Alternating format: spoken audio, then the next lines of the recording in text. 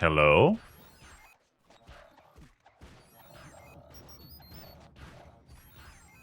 Hello?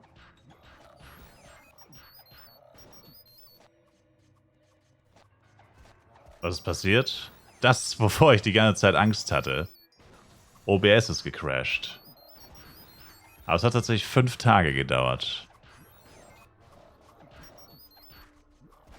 Okay, meine M ist irgendwie... Mein Firefox ist auch tot. Tja.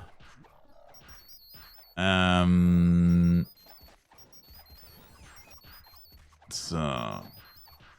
Meine M ist auch gecrashed. Jesus. Speicherflow irgendwann. Na, es war irgendein Nvidia-Fehler. Der Codec. Nvidia, also der Grafikkarten... Stream, Codec, keine Ahnung, ich habe davon ja keine Ahnung. Der ist gecrashed. Da hat dem PC aber endlich mal gereicht. Ja, ich dachte erst Bluescreen, weil ich hatte alles war schwarz. Alles, auch Fly Universe, also mein ganzer PC war Standbild, dann Black Screen und dann hat sich langsam alles wieder aufgebaut. Ich glaube, mein Grafikkartentreiber hat sich aufgehängt. Und da ich ja über meine Grafikkarte streame, hat sich der Stream natürlich mit aufgehängt. Oder beziehungsweise es hat gecrashed. Aber hey, ich sag mal so, nach 5 Tagen...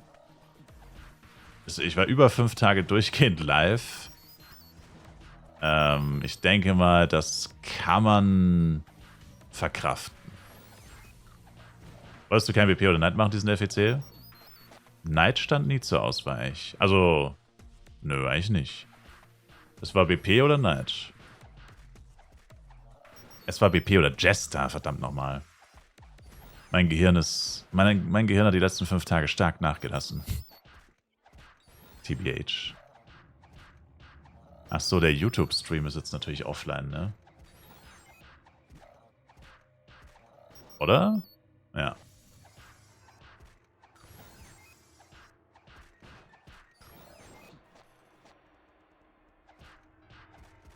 Der YouTube-Stream ist offline nach 126 Stunden und 22 Minuten. Bruh. Aber da ist jetzt einfach nur neuer gestartet. Da ist jetzt einfach nur ein neuer Stream gestartet. Wieso foodet die denn nicht, die blöde Sau? Meine Güte, ey. Jesus.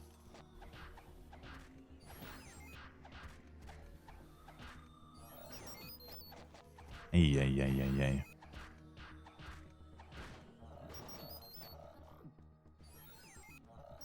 Also. Ich wollte BP oder Jester machen. Die beiden standen zur Debatte. Alles andere war nie wirklich so im Gespräch.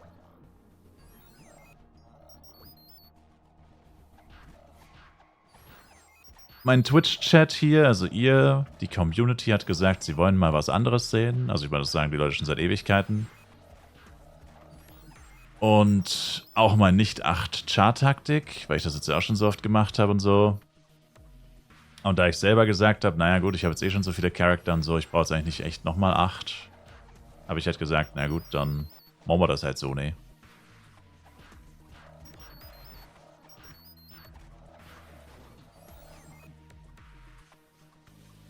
Deswegen sind wir jetzt hier auf einem Jester.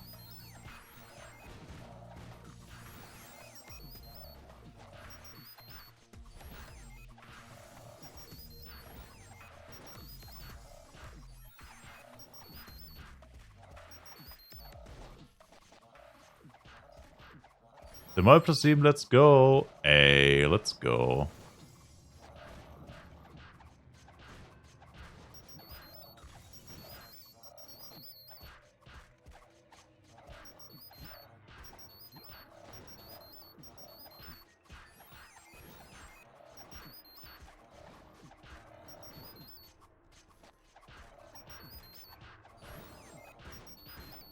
Oh oh.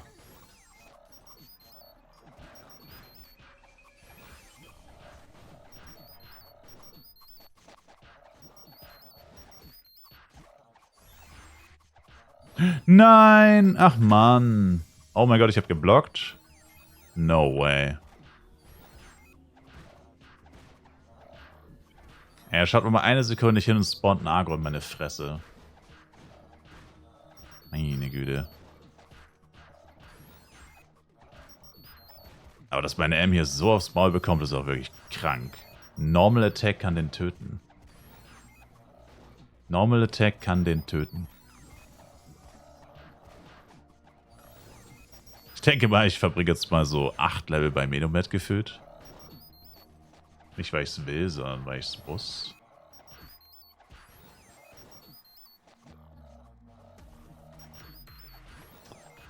Oh mein Gott. So.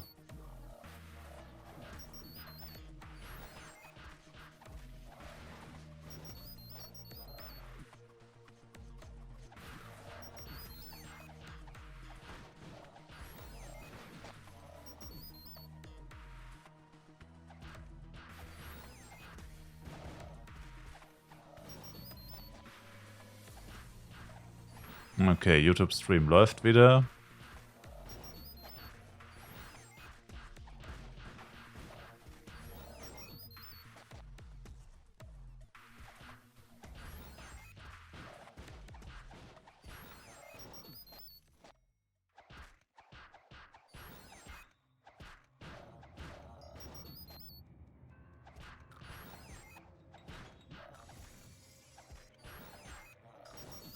Und Level Up.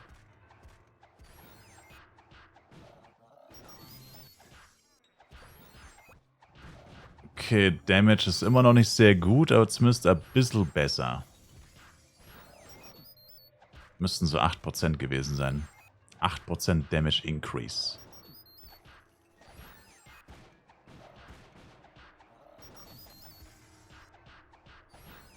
Jetzt ist es zumindest nicht mehr ganz so arsch. Okay. Saroyen hat noch gefollowt. Ich glaube, es war genau, als ich gecrashed bin. Danke für den Follow. Und danke fürs GZ. Tower-Ebene 2 geht bis 110, oder? Alle Tower-Ebenen gehen immer von 6 bis 2, bis 6 bis 5. Also Tower-Ebene 2 bis 96 bis 105. Immer 9 Level lang.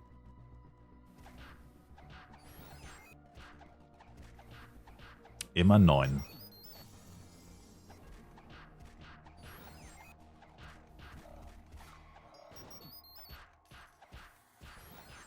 Immer von 6 bis 5. Patient plus 7. Yeah. We back. Back at it again.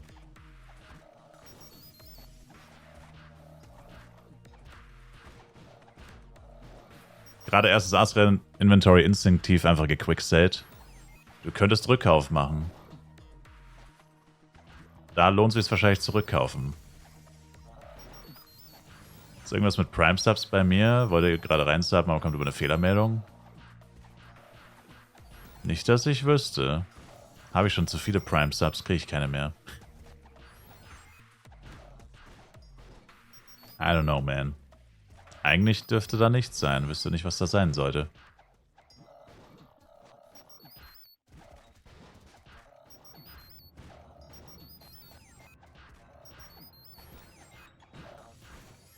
Hast schon einen? Oh.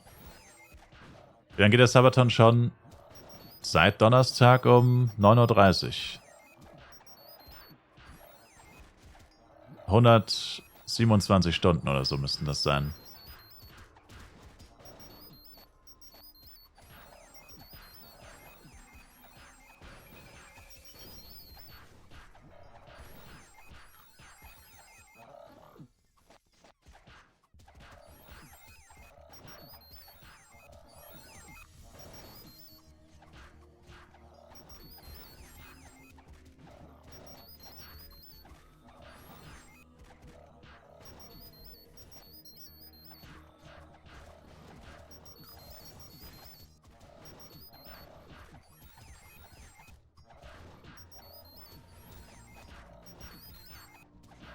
Und das hört gar nicht mehr auf. Also wir waren echt einige Male kurz davor.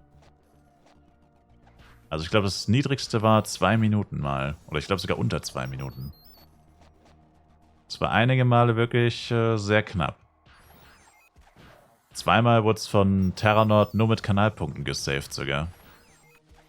Also man kann auch ohne Subs verlängern. Über Twitch-Kanalpunkte. Oder Ausrufezeichen Store. Und Terranord hat insgesamt 3 Stunden verlängert mit Kanalpunkten.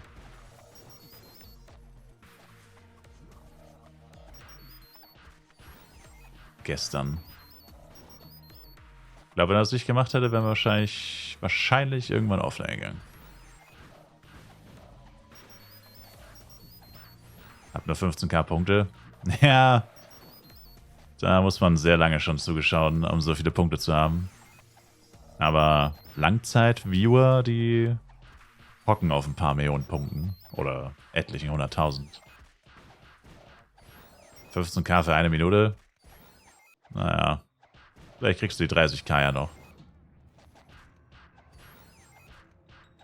Dieser Spitzbube, ja. Was mein FEC-Ziel, du hast bereits alle Charts nahezu gemaxt auf Bodengen. Naja, Max-Level vielleicht, aber... Nein, ich wollte mir auf dem FEC jetzt endlich mal wieder ein geiles Equipment besorgen. Auf Borodeng gefallen mir die Preise halt auch nicht unbedingt so gut. Also vor allem, also manche Sachen auf Borodeng, also Clean Dusagas Crystal Eggs zum Beispiel, kostet da einfach immer noch knapp 20 Milliarden Clean. Oder Hernestuff Clean war immer noch bei 3 Milliarden. Das war mir immer noch ein bisschen zu teuer. Wobei beim Stuff war es nicht, dass er 3 Milliarden kostet, sondern eigentlich eher die Tatsache, dass ich keine Lust hatte zu rollen. Also den Hernestuff hätte ich mir schon ewig kaufen können. Aber bei den Dusagas Crystal Waffen muss ich sagen, keine Ahnung, ich sehe das irgendwie nicht ein, weil ich meine 5 Milliarden, da reden wir von 30.000, 40.000 F-Coins. Oder bei 20 Milliarden reden wir von 60.000. Oder, keine Ahnung, mein Math ist gerade nicht Mathing, aber egal. Auf jeden Fall so viel Kohle, also wirklich 1, 2, 3 Monate farmen, je nachdem welche Waffe du willst. Für eine cleane Waffe, in die du dann nochmal gefühlt genauso viel Geld stecken musst oder nochmal etliche Milliarden stecken musst, dass sie auch tatsächlich gut ist. Keine Ahnung, fand das einfach crazy. Ich hatte halt anfangs einfach gedacht, das geht alles ein bisschen schneller. Jetzt kommen bald neue Waffen, jetzt ist es eigentlich auch schon fast wieder egal. Weil während diesem FEC soll ja ein Update kommen. Und da kommen dann eh neue Sachen.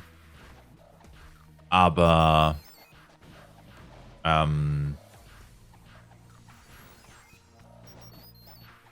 so oder so wollte ich einfach wieder ein geiles Equipment haben. Und habe aber keine Lust dafür, so viel zu bezahlen. Also grind ich es mir einfach. Das, was ich am besten kann, einfach grinden. Das heißt, das Ziel ist im Endeffekt, die neuen Waffen dann 50 Milliarden clean. Ja, wahrscheinlich. Je nachdem, wie selten sie sind. Aber sie werden nicht unselten sein, ja. Wenn ich meinen Freunden erzähle, wie teuer das Spiel ist, lachen die mich aus. Yeah. Naja, also hast du ja gesehen, erste Hernes-Waffen hier waren Current Offer oder Sofortkauf gestern zwischen 50 und 100.000 F-Coin. Der erste Bau of Furnace war, glaube ich, Current Offer 60.000, Sofortkauf 100.000. Das sind 600 bis 1.000 Dollar, sagen wir jetzt mal. Das sind 600 bis 1.000 Dollar. 100.000 F-Coin sind ja, oder 950 Dollar, whatever. Crazy auf jeden Fall. Oder 900 Dollar, whatever. 500 bis 900, scheißegal.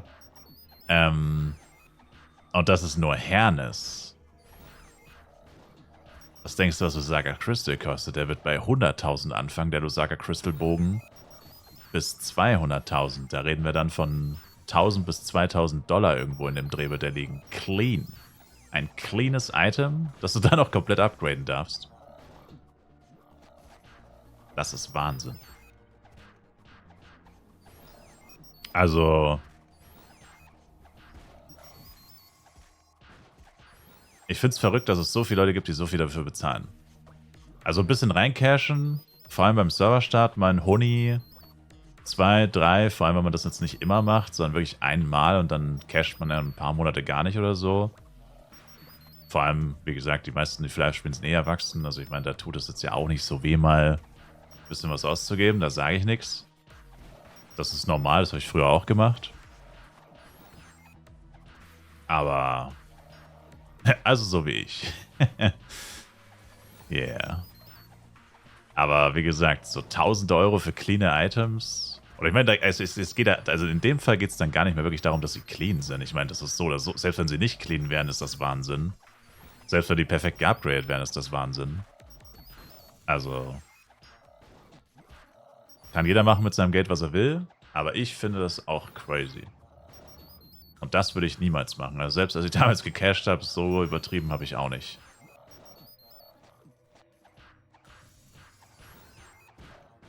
Wenn alle wollten, könnte jedes Waffe 20 Euro kosten. Nee. Könnte. Könnte.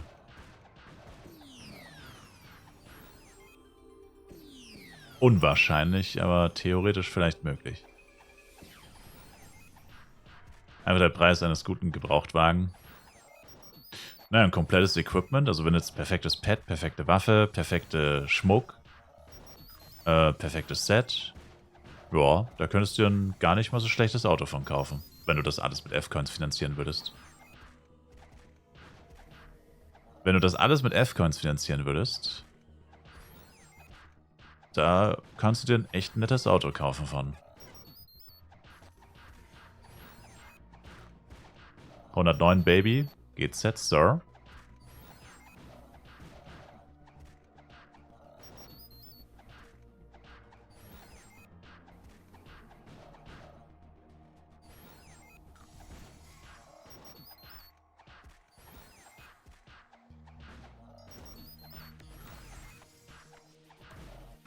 Alle Items aus dem Shop sehen, binden und GG.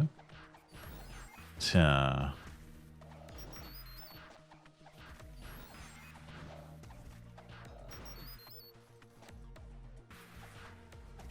Denn Roriens... Was hast du vorhin schon mal geschrieben, JG? Wäre ein Roriens-Set für Ranger in der Wüste sinnvoll oder verschwendetes Geld? Habe ich eben schon gefragt.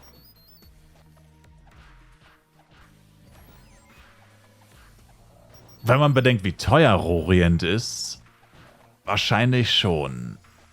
Da wäre es wahrscheinlich klüger, man holt sich ein Race-Set und packt da lieber ein bisschen mehr Geld rein. Ehrlich gesagt. Dann wäre es wahrscheinlich besser, man holt sich ein Race-Set, das wahrscheinlich ziemlich günstig sein müsste. Und packt da lieber ordentlich Kohle rein. Ehrlich gesagt. Wenn du meine ehrliche Meinung willst. Vor allem gegen Chimeradon ist es schlecht. Also Chimeradon sind ja die, in Anführungszeichen, chilligsten Mobs. Ich meine, Rageface haben sie alle in der Wüste. Aber Chimeradon sind ja noch, sag ich mal, die angenehmeren Gestalten dort. Und die sind ausgerechnet Wind. Und Roriens Set hat alle alle Elementarverteidigungen außer Wind.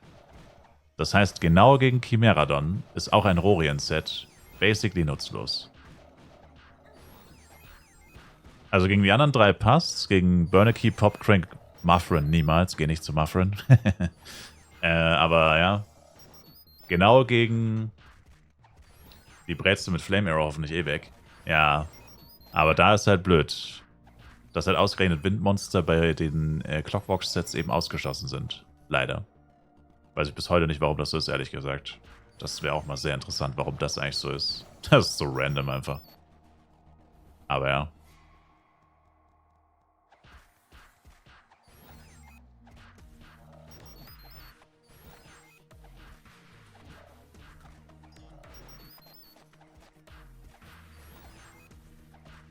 So, mein erstes Invi ist jetzt gleich voll. Das hat ziemlich lange gedauert, aber... Und ich habe einen Arik plus 7 gedroppt. Aber ich bin ja auch ein bisschen zu früh hin.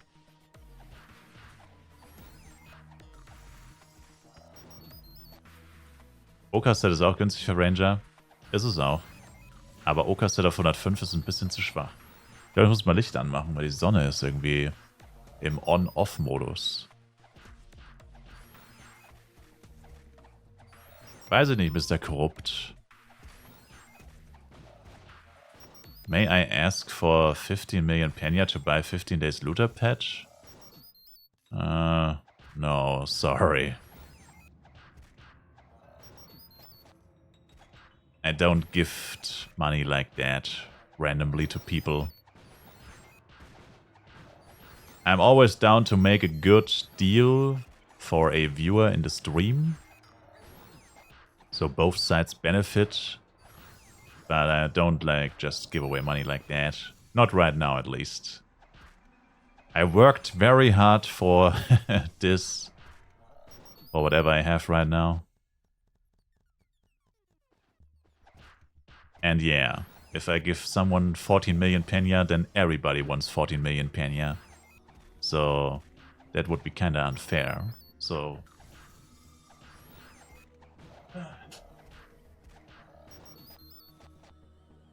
Spoken like a true businessman. Yeah. Ja, Alter, ich meine, so viel Geld habe ich jetzt echt auch nicht. Und, also in-game meine ich. Ja, im echten Leben auch nicht. Also ich meine, ich kann es jetzt nicht einfach verschenken. Ich meine, what the fuck?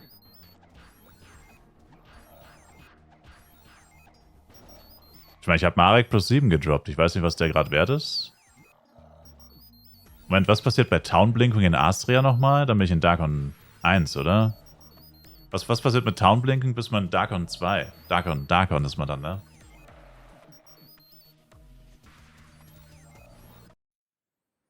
Dann ist man gleich in Darkon, oder?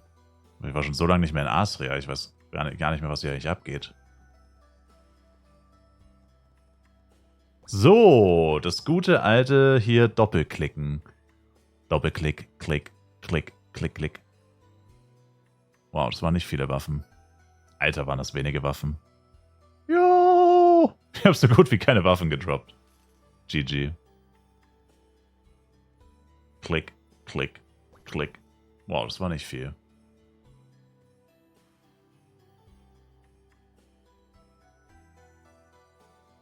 Und was hat der Kollege hier?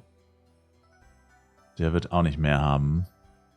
Klick, Klick, Klick, Klick, Klick, Klick, Klick. Okay, hat deutlich mehr. Der RM hat die ganzen Waffen bekommen. Mein Rimm hatte die ganzen Waffen. Der hat einfach mehr als doppelt so viele. Looking good. 3 plus 7 gedroppt, ey. Astria ballert. 3 plus 7.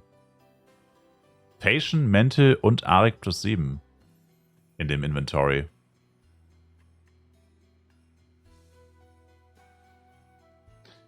Das ist das, was mir in Astria immer auf den Sack ging. Dieses immer hin und her tauschen und so. Ich muss das immer mit 8 Chars machen. Ich hatte immer 8 Charakter, musste bei jedem die Waffen rausfiltern, alles auf einen Charakter traden und dann nach Flaris.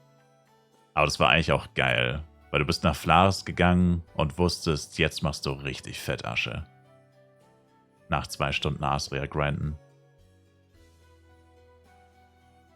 Das ist nicht schlecht. Keine Ahnung, wie du das so viele Jahre machen kannst. Tja, ich bin wohl dafür geboren worden. Schätze ich. Okay, dann Flaris, Baby. Seit wann habe ich kein Geld mehr in Flaris gesteckt? Seit dem Black Friday 2018.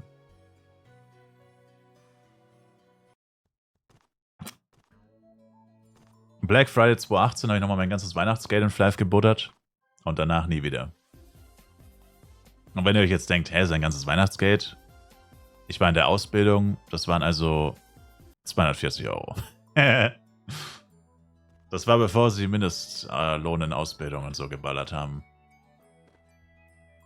Da war ich wirklich noch ein Geringverdiener.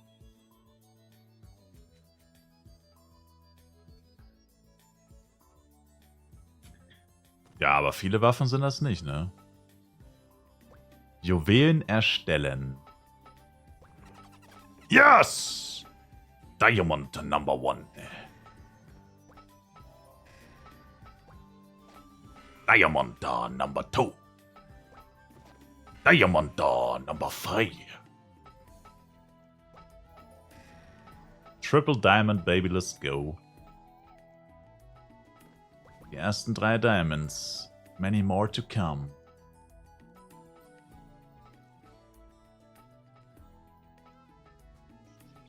Danke dir, Gina. Naja, ich cash halt nicht, weil ich das Spiel nicht mag, Schmachti. Ich habe halt für mich einfach entdeckt, das verstehen halt manche Leute nicht, dass mir das Game tatsächlich wirklich mehr Spaß macht, Free-to-Play. Deswegen will ich auch keine Geschenke annehmen, weil ich habe mehr Spaß dran, wenn ich mir das, und so ätzend das auch manchmal ist.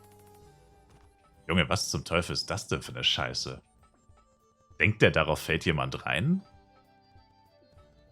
Der hat 120er Waffen für 700k und hat sie für 800 Mio im Shop.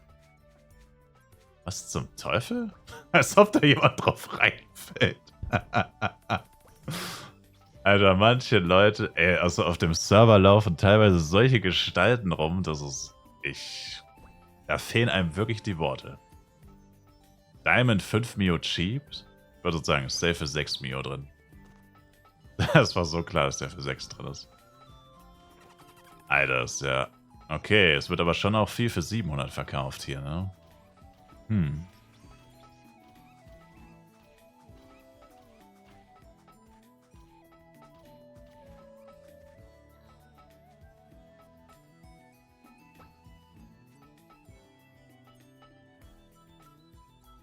Das ist das gleiche, wenn in Mia Quest die SCS-Bett verkauft werden. Ja, keine Ahnung. Ich weiß es wirklich nicht. Machen wir 650k, wenn so viele auch schon für 700 machen.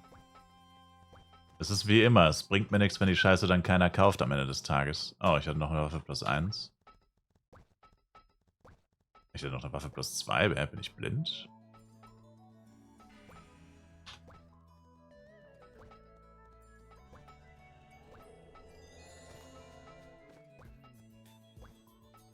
Ruddy Gowns mit 2 STR, letzter Aufruf. Wenn du den reportest, kann er gebannt werden? Nee, als ob man für sowas gebannt werden kann. Wir es verkaufen oder behalte ich? Also ich habe ehrlich gesagt keine Lust auf Bloody Crafting, nach dem, was letztes Jahr passiert ist. Ehrlich gesagt keine Lust. Hat ein Game gesagt. Echt? Interessant. Äußerst interessant. Ja, also ich meine, ich finde halt, man sollte sowas... Shop-Scam ist gegen die Spielregeln. Hat ein Game Master gesagt, okay. Also ich meine, ich finde, das ergibt sich eigentlich aus der Sache selbst. Ich meine, wenn man einfach kein riesiges Arschloch ist, macht man das einfach nicht. Ja, keine Ahnung. Wahrscheinlich nicht Permaban. Ja, also Permaban wäre ein bisschen crazy. Auch wenn es asozial ist. Hier ist noch eine Waffe, verdammt nochmal. Uff, alle 3 gefailt. RIP. Ja, also wie gesagt. Also ich meine, man kann ja drüber streiten über Reseller und so, ne? Also kann man nicht, Kappa. Nein, aber man kann ja über alles streiten, aber das steht ja eigentlich außer Frage. Also diese Shop-Scams mit den CS-Pads und Lightning 3 für Lightning 4 und so. Also ich finde es einfach unnötig. Einfach nicht machen, das ist ja eigentlich wirklich nicht so schwierig. Warum hebe ich diese FP-Necklace auf? Warum ich eine Patient plus 7 aufhebe? Weil ich bei einem Upgrade-Event die mit Power Dice 8 von 7 auf 8 ohne A-Product probieren werde. Und wenn es klappt, werde ich mit 4 Juwelenstaub belohnt. Und Juwelenstaub ist äußerst kostbar. Deswegen. Das heißt, here comes the money. Ich muss eigentlich einfach nur... Ach komm. Bro. Ich muss eigentlich einfach nur warten. Das Upgrade-Event macht jetzt zwar nicht so einen riesigen Unterschied, aber es sind dann nochmal 2-3% oder so. Oder vielleicht sogar 4-5, keine Ahnung. Weiß nicht genau, was der Unterschied zwischen 7 und 8 ist, mit oder ohne Upgrade-Event. Aber auch auf FEC gibt es ja Upgrade-Events. Die normalen, die auf Duodeng und so halt auch stattfinden, die wohl so circa 20% bessere Upgrade-Chance oder so geben, glaube ich. On average. Das heißt, du sammelst deinen ganzen 7er-Schmuck, der halt eigentlich nichts wert ist. Wie zum Beispiel eine FP-Necklace plus 7, die ist ja mit Abstand am wertlosesten. Mantle plus 7 ist jetzt auch nicht so krass. Später auch mal Jetzt noch nicht, aber in ein paar Wochen wird auch Arek +7 und so nicht mehr so viel wert sein wie jetzt noch. Wenn mal CW absolut überfarmt wird oder ist, spätestens dann werden alle Preise von Schmuck und so weiter runtergehen. Und bevor man seinen Schmuck +7 dann gar nicht mehr aufhebt oder wegschmeißt, kann man es halt aufsammeln, aufheben, auf das Upgrade-Event warten und dann einfach mit Power Dice 8 probieren auf +8 zu machen und Schmuck +8 kannst du dann gegen Staub tauschen. Es ist zwar nicht viel, aber Power Dice 8 wird irgendwann nicht mehr viel wert sein. Eine Patient +7 ist jetzt schon nicht viel wert. Und 4 Staub ist viel wert. Also 4 Staub sind dann vielleicht mal 30 Mio oder so. Klar, dann wird der Elfkan-Preis höher sein und so, aber trotzdem. Das ist der Plan. Und ich persönlich hoffe darauf, dass wir möglichst beide ein Upgrade-Event kriegen. Ich hoffe sogar dieses Wochenende schon. Oder ich könnte mir vorstellen, dass schon dieses Wochenende ein Upgrade-Event kommt. Also Schmuck zum Beispiel. Gut, bis zum Wochenende werde ich nicht mehr so viel Patience +7 droppen, aber ja.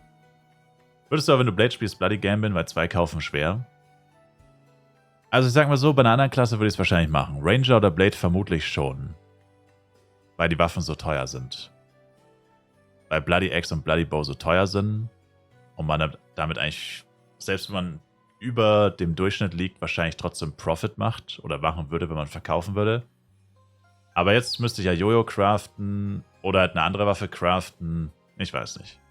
Ich lasse es lieber, glaube ich. Ich glaube, ich lasse es lieber. Yeah. Aber liegt definitiv auch, wie gesagt, daran, dass ich ja Jester spiele jetzt und das Bloody Jojo nicht so viel wert ist.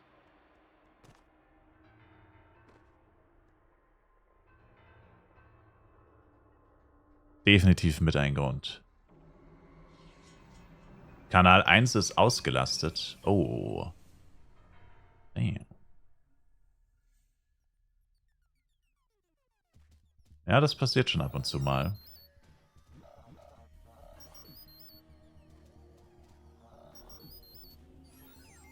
Das passiert schon ab und zu mal.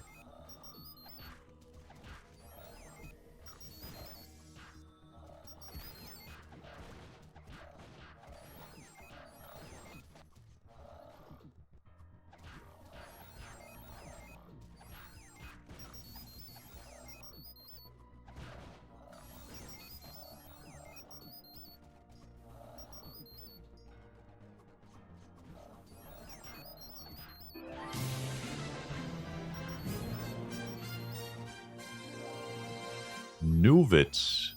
Danke für den Follow.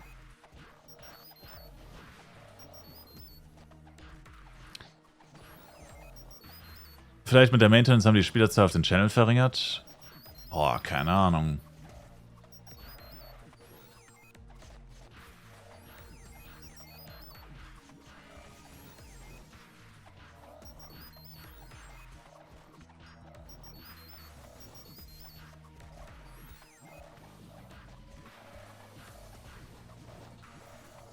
Meine M hat jetzt mal mehr Kaba bekommen.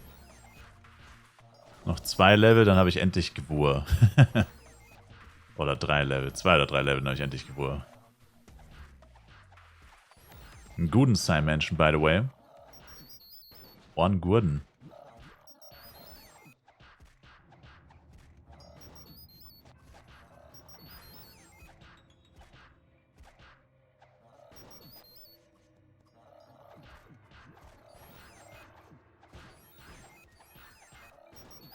+1 bei Blade Knights ist so nice.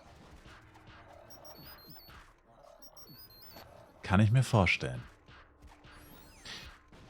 Ja, ich meine, ab dem Bloody Jojo, falls ich oder wenn ich mal eins habe, wäre dann natürlich der Punkt, wo ich auch mal höher als +4 mache und dann in den sauren Apfel beiße mit Element Change. Aber der Vorteil ist ja, dass man dann auch nicht mehr so auf die Monster wechselt. Da sind ja seit 100 F-Coin alle 5 Level oder so. Naja. Tut zwar auch weh, aber was soll's. Hab Spaghetti mit Pilzschmanzsoße gemacht. Schlagsahne habe ich keine zu Hause gehabt. Boah, Schmand ist doch geil. Ain't nothing wrong with some Schmand.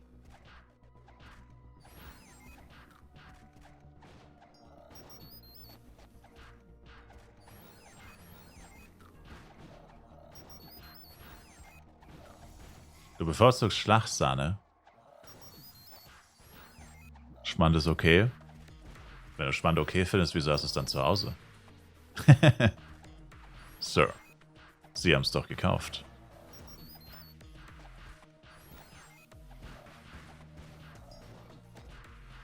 Ich habe tatsächlich auch mal was mit Schmand gekocht letzten Monat. Was war das? Wie heißt das? Hähnchen-Ragout. Tomaten-Hähnchen-Ragout. Eigentlich mit Bandnudeln, aber ich habe es mit Reis gemacht. Da habe ich tatsächlich Schmand benutzt und that shit was fire, man. Das war delicious. Muy delicioso. Mein Bruder und seine Freundin kaufen das immer, wenn sie hier kochen wollen. Oh. Ist einfach nur übrig. Verstehe.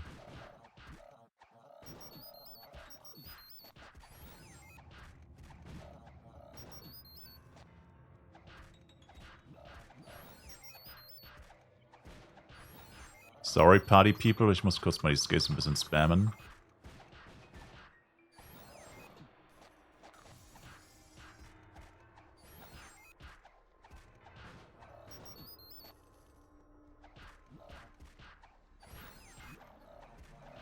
Weiß wer den Preis von 105 Psychon Suit? Ich weiß aber nicht, ob das die gute oder die schlechte ist, ehrlich gesagt.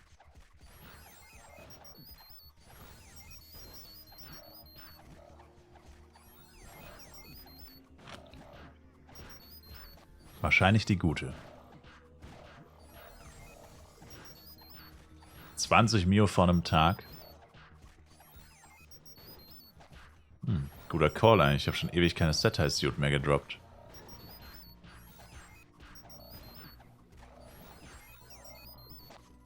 Hast du nicht ein 8% Set gesucht?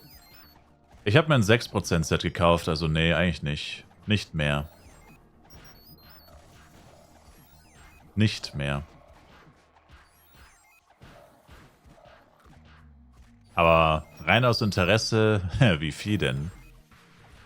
Also würdest du eins verkaufen oder hast du eins gefunden, random? Bei jemandem im Shop?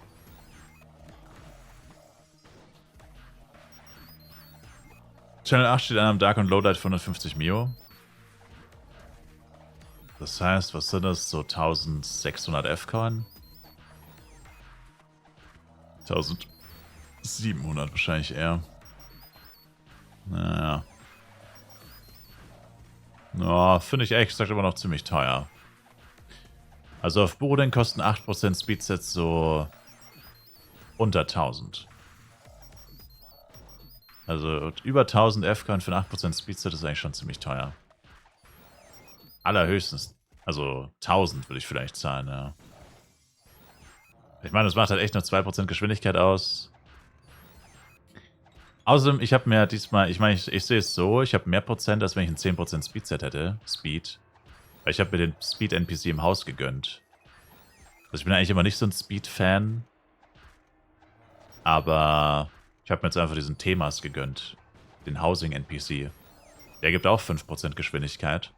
Und das heißt, mit einem 6% Speedset habe ich jetzt sogar 11%.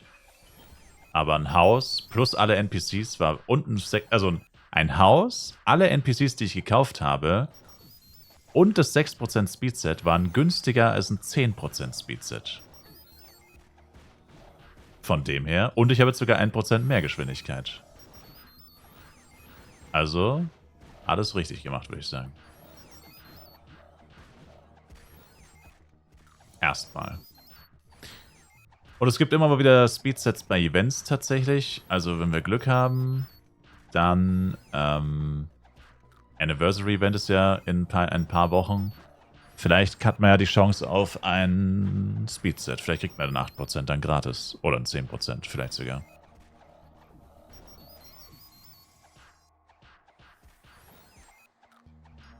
Kann ja alles passieren. Quest ich ja oder grind ich nur? Ich habe gestern tatsächlich ein bisschen gequestet. Also gestern war so ein bisschen ein... Ja, ein etwas seichterer Grind-Tag, kann man sagen. Gestern habe ich Clockwalks gemacht zum ersten Mal. Zweimal Tower Dailies, endlich mal. Und Equipment geupgradet, Equipment geholt, Equipment geupgradet. War noch ein bisschen weniger gespielt. Zum ersten Mal weniger als 24 Stunden am Stück. Seit der Server released wurde. Also gestern habe ich mal ein bisschen eine ruhige Kugel fast schon geschiebt. Lol, Gore Necklace plus 7, let's go. Die kann ich mal mehr M geben. Das bringt zwar nicht viel. 150 mehr. AP. Naja. Das bringt tatsächlich gar nichts. Alter, Medomets droppen sehr gut Schmuck plus 7, what the fuck. Plug plus 5, let's go, nice. Danke für den Follow, Povo. Wie viel Petwood brauche ich nochmal auf F? 20. Einmal gibt 5%. Gore plus 7 und direkt sterben. Ja, das hat gar nichts gebracht. Der wird immer noch fast gewone-shottet mit dem Auto-Attack. Das ist einfach die Level-Differenz. Die ist viel zu hoch. Immer noch 20 Level-Differenz zwischen M und Monstern. Das ist viel zu viel. Ich baller jetzt bei dem auch nochmal eine Ampli rein. Bei dem M. Dass ich den auch ein bisschen leveln kann. Der Preis für Hisnackel ist ja so frech, dann kann ich mir frühestens Level 90 oder so leisten. Ja, Hisnackel ist geistesgestört. Das Gefühl, die teuerste Hisswaffe. Wirkt so für mich, als wäre es die teuerste Hisswaffe. Also Petfoot auf F brauchst du 20 für Level Up. 20 mal 5 müsste das sein.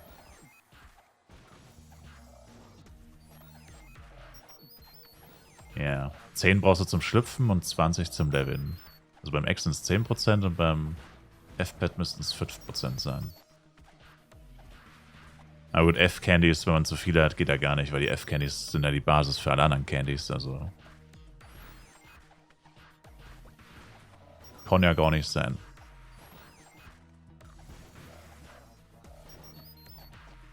Du verstehst nicht, warum auf einmal? Ich auch nicht. Angebot und Nachfrage ist die einzige logische Erklärung. Ich dachte, BP geht so vom Preis und Early teurer als Blade. Ja. Weiß auch nicht, was da los ist. Anscheinend gibt es zu viele Bildposter.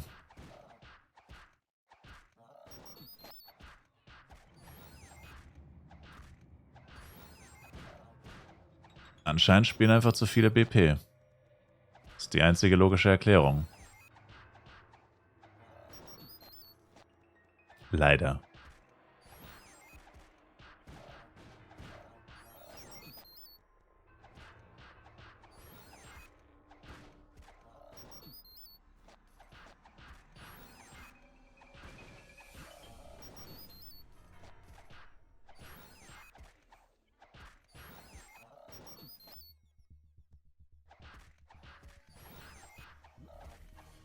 Ich meine, Pencerus plus 1 wäre noch heftig für den AM.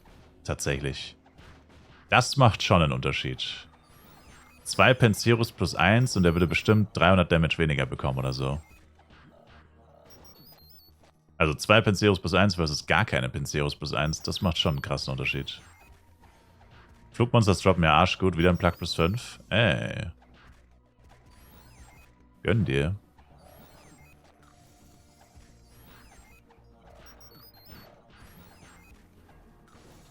Den Channel bin ich gerade. 5, wieso?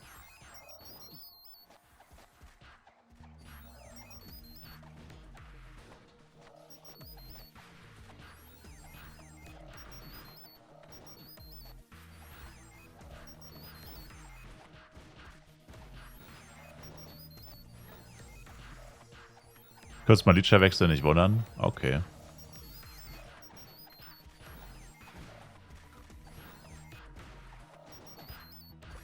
Nein, verdammt. Alter, ich wollte dich reinlassen, dann kam genau in dem Moment irgendwas anderes. What the fuck?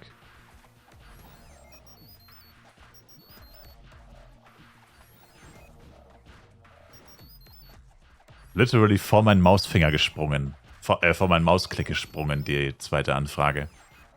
Richtig reingesneakt.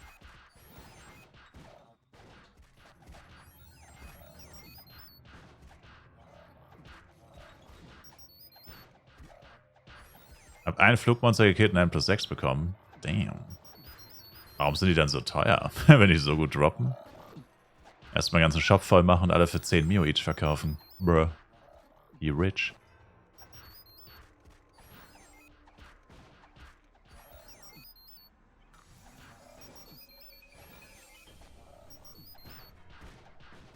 Da stehen einfach 2 Bäume ineinander.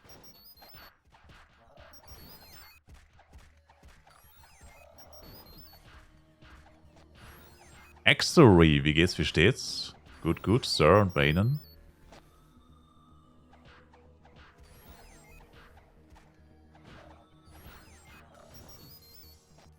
Alter, diese Bäume, die fucken so ab, Mann. Die haben eine viel zu große Hitbox und es sind immer 2 Bäume ineinander, die da stehen. Dadurch wird die Hitbox noch größer. Crazy nervig.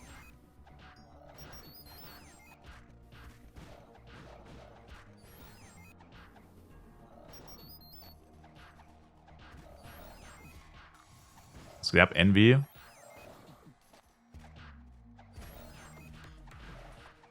Jetzt endlich wieder ein bisschen grinden kann, das weh leider nicht.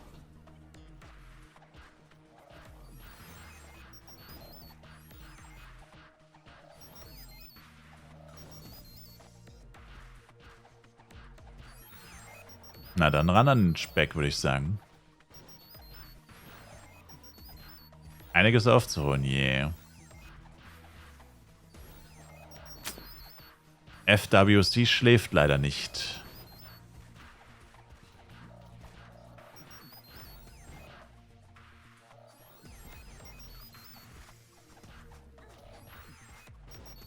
Der Server ruht nicht.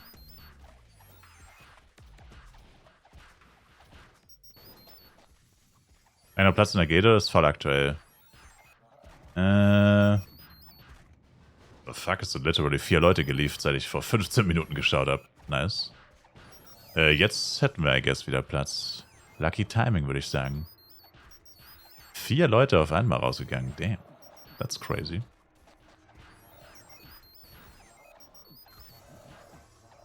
Weird. Für deine M auch? Yeah.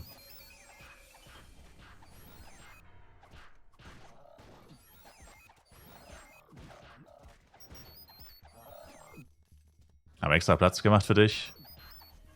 Keine Ahnung. Ja, ich meine, wäre natürlich schon cool, wenn wir dieses Mal ein Gildenhaus hätten, ne?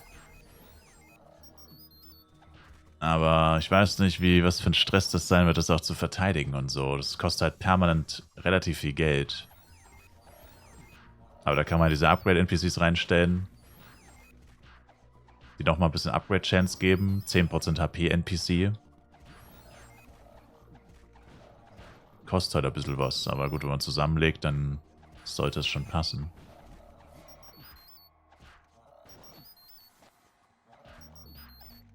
Das wäre geil, ja. Aber ich weiß nicht, wie leicht es sein wird, an ein Gildenhaus ranzukommen.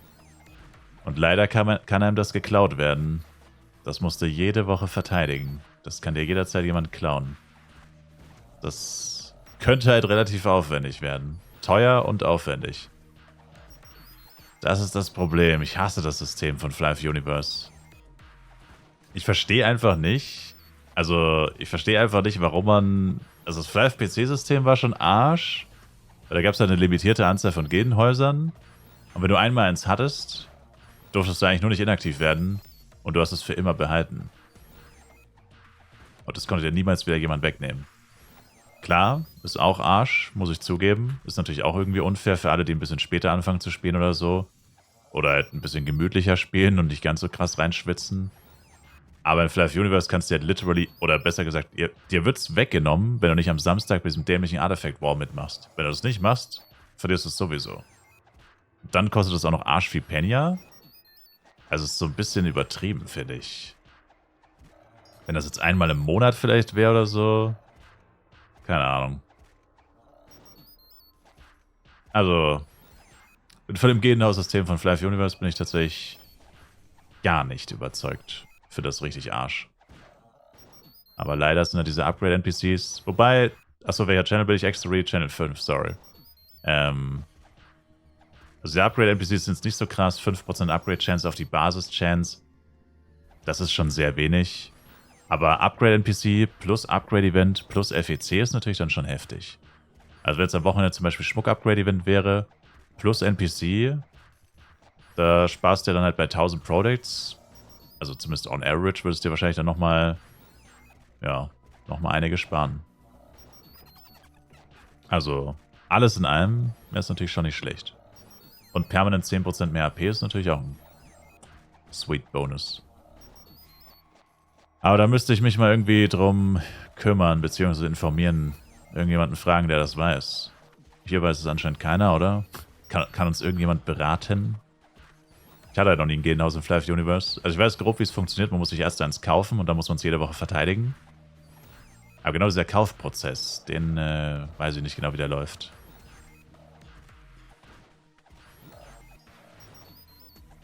F-Coin-Preis 1K 90 Mio. Damn. In Channel 5.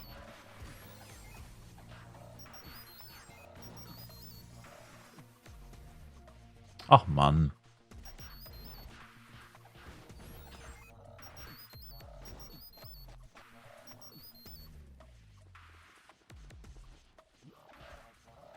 Danke. Ey, no problem, my man. Weiß einer, was eine Shurian-Suit wert ist? No.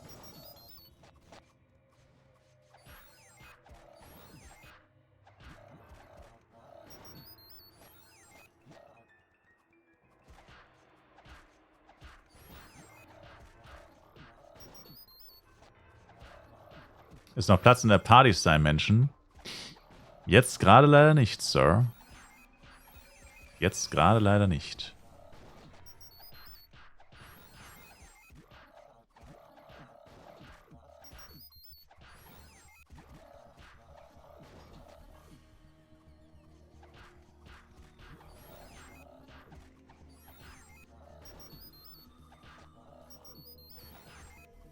Frage nochmal, wenn ich vom Klo zurück bin.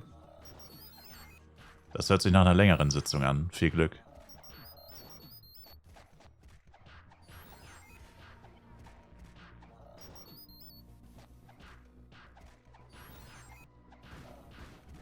...154 Hitrate und misst trotzdem. GG. Man kann nicht... Es geht nicht. Du kannst nicht missen. Es ist unmöglich, niemals zu missen. Selbst als Ranger. Geht nicht. Eine kleine Restchance bleibt immer.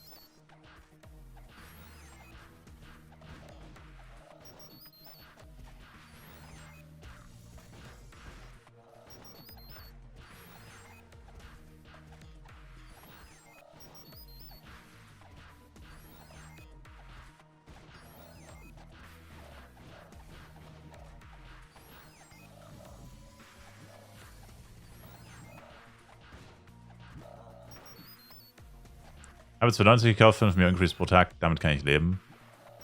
Wenn es dabei bleibt, wäre es nicht so schlimm, ja. Also wenn man dann jeden Tag zumindest ein paar Stunden spielt, sollte man mithalten können. Vorerst. Zumindest.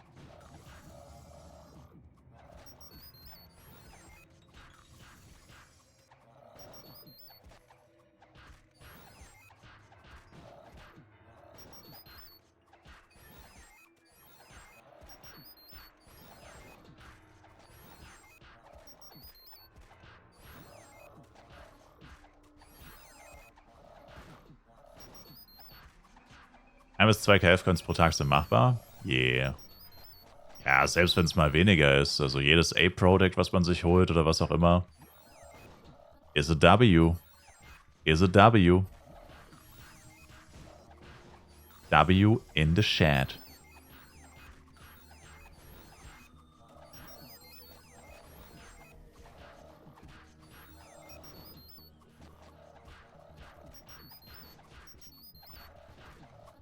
Na.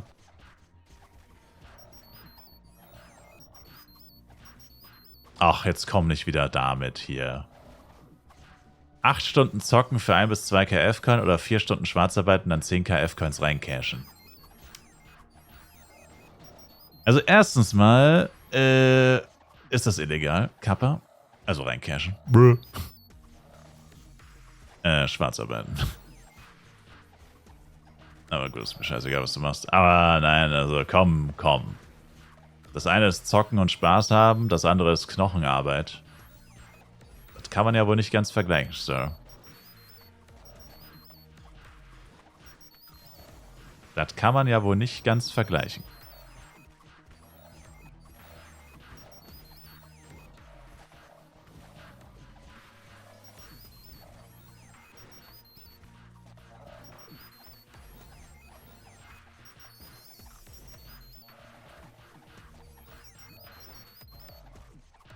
Man muss seine wenige Zeit anders ausgleichen. Ja, spricht ja nichts dagegen. Ich wollte ja nur auf den Vergleich zwischen Zocken und Arbeit raus. Das war das, was ich wollte. Damit sagen wollte.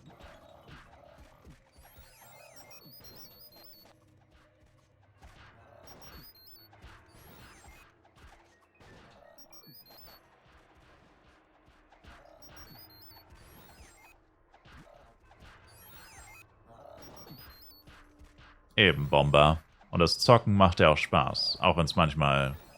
Manchmal ist es vielleicht ein bisschen anstrengend. Vor allem jetzt in dieser Anfangsphase. Aber das ist ja eigentlich auch das, was es so ausmacht. Das ist ja der Reiz auch daran.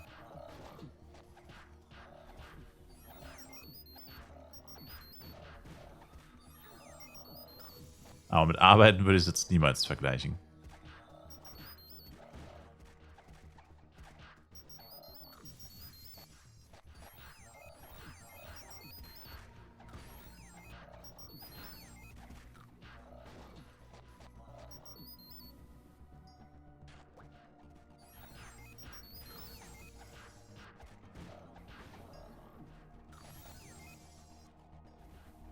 Ich fand es irgendwie nice, wenn man seinen Penner erster spielen muss. Ich auch. Deswegen ja Free-to-Play. Ich finde das auch nice. Ich finde die Glücksmomente, die wenigen, nach langer Arbeit sozusagen, also nach langem Grinden, ich finde halt, dass die viel größer sind. Also irgendwie, ich bin jetzt nicht stolz drauf oder so, aber es ist halt irgendwie noch geiler irgendwie, wenn man es schafft, dann richtig geilen Damage zu machen. Und man weiß, man hat sich das von null aufgebaut, Stein für Stein. Ein Ding nach dem anderen. Muss ich sagen. Hat schon was.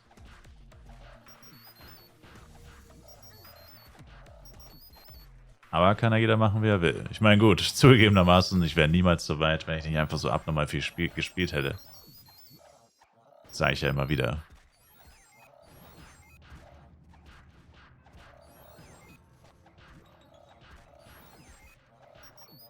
Waifu hat gerade bei mir eingekauft. The Waifu. The damn weeps. The weeps are in the chat. Kappa.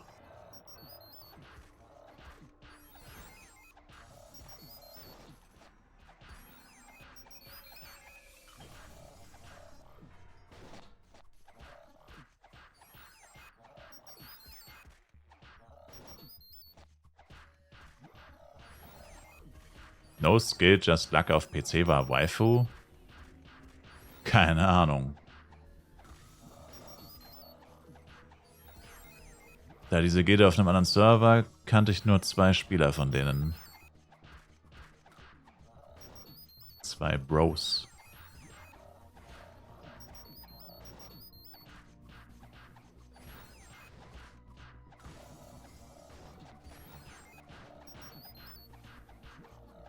Wie sehe ich, ob jemand das in meinem Shop kauft?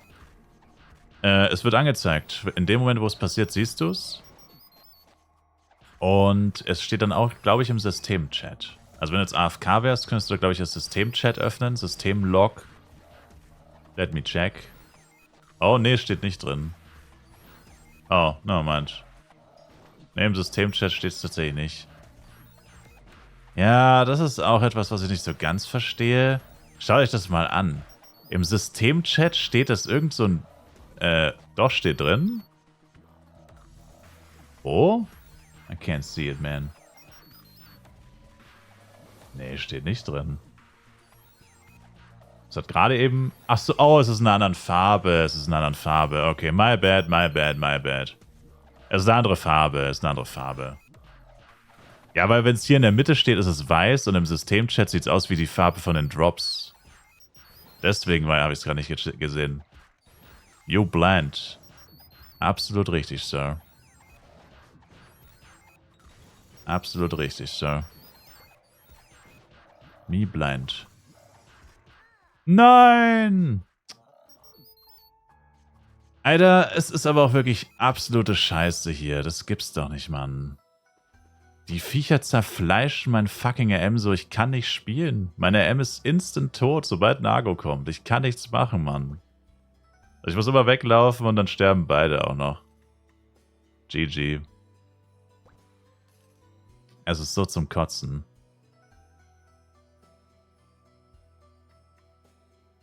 Also, literally, die Wüste hat meinem RM weniger Schaden gemacht als Astria. Das ist irgendwie gerade ein bisschen...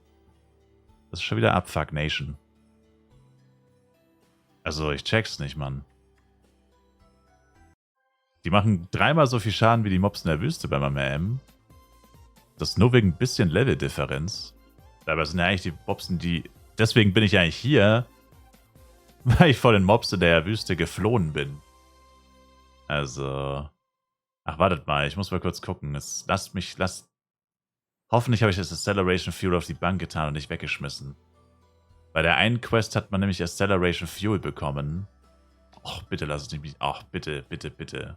Bitte, bitte lass es mich nicht weggeschmissen haben bei beiden. Oh, ich hab's safe weggeschmissen. Hier habe ich es noch. Oh, bitte, RM. Bitte habe ich es nicht weggeschmissen. Ich hab's nicht weggeschmissen. Oh mein Gott, okay. Okay. Das habe ich noch nie benutzt. Ich schmeiß das immer weg, sowas.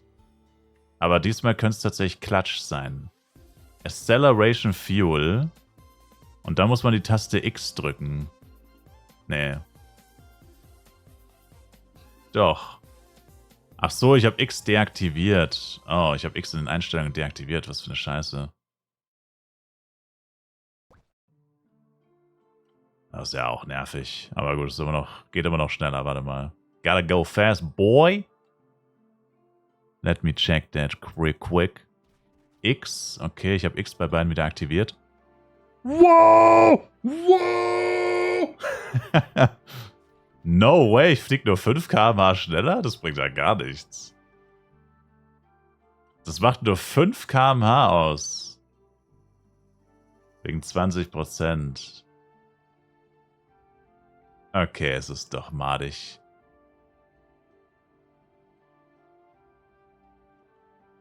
Naja, okay, das war jetzt nicht wirklich die Erleuchtung, die ich erhofft hatte. Ach du Scheiße. Ab 0 einfach Doppelspeed, 77. Ja. Also bis ich bei den Medomet bin, habe ich alle meine Acceleration Fuels verbraucht, glaube ich. Ich fliege da einmal hin und verbrauche einfach 10 Stück. Nicht gut. Sonics Jojo war STR, oder? Yeah, Main-Attribut ist STR. Gab es noch keine Entschädigung fürs Wochenende? Es gab gestern einen Code, weiß nicht, ob du den schon eingelöst hast. Die haben ihn heute noch nicht gepostet, tatsächlich. Ich weiß nicht, wie lange der gültig ist. Müssen wir nochmal nachschauen. Also das ist der aktuellste neue Code. Gibt eine Ampli und ein paar Potions. Flasks, meine ich. 1. Mai. Oh. Ja, also einlösen. Chat, wer es noch nicht getan hat. Gestern locker eine Stunde an Levelzeit dadurch verloren. Naja. Ja, ich meine, mein Jester stirbt natürlich auch dann irgendwann mal bei 2, 3 Agros oder whatever. Aber das Problem ist wirklich eher der RM. Wenn der RM nicht jedes Mal so krass aufs Maul kriegen würde, dann würde auch der Jester eigentlich nicht sterben. Das ist eine Kettenreaktion. Leckt noch wer? Noch nicht. Don't you do it, boy. Don't you start a lag nation. Oh. Aber warte mal, ich muss mich erstmal buffen. Ja, ich habe eine leichte Verzögerung, glaube ich. Oh oh. Ich habe ein bisschen an Delay, den ich gerade definitiv nicht hatte.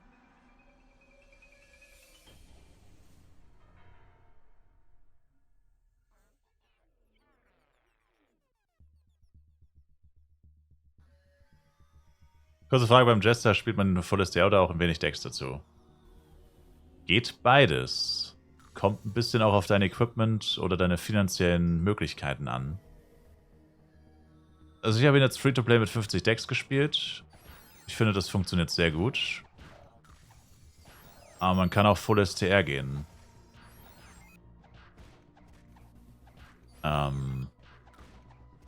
Ich würde sagen, es geht beides. Gibt da eigentlich kein richtig und kein falsch. Ich würde jetzt nicht sagen, dass Full STR falsch ist und ich würde auch nicht sagen, dass 50 Decks falsch ist. Es kommt halt drauf an. Ich denke, das Free-to-Play freundlichere Bild ist definitiv das mit 50 Decks. Oder wenn du nicht ganz so viel Decks machen willst, kannst du auch 30 machen, theoretisch. Musst du nicht gleich 50 machen, kannst du auch 30 machen. Aber dass jetzt hier so viele Captain Medomit sind, die alle Agro sind, das ist jetzt aber nicht so cool. Die machen ja noch mehr Damage. Ab wann würde ich zu klar fahren? Frühestens 95, würde ich sagen. Small Klarfahren sind 100, sind 102. 7 Level über dir. Also ich habe jetzt eigentlich immer probiert, so 5, 6 Level zu machen. Einzige Ausnahme ist jetzt gerade mit Asria Medomet. Aber die meiste Zeit habe ich wirklich so probiert, im 5, 6 Level Bereich zu bleiben. Ich war aber auch manchmal bei gleich hohen Monstern oder ein Level drüber.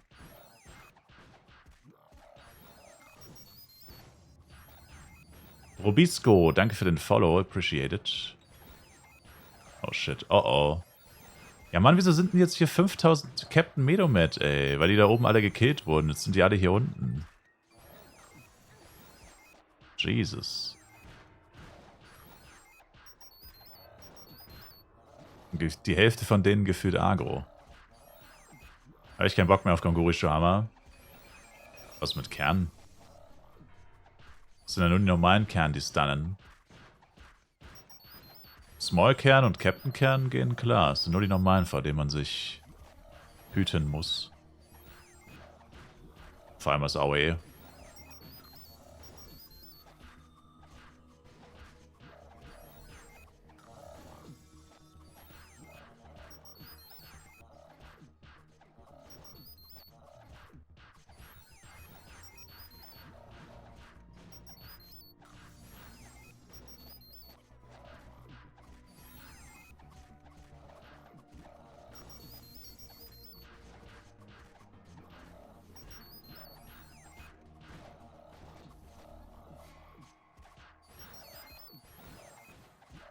Vergesst nicht euer Cheer. Wir müssten auch irgendwo noch meine XP-Boxen liegen, I guess. Ich weiß nicht mehr wirklich, wo ich gestorben bin. Das war wahrscheinlich weiter drinnen.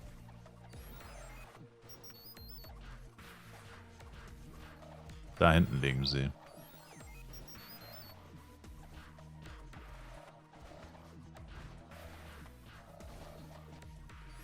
Ich habe bei dieser Spring Buff Lucky Box echt Pech gehabt. Ich habe nur rote und weiße Kleeblätter bekommen. Das sind ja die schlechtesten. Grün und blau sind die besten. Meine ich. Also grün auf jeden Fall. Blau bin ich mir ziemlich sicher, dass es auch gut ist. Bei dieser Spring Buff Lucky Box war ich nicht sehr lucky. Aber dafür gibt es dann bald nochmal ein paar mehr. Zum Glück.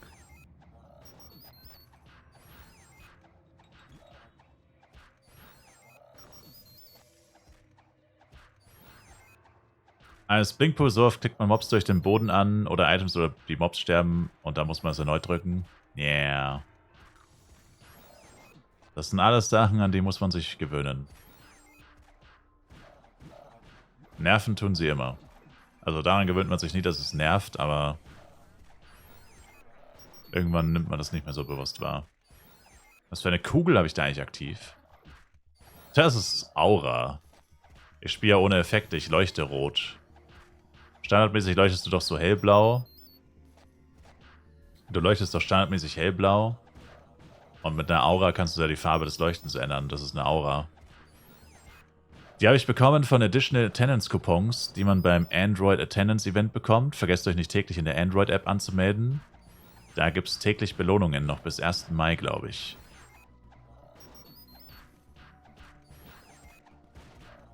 Müsste das sein. Und da habe ich die her. Da gab es 2 Android Attendance Coupons und die habe ich mir einverleibt. Und ja, ich habe sie dann einfach aktiviert und die anderen habe ich weggeschmissen. Ich habe auch irgendeinen Effekt aktiv, aus gleich noch von Level 20 Level Reach, den Fire-Effekt.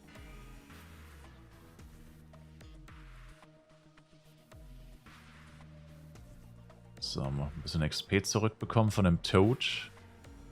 Oh, 0,9.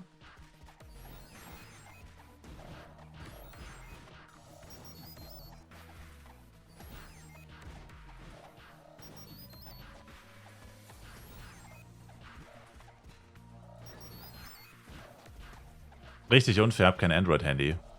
Hättest das über Emulator machen können. Das ist zwar ein bisschen aufwendig, aber du kannst Emulator machen. Emulator, bro. Ich meine, wenn du das heute noch machst, kriegst du auf jeden Fall noch die 2 Upcut-Stones. Und morgen vielleicht nochmal. Ich weiß nicht, wann genau es endet. Muss ich nochmal nachschauen.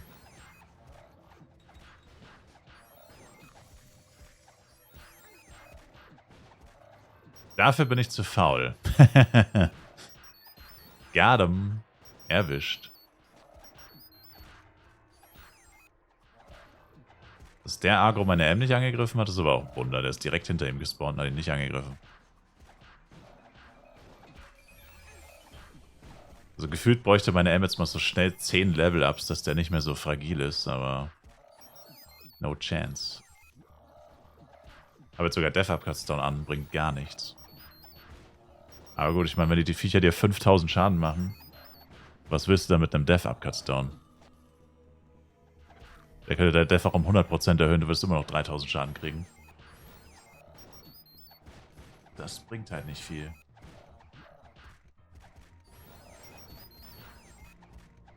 So, mal wieder aufstehen hier.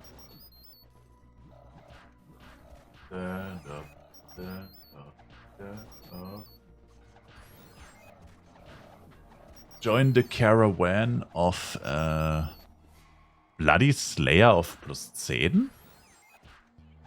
Wait, what? Bloody Slayer of +10? Wieso?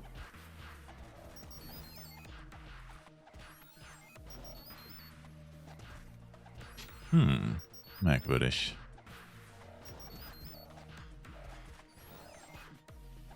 Flex? Moment mal. Bloody Slayer auf Wasser +10. Das ist halt ein doppelter Flex. Das ist die falsche Waffe und es ist Knight mit Element +10. Das ist halt einfach der doppelte Flex. Holy shit. Das ist halt wirklich der ultimative Flex. Geistesgestört. Ich habe gerade nur Slayer gesehen, dass das Wasser +10 war, habe ich erst danach gesehen. Wale brauchen Wasser. Stimmt, das ist ihr natürliches Habitat. Jetzt kam das normale +10.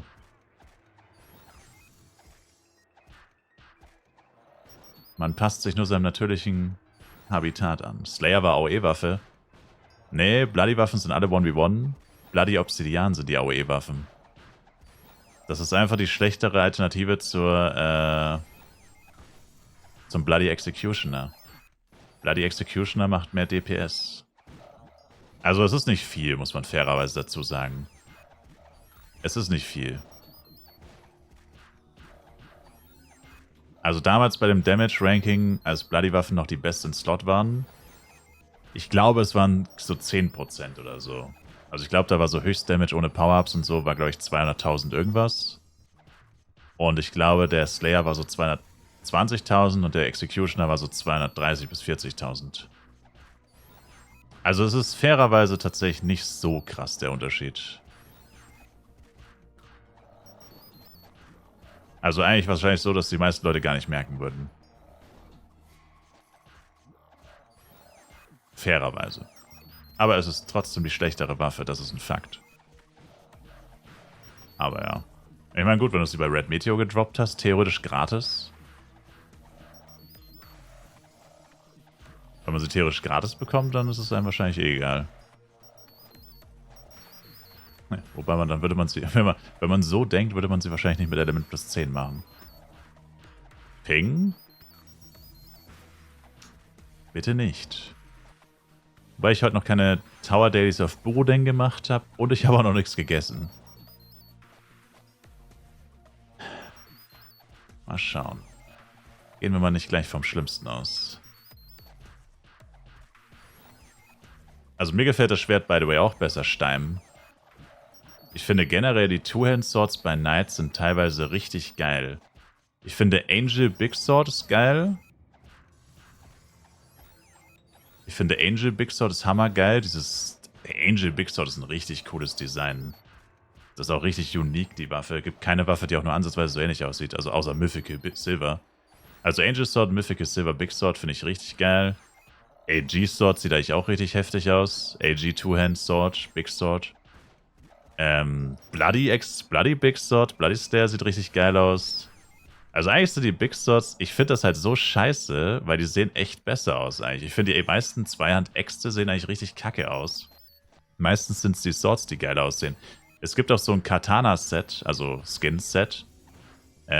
Neko oder irgendwie so heißt das, glaube ich. Könnt ihr meine Umkleidekabine wieder angucken. Und da gibt es auch so ein riesiges Katana. Also quasi ein Zweihand-Katana, das einfach so ultra mächtig ist. Das sieht eigentlich auch richtig pervers aus. Aber auch da brauchst du halt eine Zweihand-Sword, wo du es drauf skinnst. Und da die meisten das halt nicht benutzen, ist der Skin halt dann... Habe ich noch nie gesehen eigentlich, den Skin. Weil die meisten eine Axe benutzen. Also ja, das ist echt ein bisschen schade.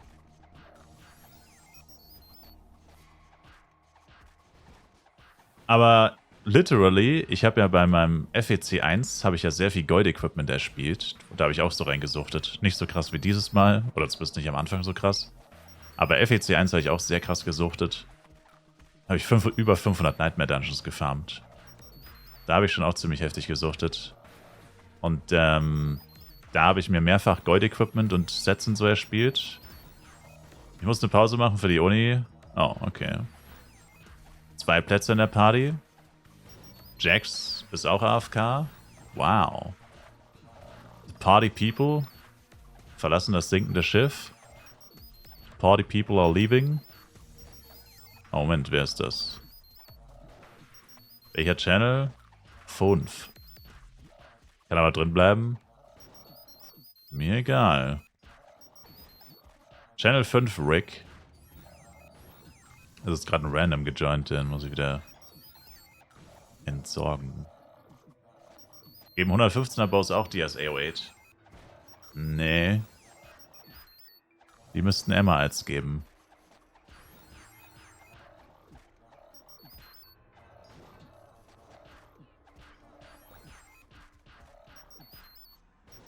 Wer ist Vibrator? Bist du das, Rick?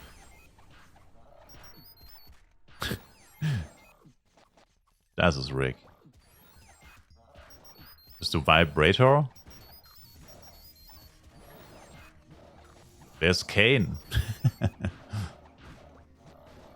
What is happening? Velox. What is happening?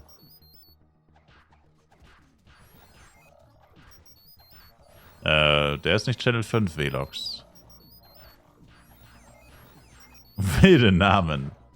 Also Vibrator ist auf jeden Fall ein wilder Name, ja.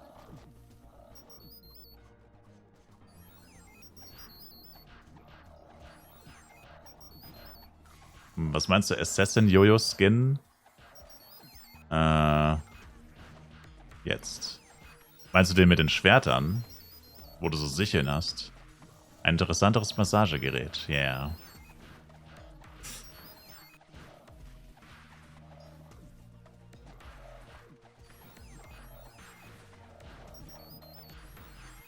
Heute wird auf jeden Fall geistesgestört viel geupgradet. Scheint heute Upgrade-Date zu sein. Ich meine, es ist jeden Tag so, aber... ist gerade echt ein bisschen heftig, was da alles durchflutscht.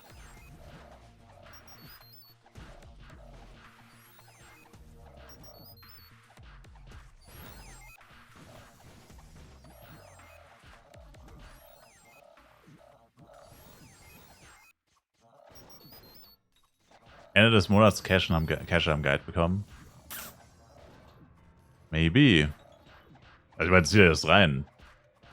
Und das war alles innerhalb der letzten 10 Minuten oder so. Demol plus 20, Demol plus 20, ganzes Set plus 20, Waffe zweimal plus 10, nochmal plus 20. Das sind die Products, die ich da gerade gezeigt habe, wahrscheinlich, also in Klammern, wahrscheinlich 400 Euro in Products oder so. Das ist schon, da freut sich Gala natürlich, ne? Also das war jetzt wirklich, seit ich gestorben bin, also es waren keine 20 Minuten wahrscheinlich. Da geht's gut ab. Da geht's richtig gut ab.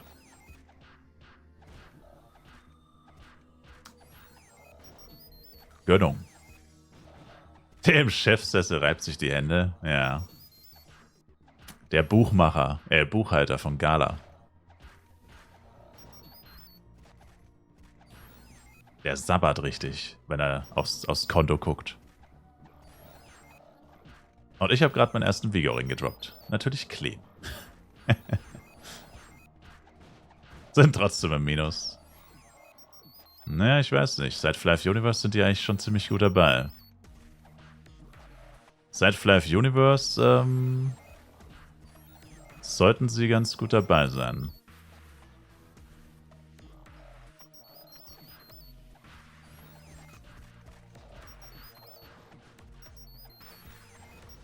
Nein, nein, nein, nein, nein, nein, nein, nein, nein, nein, nein, nein, nein, nein, nein, nein, nein, nein, nein, nein. Weil mir ist so ein scheiß Argo von da oben nach unten gefolgt. Der hat mich nach oben anvisiert. Habe ich nicht gesehen. Oh, mein Güte, ey. Das ist so nervig. Das war damals auch so ein Grund. No joke, als ich damals ganz am Anfang meinen Ranger gespielt habe bei Flive PC. Wieso sind die eigentlich nur Ranger und Jester? Mein erster Ranger und der M. Als ich das erste Mal in Astria war, habe ich einfach mir ein Rimith-Set geholt und mit Earthquake-Karten gesockelt. Einfach nur, weil mir das so auf den Sack ging, dass der auch immer instant gestorben ist, der M. Und da habe ich halt AOE, beziehungsweise Hit and Run. Da konnte ich ihn nicht so gut beschützen wie mit 1v1. Mit 1v1 kann man halt schneller reagieren, sag ich mal. Schon wieder der Moll plus 20. Da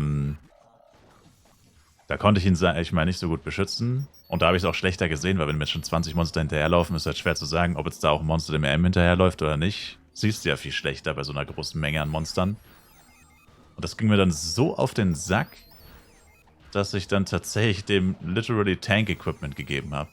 Was, by the way, fast nichts gebracht hat. Also falls das jemand von euch vorhat, das hat auch fast nichts gebracht. Da war er halt dann nicht mehr One-Shot. Da hat er dann halt 3 Hits ausgehalten, aber ein Crit, also 2 Agros haben ihn immer noch instant gekillt, mehr oder weniger. Also da habe ich mir Equipment im Wert von ein paar hundert Mio gekauft. Und es hat eigentlich fast nichts gebracht. Das ist so Arsch einfach gewesen. Und jetzt fühlt es sich gerade genauso Arsch an.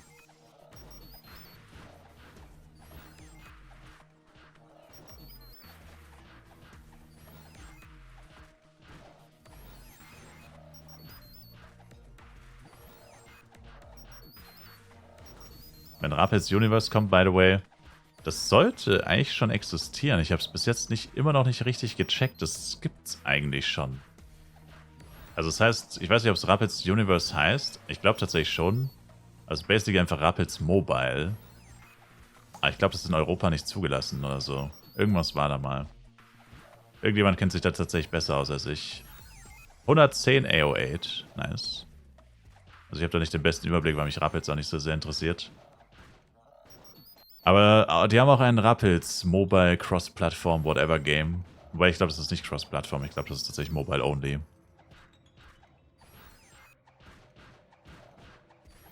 Ich glaube, das läuft aber nicht so gut.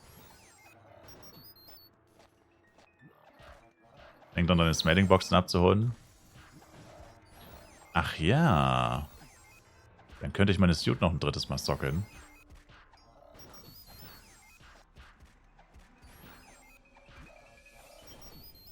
Rapids war mal ganz lustig, so für 2 bis 3 Stunden. Damn. Der Rapids Hate is real.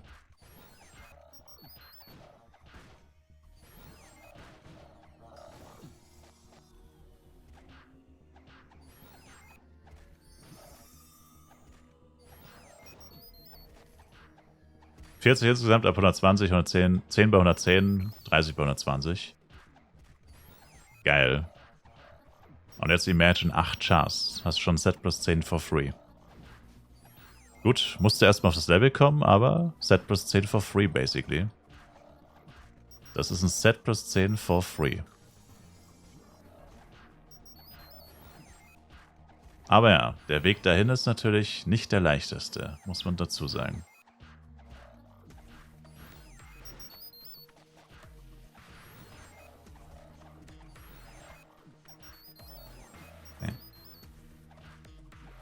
Was hat das eigentlich mit den Spitzhacken auf sich, die man manchmal droppt? Die droppst du nicht, die bekommst du von dem Event. Musst mal drauf achten, um 0 Uhr bekommst du eine Quest ab Level 61 von dem Easter-Event. Und da musst du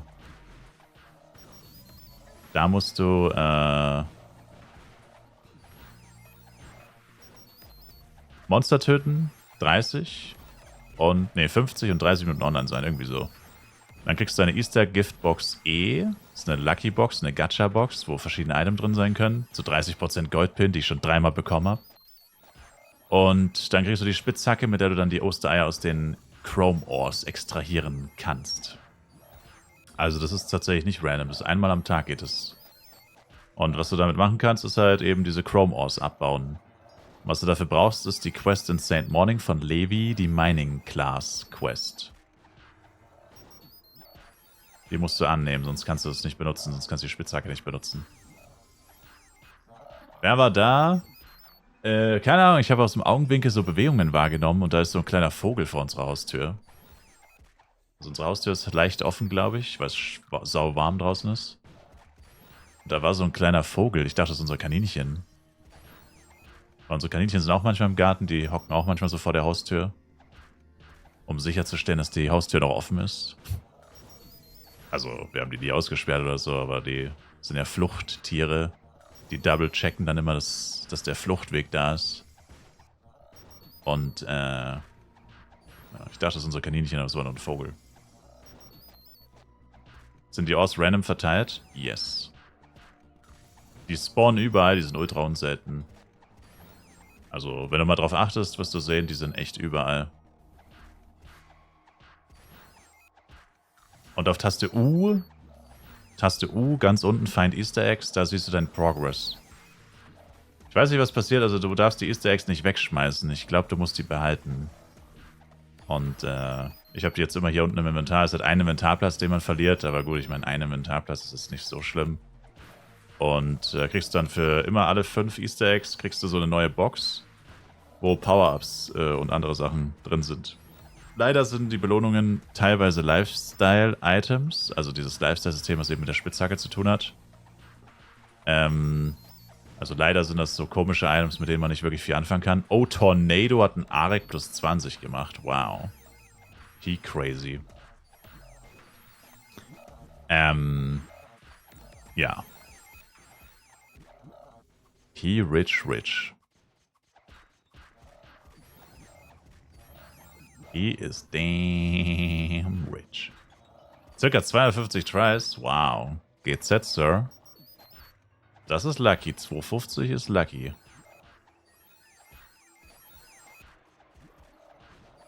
Wo bekommt man die Boxen-Jiggle-Box?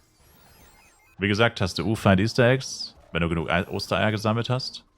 Und die E-Box, also die Easter Egg E-Box, die kriegst du jeden Tag, wenn du die Quest zum ersten Mal abschließt. Also was ist zum ersten Mal? Du kannst es nur einmal pro Tag machen.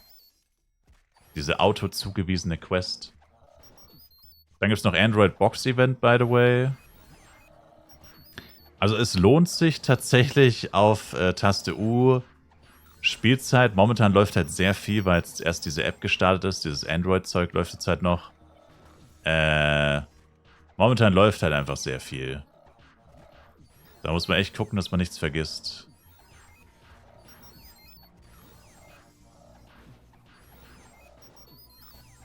Wenn man sich nicht sicher ist, einfach double checken und am besten einfach einmal am Tag überall einmal durchklicken.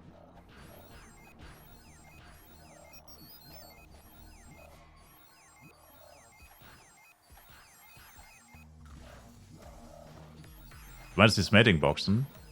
Oh, die Smelting-Boxen kriegst du bei Taste U, FEC, Level erreichen. Die, wo AO8 gerade angesprochen hat.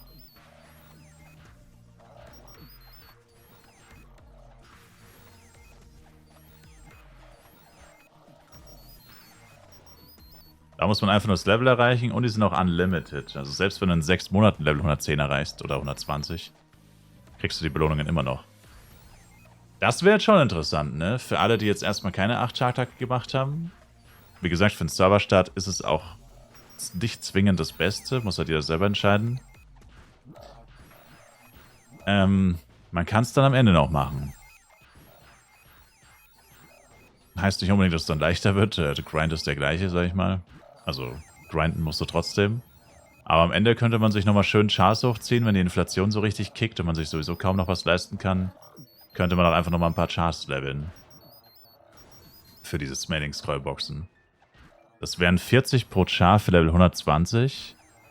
Bei 8 Chars 320 Boxen. Also 32.000 F-Coin. Kann man mal machen. Kann man mal mitnehmen. Kann man mal machen. Schmeckt. Also vielleicht aus dem Kopf, was ich alles zerlegen muss, an Schmuck, um ein komplettes Set herzustellen. Ich glaube, es war 2 plus 8, 2 plus 20 und 3 plus 18. Oder halt einfach 3 plus 20.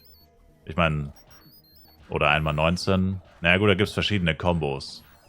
2 20, 1 19, 2 20, 3 18, 3 20. Hängt ja auch davon ab, wie viel Staub du willst. 3 20 würde halt bedeuten, du kannst dir direkt 2 plus 4 holen, einmal clean und wahrscheinlich 2 plus 3. Das hängt halt davon ab, was du eigentlich willst, sag ich mal. Wenn du jetzt einfach nur einen Ultimate-Schmuck willst, dann würdest du wahrscheinlich keine 3 20 machen. Aber, sag mal, wenn dein Budget das zulässt, könnte man auch 3 20 machen und sich direkt die geupgradete Version holen, was halt nochmal mehr Damage bedeutet. Weil es nicht sehr viel mehr Damage ist. Also Ultimate-Upgrades bei Schmuck, die bringen tatsächlich relativ wenig. Von Stufe zu Stufe. So, ich hätte jetzt Heal Rain. Ist das besser? Ist Heal Rain auf Level 2 besser? Aber ich glaube, es hat eine schnellere Animation. Es muss auf jeden Fall besser sein. Das gleiche schnellere Animation ist Circle Healing. Auf 1 ist es besser. Aber hat mehr MP-Verbrauch. Ja, aber ich hier ja eh nicht durchgehend. Das war ein langer Weg, bis ich mal endlich Heal Rain habe. Also wollte ich gar nicht, wäre ich Gewur. Aber Heal Rain ist ja davor. Hat jemand einen Coupon-Code zur Hand? Der neueste Coupon-Code ist der. Im The Chat.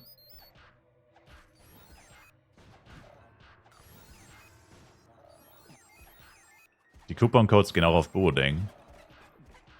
Echt? Lol. Damn, no way. Aber nur einmal pro Account, glaube ich. Also kannst du nicht Borodeng und FEC machen. Borodeng und FEC auf dem gleichen Account dürfte nicht gehen.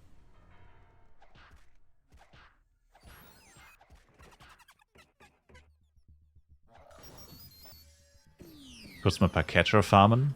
Ey. Let's go. Der Catcher-Süchtige schlägt wieder zu. SpongeBob, der Catcher-Süchtige. Er sitzt im Briefkasten.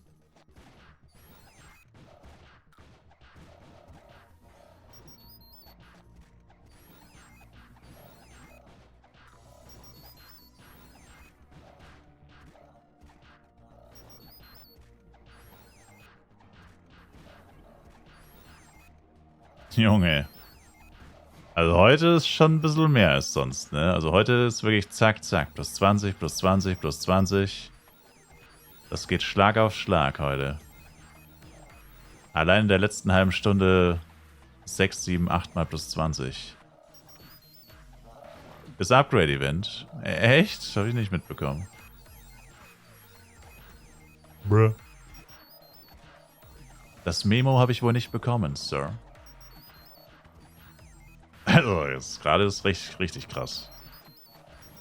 Die Leute kommen von der Arbeit. Ah, endlich Feierabend. Erstmal Demoll plus 20 machen. Was mache ich heute plus 20? Ah, Demoll. 1 Stunde Powerlevel bei Luja 247 XP. Ohne Scheiß, ich weiß nicht, was bei Luja los ist. Schon wieder plus 20.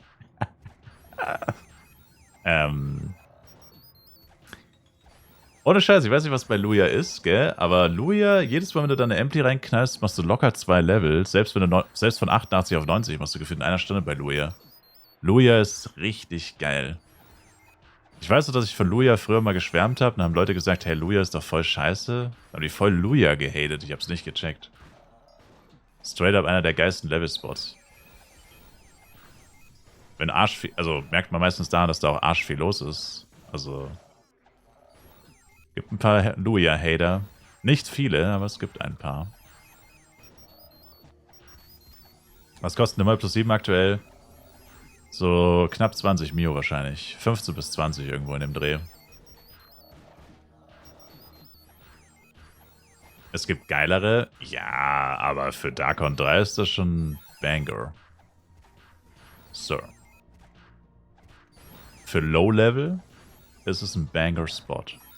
Ich habe nie gesagt, dass der geilste ist. Ich habe nur gesagt, dass er geil ist. Kern ist besser. Hold up, was?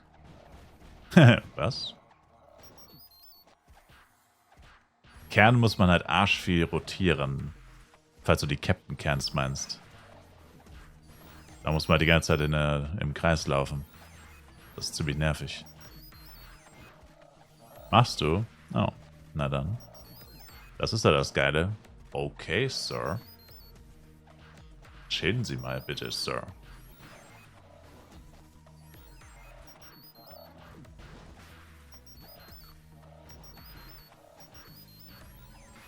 Wie kann man Luja haten? Weiß ich nicht. Naja, ist schon ein bisschen länger her, also es ist jetzt nicht wirklich aktuell.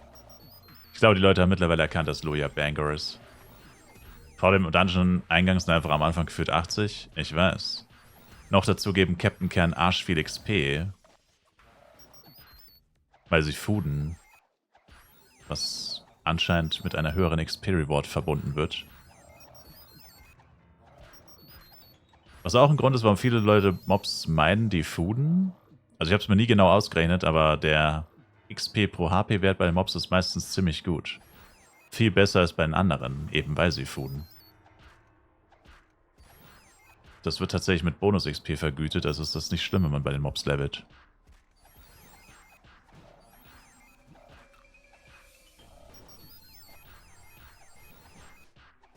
Och, shit. 3 Agros. Jesus. Tatanka sollte man mal mehr haten. Der Spawn ist so furchtbar, bevor ich da nachher weg bin. Ja, das Gebiet von den Vatankas ist riesig, aber die Spawns sind eigentlich alle ziemlich bescheiden. Das ist richtig wasted, Vatanka. Die nehmen gefühlt die Hälfte von Darkon 3 ein. Oder einen großen Teil. Ja. Aber das ist das Problem, das ist auch bei Mushpoi so. Wenn die Monster ein viel zu großes Gebiet haben, dann... Also bei Mushpoi geht's noch, aber gut, es gibt auch schlechte Mushpoi-Spawns. Das ist halt das Problem, dass die dann einfach zu groß sind. Das Gebiet ist einfach zu groß, wo die spawnen können und dadurch ist es dann gar nicht mehr so geil. Könnte man dadurch ausgleichen, dass man einfach noch mehr Monster spawnen lässt, aber naja. Wahrscheinlich laufen dann die Server noch schlechter, wenn sie das machen würden. Noch schlechter? Ist das überhaupt möglich? Hat er dich gesagt. Hat er dich gesagt. Hopper ist sehr nervig, ja.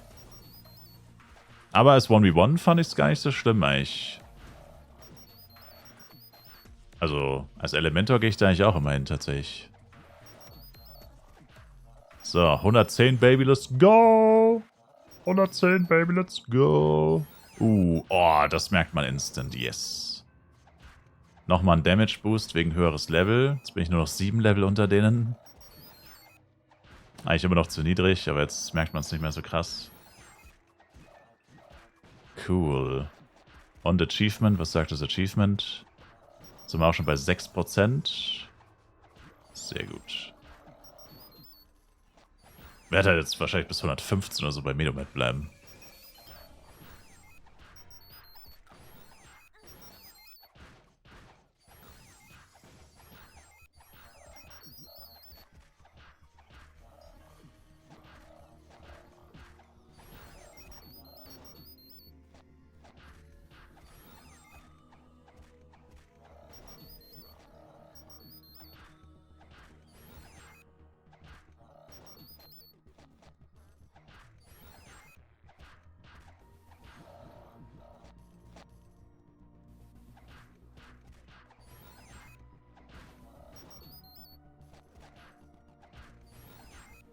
Ich kann ja sagen, mit Z plus 5 Flurry stirbt mein Aim bei Medomets nicht nach einem Hit war Wurf. Z plus 5 oder Element plus 5? Kann ich mir fast gar nicht vorstellen. Meiner trägt Shurren Suit, Shoebone-Helm und 2 Paxt-Teile. Das müsste gefühlt der dreifache Death-Wert von deinem sein. Weird. Also, One-Hit ist er nur, wenn sie critten. Also, One-Hit ist er nicht, also nicht mehr. Am Anfang war es tatsächlich schon. Am Anfang war er tatsächlich One-Hit, aber er hat jetzt auch schon wieder 2 Level-Ups gemacht. Und ich habe einen Death-Up Castone gerade drin. Ah, ne, jetzt nicht mehr. Der ist abgelaufen. Na egal. Auf jeden Fall, Crit war auf jeden Fall tot. Also bei einem Crit ist deiner Safe auch tot. Wenn die critten, ist Feierabend. Aber ja, wenn sie nicht critten, dann geht's noch. Kannst du mir vielleicht sagen, wo der Unterschied zwischen Full Pie Scrolls und der Party mit kombinierten Gruppeneffekten, außer dass die eine rot und die andere pink ist? Die pinke Scroll sind alle Party Scrolls in eine fusioniert. Deswegen ist sie auch so teuer. Die gibt mehr Party XP, mehr Party-Punkte. Du kannst Skills stapeln und hast erhöhte Reichweite. Die einzige Party-Scroll, die nicht drin ist, ist die Permanent Party. Die muss man extra kaufen. Aber alle anderen Party-Scrolls, die man kaufen könnte oder kann, sind in der Pink. Und die rote ist nur die rote. Die gibt nur erhöhte Party-Skill-Reichweite, in Anführungszeichen nur. Das heißt, alle sehen deine Skills, alle profitieren von deinen Skills, aber du kannst sie nicht stapeln. Deine Party kriegt nicht mehr XP, deine Party kriegt nicht mehr Punkte. Das ist einfach nur eine Party mit mit der hohen Reichweite. Aber gut, dafür kostet sie halt auch nur halb so viel. Fast. Also ich sag mal so, wenn du Solo bist, Solo AOE, würdest du wahrscheinlich eher die rote kaufen. Wenn es dich nicht stört mit dem Nicht-Stacken. Aber wenn du 1v1 bist, wurde mir jetzt auch schon empfohlen, ist es tatsächlich gar nicht so geil, weil du damit halt nicht so schnell Partys levelst und so. Anders als ein AOEler. Ein AOEler macht 3, 4, 5 AOEs, ist Party Level 20 und nach nochmal 5, 6 AOEs, naja gut, okay, nicht da, aber AOE bis Level 40, Party Level 40 geht in 20 Minuten Solo. 1v1 brauchst du wahrscheinlich eher so 40 bis 60 Minuten. Naja. Kommt halt drauf an. Deine M ist 101. Oh, naja gut, ist nochmal 3 Level höher als meiner. Meiner ist gerade erst 98 geworden. Die Level-Differenz macht den größten Unterschied beim Damage. Also wenn der jetzt Level 110 wäre, dann würden sie ihm nur halb so viel Schaden machen.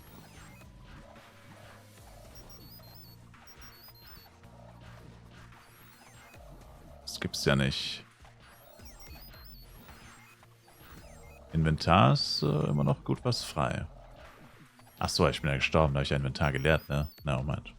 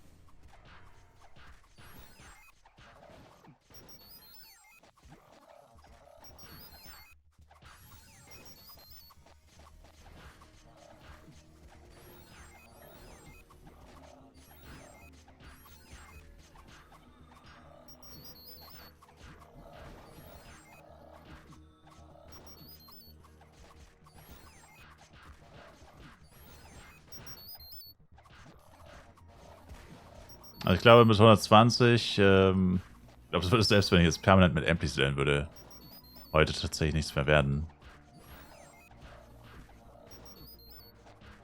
Na, bringt mir auch, solange ich kein Bloody Jojo habe, bringt mir das ja eigentlich auch gar nichts, 120 zu sein.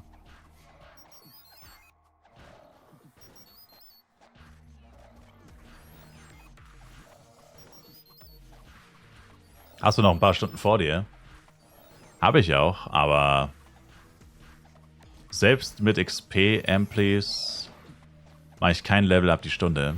Also nicht 100% die Stunde. Das heißt, wir reden hier von 12 bis 16 Stunden wahrscheinlich, Minimum. Bis 120. Minimum. Mit Amplis. Und ich habe keine Amplis mehr. Ich habe gleich noch eine. Eine Ampli habe ich noch. Und noch bin ich nicht wirklich gewillt, welche zu kaufen. Weil, wie gesagt,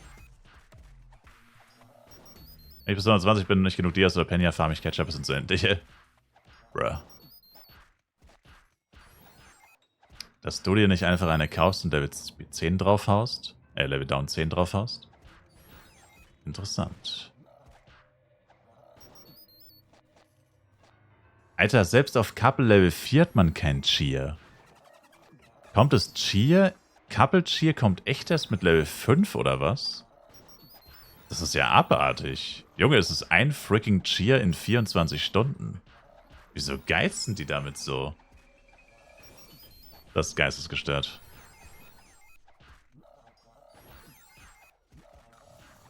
Ich bin mit Couple Level 4 ohne eine einzige Couple Quest abzuschließen. Nur durch Online-Zeit. Was für ein Trash. Du hast doch Office Quest plus Asia Quest, Office noch normale, da geht's echt fix. Stimmt, die normalen Asia Quests. Aber nee, die mache ich nicht, Misa. Ich warte auf meine M. Ich mache keine Quests. Erst wenn beide sie machen können. Ich mache keine einzige Quest doppelt. Das sehe ich nicht ein, Sir. Ich warte auf meinen Rim. Und der ist leider 12 Level unter mir, das heißt, ich muss noch sehr lange warten. Auf diesen Low Bob.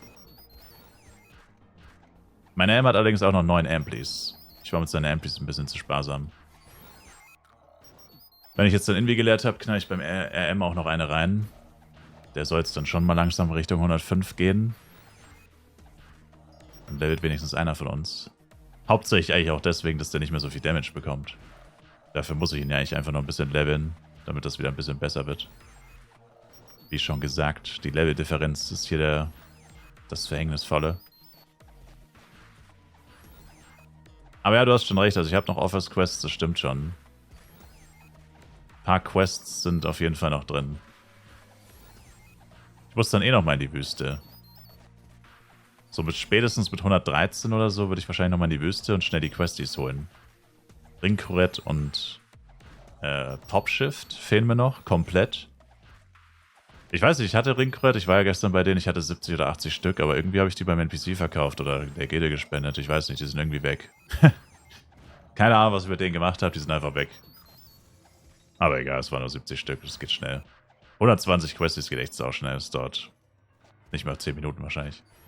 Ich verkaufe dir welche? Hell no. No, no, no, no, no. Danke für das Angebot, aber no, Sir. Ich muss eh noch mal in die Wüste wegen der Geruda-Quest. Die habe ich noch nicht gemacht, weil die meine M noch nicht annehmen konnte. Die kann er jetzt annehmen. Die kann ich vielleicht... Achso, nee, ich warte noch. Aber dann gehe ich einmal in die Wüste, mache die ganzen Geruda-Quests, Flugmonster-Quests, hole die Quest-Items. Yeah.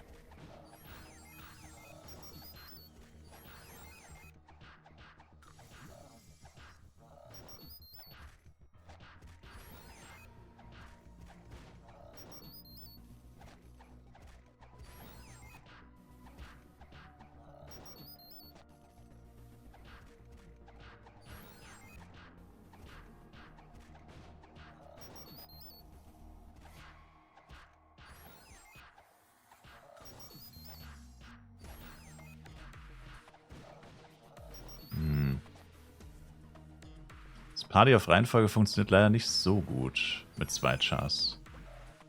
Krieg trotzdem irgendwie einen scheinbar viel mehr. Ich darf dem keine Waffen geben, weil ich die dann nur zurücktrade. Auf das Handeln ist wieder so einen krassen Delay.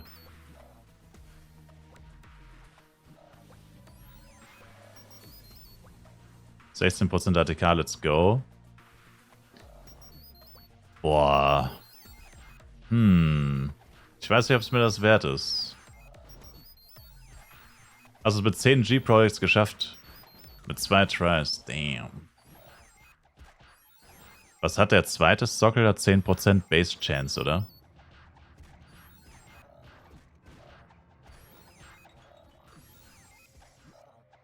$20.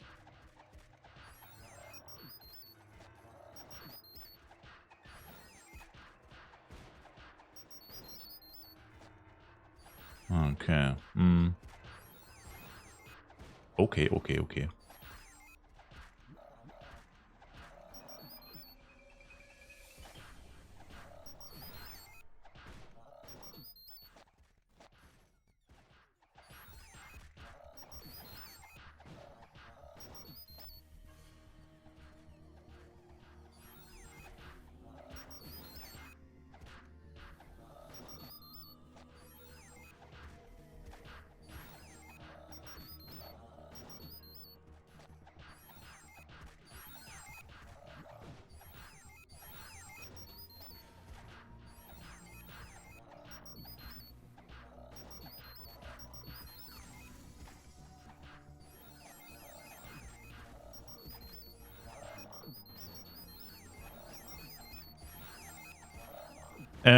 Ja, für die Leute, die schon Astria sind, es werden jetzt nicht so viele von euch sein. Ich wäre wieder interessiert. Ja, es ist mal wieder soweit. 135er Jester-Set-Teile. Ist zwar noch ein bisschen früh. Es dauert ein bisschen, bis ich 135 bin. Aber man kann es ja nicht früh genug sagen, ne? STR, gestattete Jester-Set-Teile, 135 weiblich. Give me a call. Give me a call. Denkt an mich.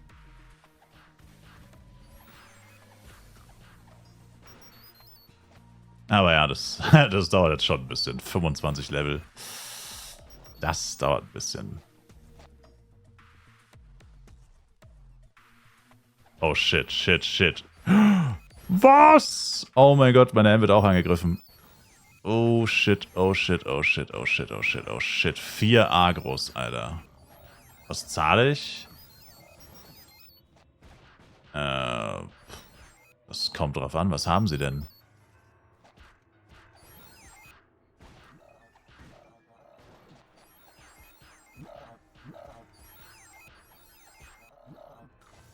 Ich meine, für STR plus 1 würde ich jetzt nicht so viel zahlen, was sind denn nur 50 F-Coin? Das, also, du kannst dann einfach eine Stat-Scroll kaufen. Dann hast du auch STR plus 1 garantiert. Das wäre jetzt nicht so viel wert für mich, ne. Kommt drauf an. Reden wir drüber, wenn sie was Konkretes haben.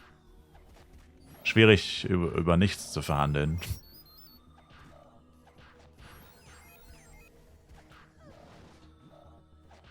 Steward ist der plus 9. 9? Das... Was? Wie ich bereits sagte, es ist schwierig, über nichts zu verhandeln. Das...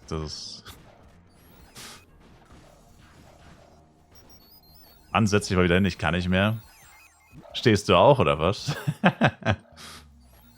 Entschuldigung. Na, ich muss noch ein bisschen. Ich habe ein bisschen Rücken. Ich habe ein bisschen Rücken, also Schultern gerade machen und Arschbacken zusammenkneifen. Vom Sitzen wird der Rücken nur schlimmer. Da hilft nur Stehen.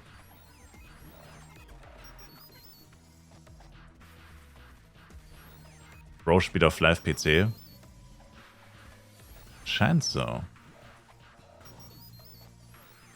Bin wieder im Besitz von knapp 18.000 Punkten. Wann sind neue Wetten, dass sie mich in Punkteruin treiben?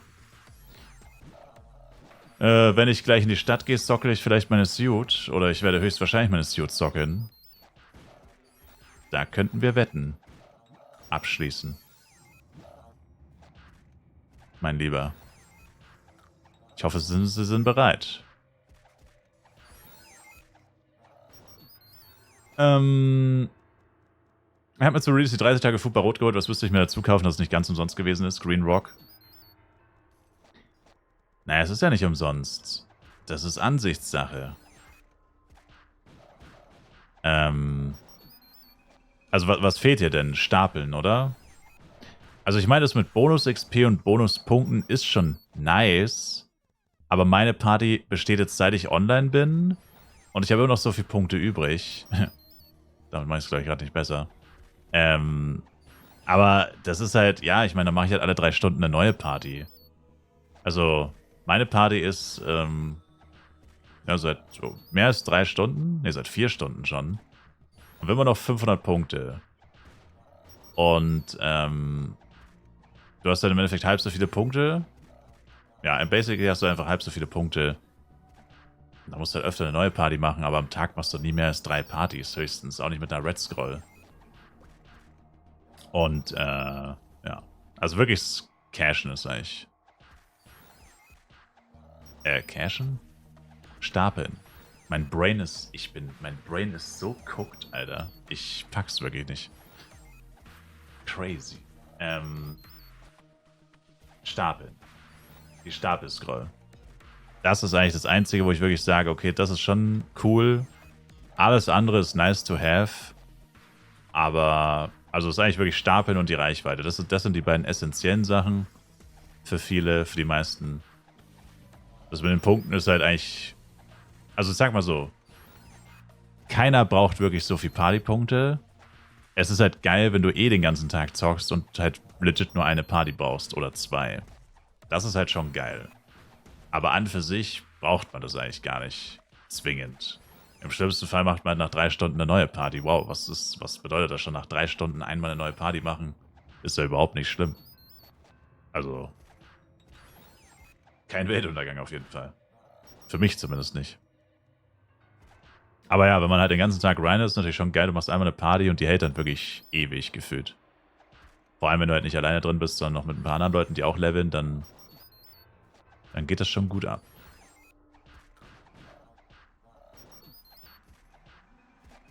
So, ich habe noch 5 Inventarplätze hier.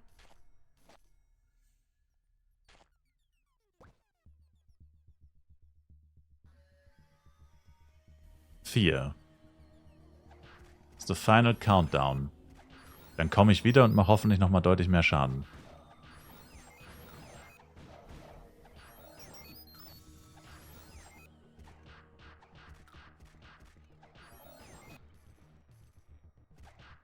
Ranger AOE mit 75er Set weitermachen oder 105er.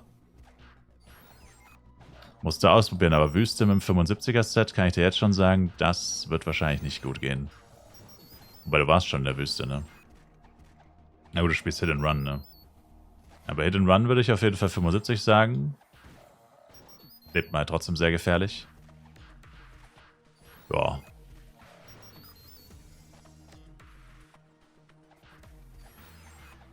Das ist deine Choice. Mehr Damage oder weniger Schaden, also mehr Damage machen oder weniger Schaden kriegen. 15% Bonus-Damage ist natürlich schon saftig. Der 15% Fähigkeitsschaden.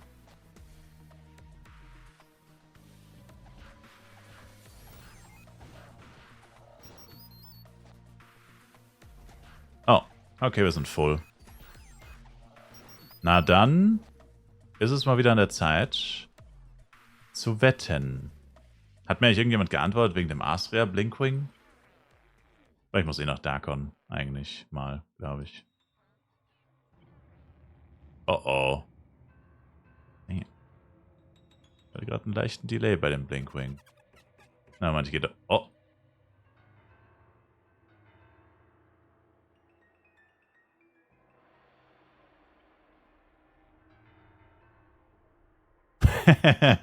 Ich wollte es nicht aussprechen, Silverwing.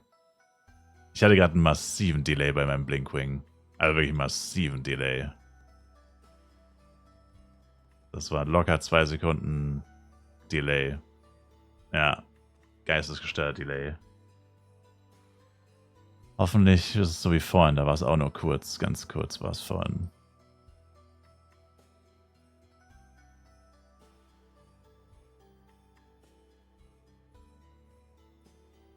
Das ist wie so ein Minigame, die ganzen Waffen hier rausklicken. Das ist wie so ein Minispiel.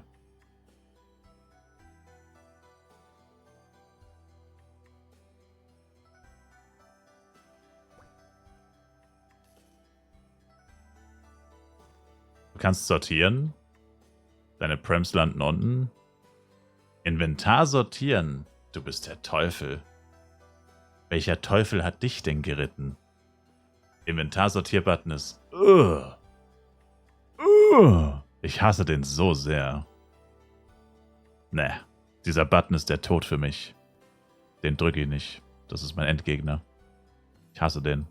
Ich finde die Inventarsortierung vom Spiel, ich finde die so unlogisch. Für mich ist die ungut.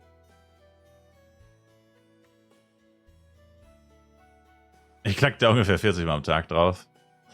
Hey, kann ja jeder machen, wie er will. Kann ja jeder machen, wie er will. Jeder wie er mag. Okay, es laggt. Ich mache was zu essen. Let's go.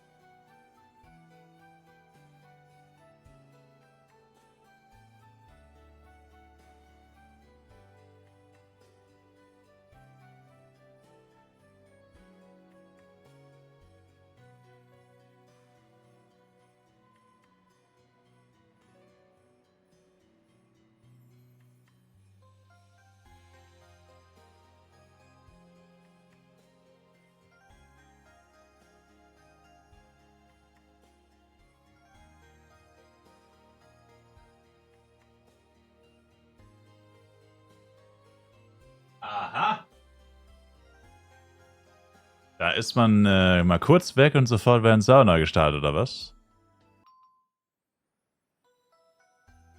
Nee, kein Sauna-Start. What happened? What happened?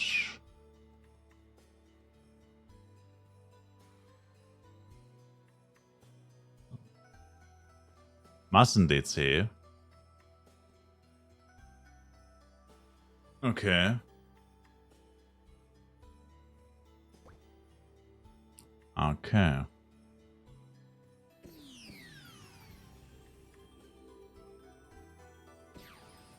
Thanks for the cheer. Ah, verdammt. Mal schauen, ob ich dafür was nutzen kann, Sir.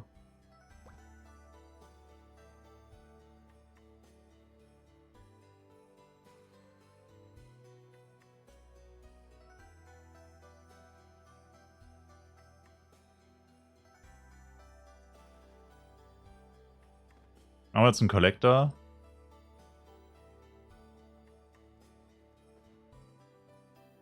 Viel Glücksteaser. Kollektoren sind bissige Viecher. Wie geht's dir, Startseiten-Styler?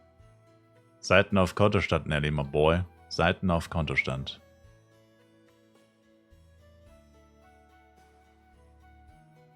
Verkaufe ich meine 120er Wands? Genau das hatte ich vor. Aber nur die cleanen. Aber nur die cleanen. Jetzt gibt's erstmal Wurstsalat. Ey, gönnt dir.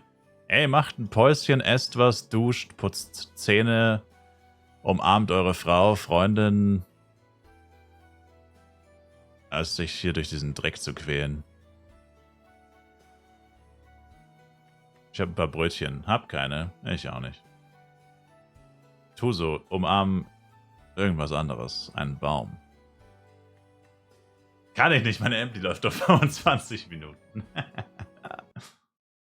Bruh. Nice, der M gestorben. Direkt rausgekickt. Uff. Lol. Alles. Alter, what the fuck? What the fuck? What the fuck? Okay, die hole ich mir. 3 Aeron Catcher. Alter, das habe ich auch noch nicht oft gesehen. Und direkt bei der City. Direkt bei der City. In the City. Da muss man ja fast zuschlagen, ne? Wieder Disconnect. Bin der Hans aus dem Chat. Ich bin's, der Hans. Ich habe 2 Cleane. Warte kurz. 3 Cleane hätte ich. Ich habe die jetzt immer für 650k verkauft. Machen wir 600. 600k. Wieso DC ich nicht? Weiß ich nicht, aber ich habe einen 400er Ping, also hassen Sie mich nicht bitte, Sir. Streamer, Saver, Server. Also ich habe einen 400er Ping, Sir.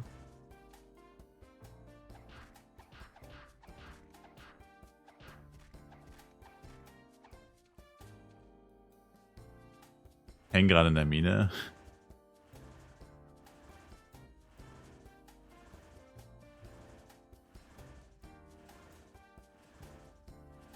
Zeit ein bisschen zu questen. Ah. Dass dieser Krampf wirklich jeden Tag wieder ist echt cool. Ich gehe auf, kein Bock mehr. Ja, meine Brötchen sind gleich fertig. Ich schicke sie dir einfach, Luja. Bitte nicht scammen, Sir. Ich schicke sie Ihnen einfach, Sir.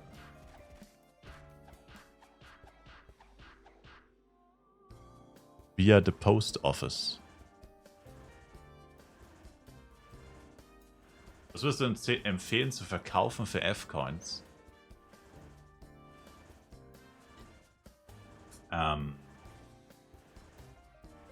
Direkt F-Coins verkaufen wahrscheinlich. Das genau zur Feierabendzeit. Was für ein seltsamer Zufall. Also direkt F-Coins verkaufen.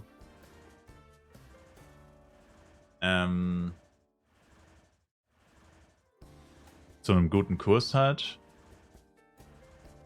Und direkt F-Coins zu einem guten Kurs wahrscheinlich. Oder halt, keine Ahnung, Party Scrolls, FEC Flask, A-Products sind so die Klassiker. Was die meisten Leute wollen. Oh, mein RM hat by the way gerade Disconnect gehabt.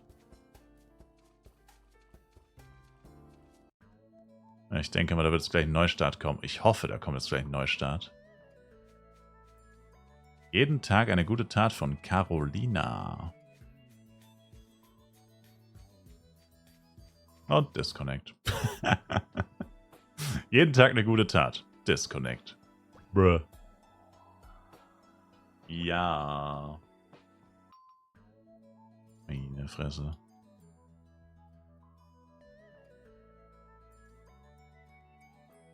Das ist ja actually sogar ganz fair. Ich hoffe, sie scammt sich nicht selber damit. Fruit Sherbet beim NPC, was kriege ich dafür? Oh, 10. Wow, okay, no Moment. Wow. Puh, sheesh. Jesus. Minus 9,5k. Warte, ich schicke ihm kurz die Dinger, sonst... hieß du Luia, Hans? War's Luia? Ich hatte leider Disconnect.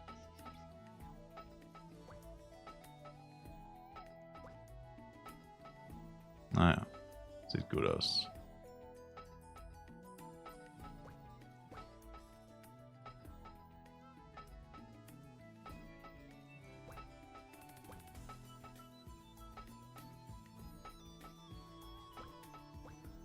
Radio wurde aufgelöst, Verbindung wurde unterbrochen. Damn.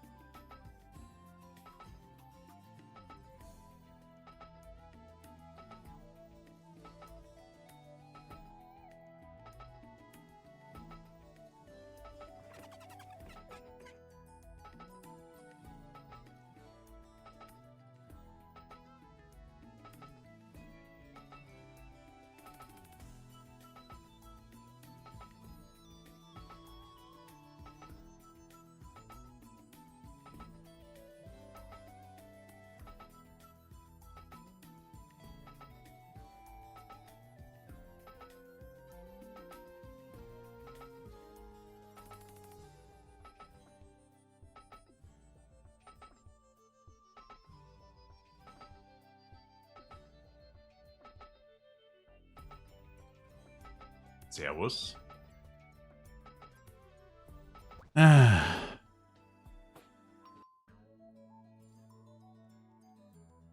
Das ist aber auch neu, ne?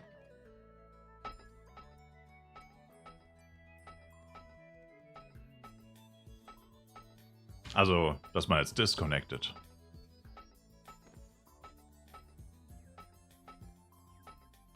Ja, waren es ja eigentlich perfekt. Gibt's was Neues, IU? Leckt halt wie Sau. Also, jetzt gerade. Zählt das Rennen. Selbstgemachte Frikadellensemmeln. Sheesh. Also, selbstgemachte sind Fertigfrikadellen. Natürlich sind es Fertigfrikadellen. Erstmal ein paar Frikadellensemmeln fressen, Bro. Erstmal ein paar Frikadellen fressen.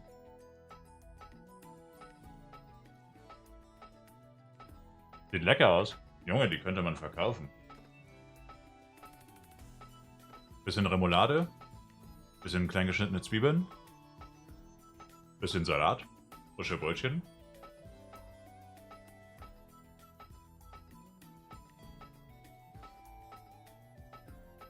Dave, riechst du ein bisschen nach Frikadellen? Safe Call. Du dreckiger Hater, Nelly.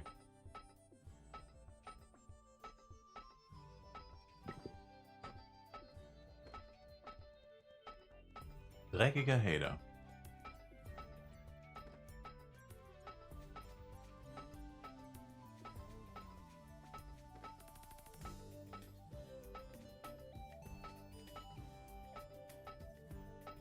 Aber leckt nicht mehr, oder was? Sind leckt schon wieder vorbei.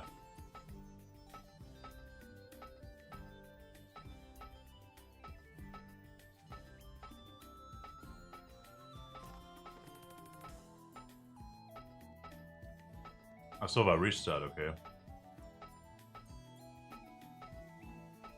Jetzt geht's wahrscheinlich 15 Minuten.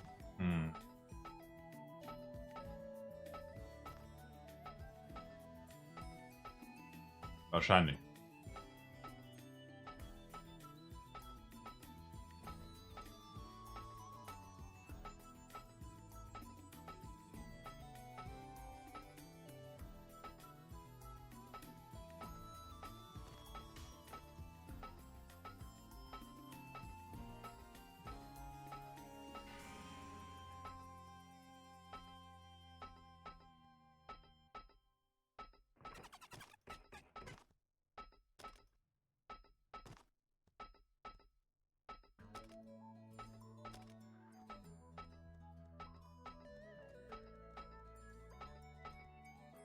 Also mein erster FC nicht mitmachen, ich habe jetzt schon die Schnauze voll.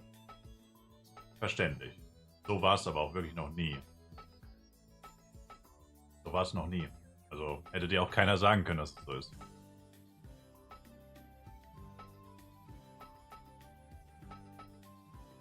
Wusste man nicht.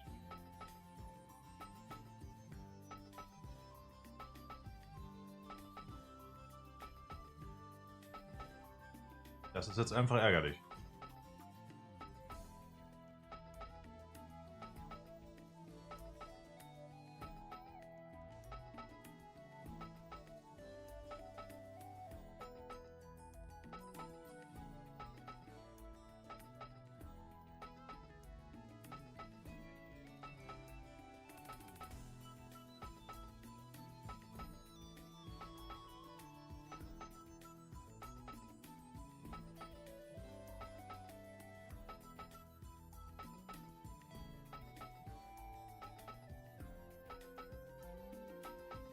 Es geht gerade wieder, Keck.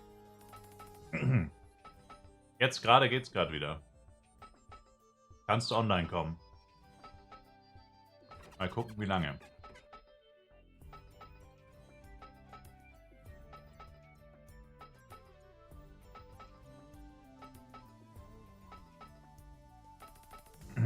Ja, XP-Verlängerung. XP-Verlängerung eigentlich für jeden Tag, wo die Serverprobleme wieder auftreten, sag ich mal. Müsste eigentlich immer einen Code geben. Mit mindestens einer Ampli und Upcut-Stores und so. Aber das machen sie wohl eher nicht, leider.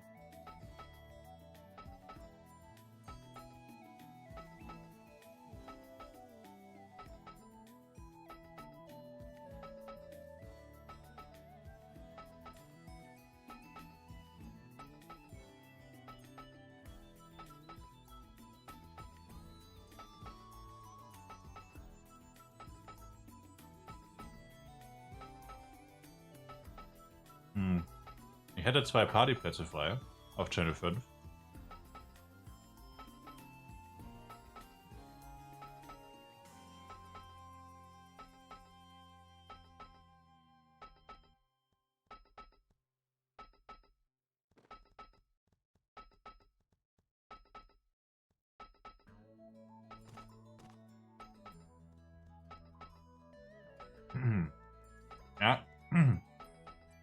Passt, Stormraven. Die Party heißt AA1 Duo Only.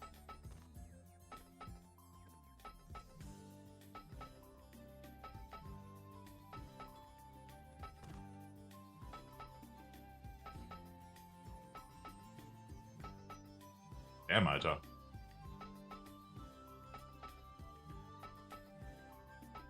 Ich hatte vor 4 Stück davon zu essen. Bin actually schon satt nach 2. Also. Crazy. 2 freaking Frikadellensemmeln. Was geht ab?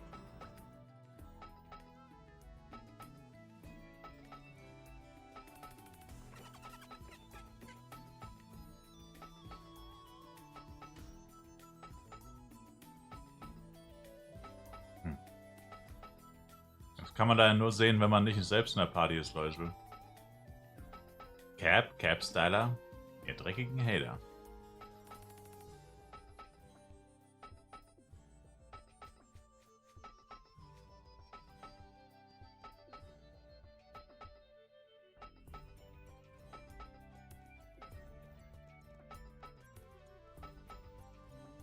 Nur 2 Frikadellen. Du würdest nicht mal eine halbe schaffen, Lil Bro.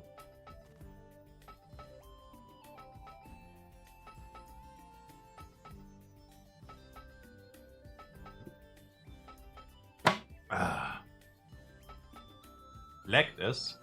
Hat's jetzt nicht mehr. Was geht ab, Snoopy, und danke.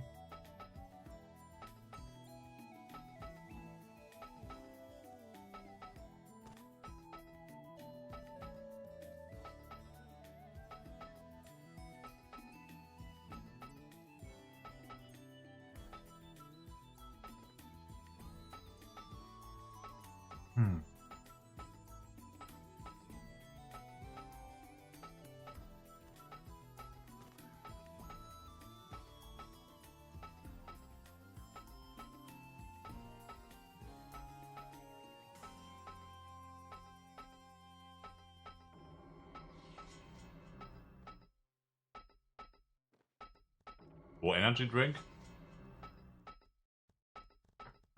Mein Bruder hat heute ein neues Sixpack geholt, by the way. Das ist Nummer 5. Und 6 neue sind im Kühlschrank.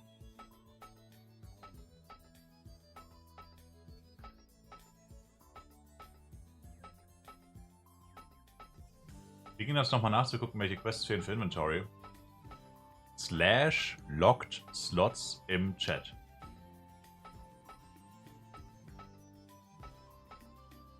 Also in-game.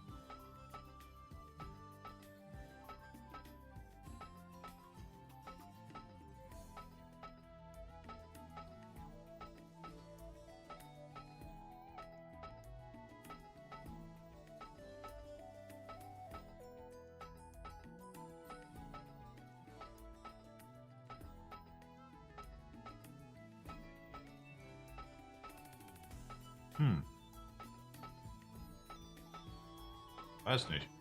Weiß nicht, ob ich noch 2 Frikadellen packe.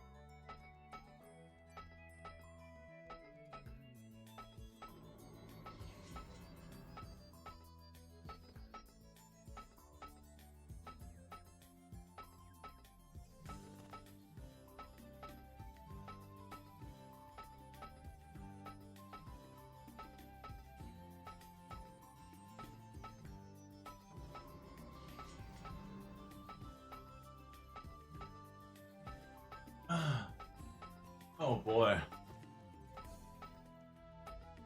Vom Zocken tut mir schon richtig die Hand weh. Uff.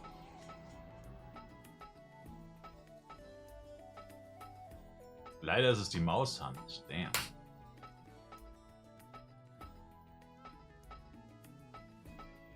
Da werden Muskeln benötigt, die sonst immer schlafen. Nochmal 2 Frikadellos Semlost. Ich glaube, die packe ich echt nicht beide.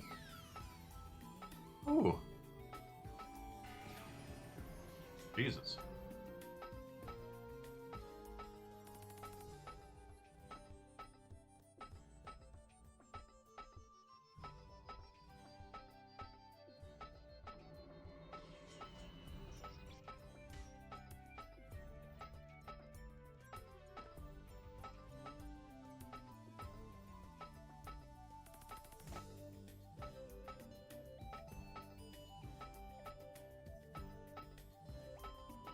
Ah, man.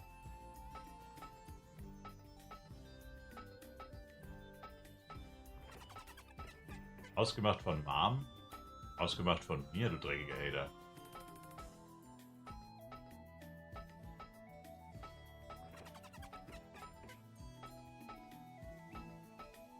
Die habe ich gerade gemacht.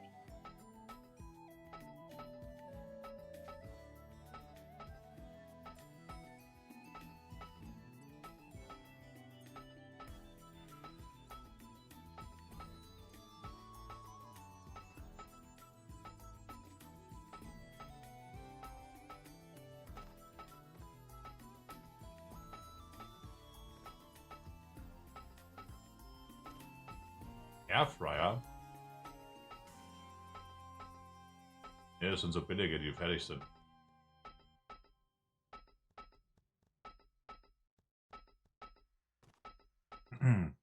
Kannst du warm und kalt essen?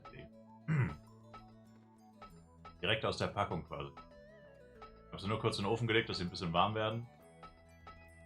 Und rein ins Ding.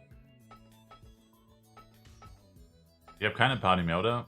Oh, RIP. Ich wusste nicht, dass du wiederkommst, Rick. Sorry. Du wurdest Auto gekickt und ich habe schon wieder gefilzt. Sorry.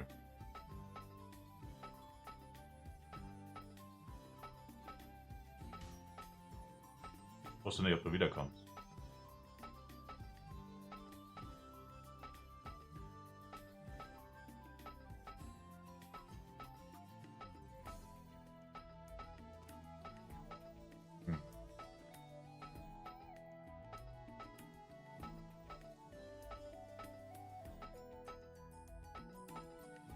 Aber wieso pressest du Bomber? Es geht doch wieder, oder?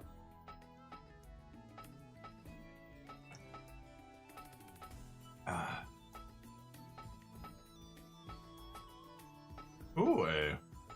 Irgendwie kann ich nicht mehr. Ah, ne, ohne Spaß, echt. Irgendwie... Hatte wohl doch nicht so viel Hunger, wie ich dachte.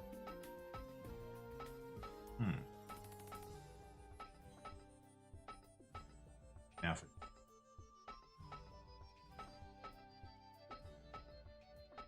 Naja, esse ich später. Hilft nichts.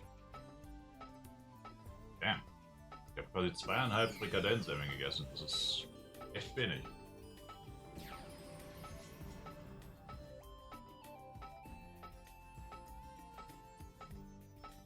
Merkwürdig.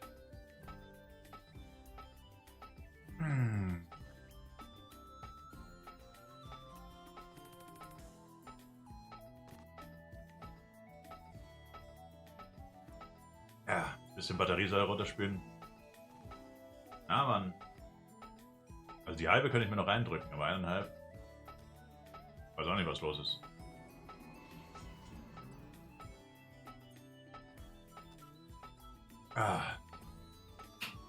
Die ersten beiden haben eigentlich meinen Appetit komplett gestillt. Jetzt dachte ich mir, scheiß drauf, jetzt habe ich sie schon gemacht. Aber nee, habe jetzt auch keinen Bock, dass jetzt hier mich übelst voll fresse.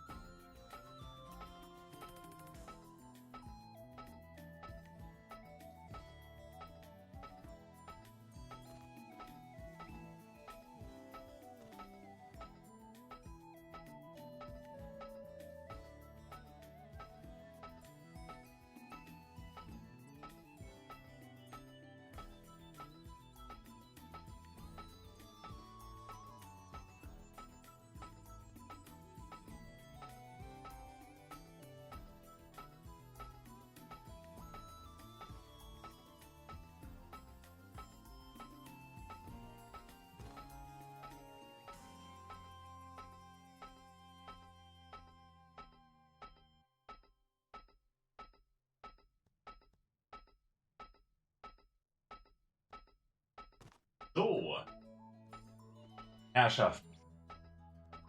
Da bin ich wieder. Mehr als gesättigt. Oder eigentlich, nee, das war jetzt echt die perfekte Menge. Wenn ich jetzt weiter gegessen hätte, dann wäre es echt zu viel gewesen. Dann geht wieder gerade erstmal mein Auto gesucht. Mein Auto? What the fuck? So, sorry für das Schmiedegeräusch. Ich hätte den Sound ausmachen sollen, aber ich konnte meine Tastatur nicht mehr anfassen. Mit fettigen Fingern fasse ich meine Tastatur nicht an. Das ist ekelhaft. Oder Maus auch nicht. Ja, dann würde ich sagen, sortieren wir mal kurz hier nach Clean und nicht Clean. Beziehungsweise mache ich einfach erstmal einen Shop auf, oder? Okay.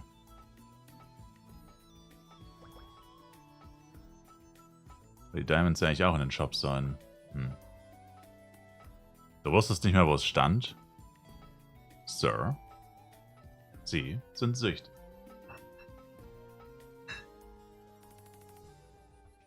Mach ich meinen Shop immer auf Channel 1 auf? Eigentlich ja, fast immer. Hier ist halt so geistesgestört viel los.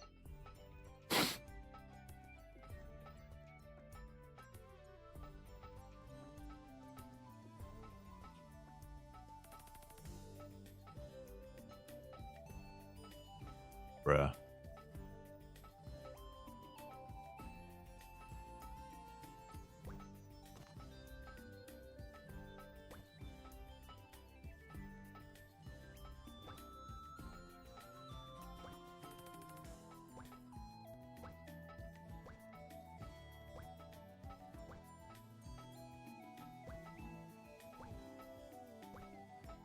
FTC gibt mir Good Old Life Vibes. Es ist so geistesgestört voll, ist wirklich nicht mehr lustig. Es sind einfach zu viele Menschen. Wo kommen diese ganzen Menschen her, Christ? Christ, wo kommen diese ganzen Menschen her? Verrat es mir. Wo kommen die alle her? Ich verstehe es nicht. Wo kämen die denn alle her? Das gibt's doch nicht. Korea, ja wahrscheinlich. Yo, wahrscheinlich. Na, I doubt it. Na, I doubt it. Stimmt, ich bin schon so vielen Koreanern begegnet, ich kann selber schon fast Koreanisch. Also, Crafting Session. Oh mein Gott, oh mein Gott. Okay, das ist der erste Diamond, da ist der erste Diamond. Diamond, Diamond, Diamond. Oh mein Gott, wo sind die Diamonds? Diamonds, Bro. Okay, das war Minusgeschäft. Das war, glaube ich, Minusgeschäft. Na, wahrscheinlich plus minus 0. Egal, Diamonds nehmen weniger Platz weg. Ich baller die in die Couple Storage rein. Genau wie den Käse hier. Das ist übrigens Couple Storage, ne? Das ist das Couple Storage. Habe ich 3 gekriegt eben. Ja, 3 aus 20 oder so. Und die meisten Waffen davon waren plus 1 oder 2, 3. Aber egal. Das war dick plus. Naja, die Waffen wären 12 Mio wert. Die Waffen wären so ungefähr 12 wert gewesen im Shop. Und die Diamonds sind so 18 wert. Also ja, 6 Mio plus, 50% plus. Okay, chill. Als Couple hat man noch ein Inventar. Yes. 6 Plätze, glaube ich. Aber ich habe den Fancy Cubic Ring und damit habe ich jetzt 12 Plätze. Standardmäßig müssten es 6 Plätze sein. Ich habe mir aber den Couple Ring für 100 F-Coin geholt, weil der günstiger war als der für 10 Mio beim NPC. Weil 100 F-Coin kosten noch keine 10 Mio. Und damit habe ich jetzt 6 Plätze extra. Aber ich hatte echt nicht wirklich vor, das groß zu benutzen. Aber jetzt so für so 120er Scheiß und so ist es gar nicht so schlecht. Für so 120er Waffen, Diamond zwischenlagern und sowas ist es gar nicht so schlecht. Wie öffne ich das Couple Inventory? Du gehst zur Stadtinformation und dann da, wo Bank, Genlager steht, steht ganz unten Couple Storage. Aber halt natürlich nur, wenn du ein Couple hast. Also, das ist ja klar. Brauchst natürlich erstmal ein Couple dafür. Also, starten wir eine Wette. Suit plus 4. Suit 4 Sockel mit 10 Protects, ja oder nein? Oder Suit 4 Sockel mit Protects, sagen wir weniger als 5 bis 10 oder gar nicht. Top, die Wette gilt 2 Minuten Zeit. Also schaffe ich die 4 Sockel mit weniger als 5, mehr als 5 oder schaffe ich es gar nicht? Ich habe 10 Protects. Also gar nicht wäre hier wohl das Unwahrscheinlichste. Aber nicht unmöglich. Es könnte auch gar nicht klappen. Das wäre aber schon hardcore unlucky, glaube ich. Dass es gar nicht klappt, müsste fast unmöglich sein. Aber ich glaube, eine kleine Restchance besteht. Also die aktuellen Metzpreise. Zwischen 4.000 und 5.000 müssen die ungefähr liegen. Ich hole mir jetzt erstmal nur 5G Product. Nicht, dass es dann wirklich passt. Also. Ich lasse mich von Ihnen nicht mehr baiten. Sir, ich habe Ihnen nur die Wette erklärt. Sir. Verzeihen Sie bitte.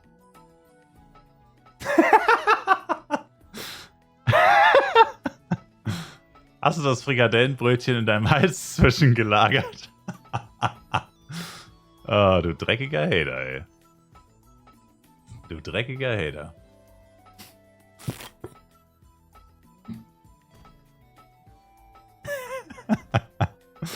Ach du Scheiße.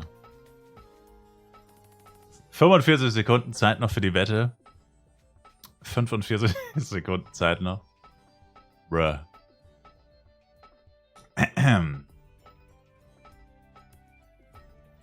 Lightning Cardos sind auch am Start. Wegen der Wette ist mein FS gestorben. No! Scheiße. Sorry.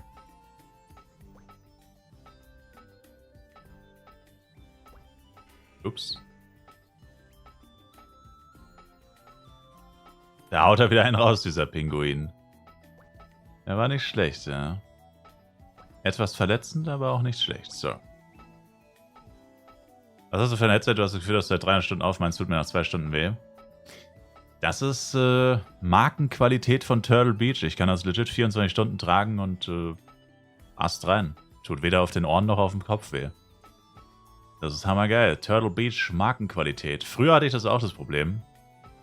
Ich hatte früher so ein ganz billiges Logitech-Headset. Byte Viewer. Sir. Da musste ich immer den hier machen, ne? Hier ist das Headset, dann so nach 3 Stunden tut's weh. Dann habe ich so den Bügel nach vorne geschoben. Dann ganz nach hinten. Dann habe ich es irgendwann so getragen. Dass es gar nicht mehr auf dem Kopf ist. Aber nee, Mann, wenn du ein gutes Headset hast, dann ist das nicht so.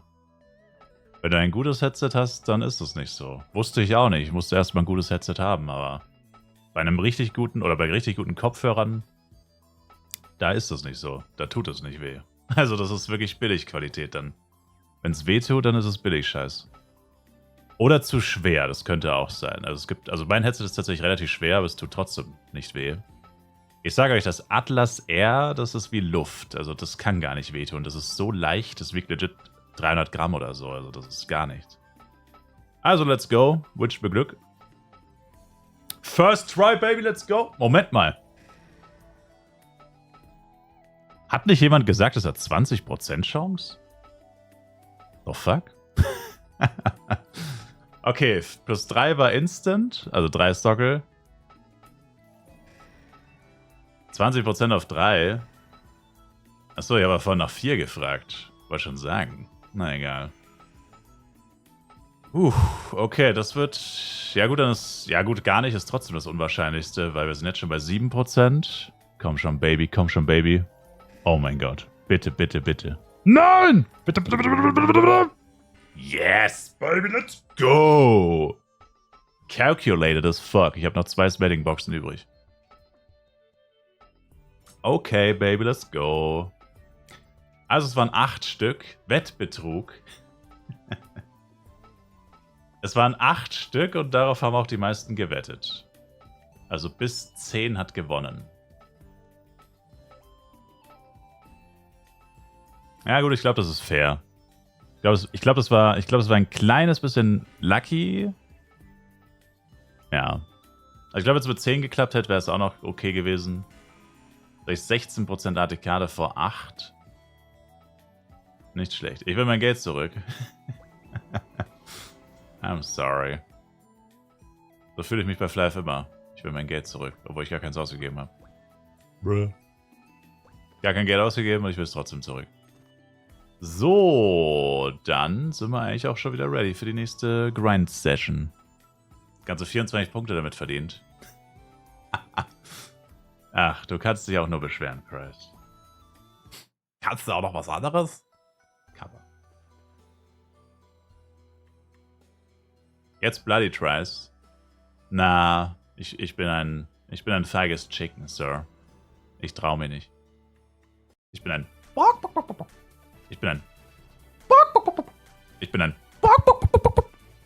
Sir.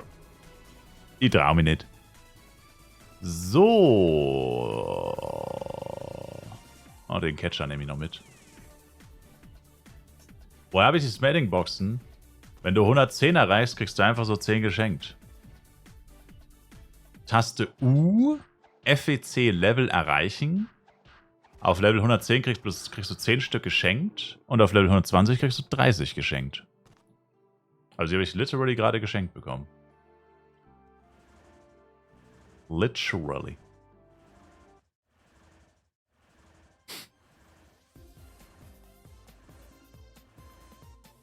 Und damit hat jetzt mein Set 4 Sockel. For free quasi. I take that. Die anderen beiden Smelling-Boxen nehme ich mir auf. Wahrscheinlich für 4A Product. Mal gucken.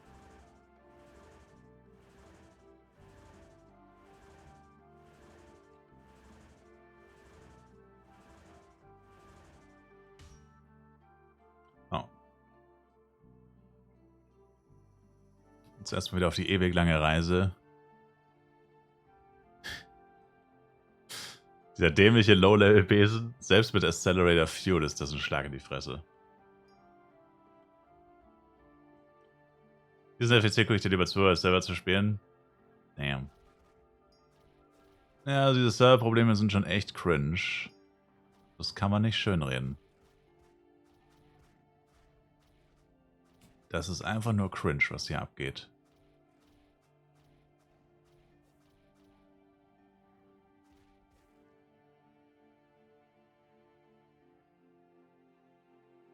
Bei Medomets ist es so geil, da level ich ja schneller als bei Klarfans.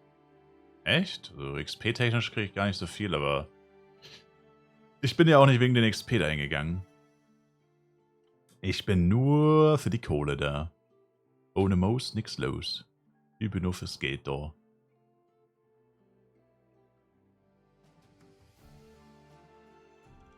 Get the money on my mind.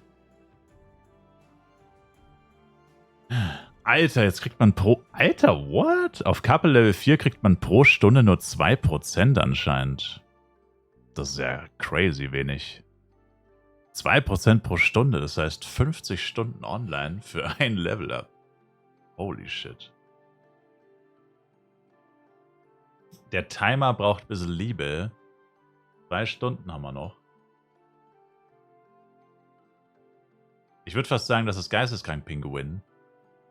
Wer sagt denn heutzutage noch geisteskrank Pinguin? Das ist ja mal sowas von cringe. Wer sagt denn heutzutage noch geisteskrank? Das ist ja sowas von 1983. Das ist ja mal sowas von 1983. Einfach geisteskrank. Einfach 1983, Bro. Das Level bleibt aber. Und wie schaltet man weitere Inventarplätze frei? Die Level-Ups bringen dir die Couple-Punkte, die du wiederum brauchst, um die Skill-Punkte zu aktivieren. Du kannst natürlich auch Couple-Punkte im Cash-Shop kaufen. Natürlich kannst du das. Was auch sonst. Aber das lohnt sich meiner Meinung nach nicht. Aber ich bin ja auch ein Geizkragen. Auf jeden Fall, ja, das Level kann nur steigen, nicht sinken. Die Punkte nehmen halt ab. Und, Wie schaltet man weitere Inventarplätze frei? Die Couple Storage Plätze, die bestimmen sich rein nach dem Ring, den du benutzt. Guck mal in den Cache Shop. Gib mal im Cache Shop Ring ein. Da siehst du alle Couple Ringe, die es gibt. Der Diamond Ring hat den größten Lagerplatz von 30. 6 ist Standard, also du müsstest dann 36, glaube ich, haben. Müsstest dann 36 haben. Ja. Yeah. Und wichtig, Shared-Punkte. Couple ist alles geshared. Die Teleports sind geshared. Die Punkte sind geshared. Das ist alles geshared. Deswegen ist es ja ein Couple. Es ist eine Gütergemeinschaft, wie man so schön sagt. Alles gehört jedem. Niemand hat was für sich. Kein Ehevertrag. Kein Ehevertrag. Schlimmster Fehler meines Lebens.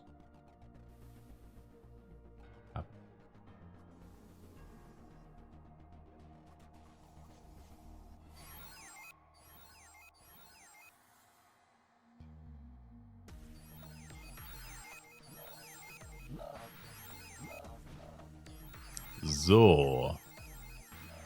Gefühlt schon wieder 3 Stunden her. Schon wieder 3 Stunden her gefühlt, dass ich das letzte Mal hier war. Viel zu lange Pause gemacht schon wieder. Aber gut, das war auch irgendwie nur Zwangspause. Ich habe nur Pause gemacht, weil es gelaggt hat. Eigentlich. Das war zumindest der Ursprung.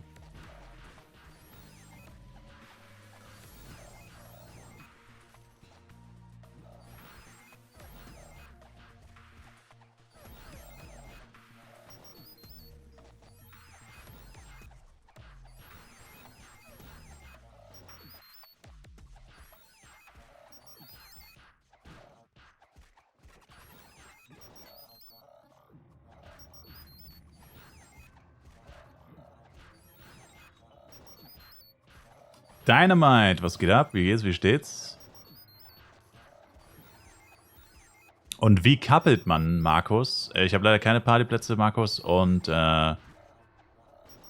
wie coupelt man? Du brauchst einfach nur einen Couple Ring und musst Level 61 sein.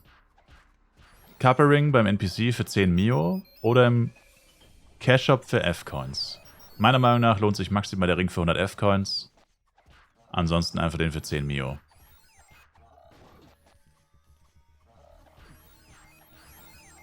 Jax kann rausgehen. Was treibst du, Jax? Machst du ultra lange Pause oder was? Pausen Iris. Pausen Irish. Seit wann sind die Red Banks eigentlich wirklich red? Seit einem halben Jahr oder so. Das ist noch nicht so lange her. Tatsächlich. Essen mit Mitbewohnerin labern. Erzähl dir von Flive. So. Hey, kennst du eigentlich schon Flive?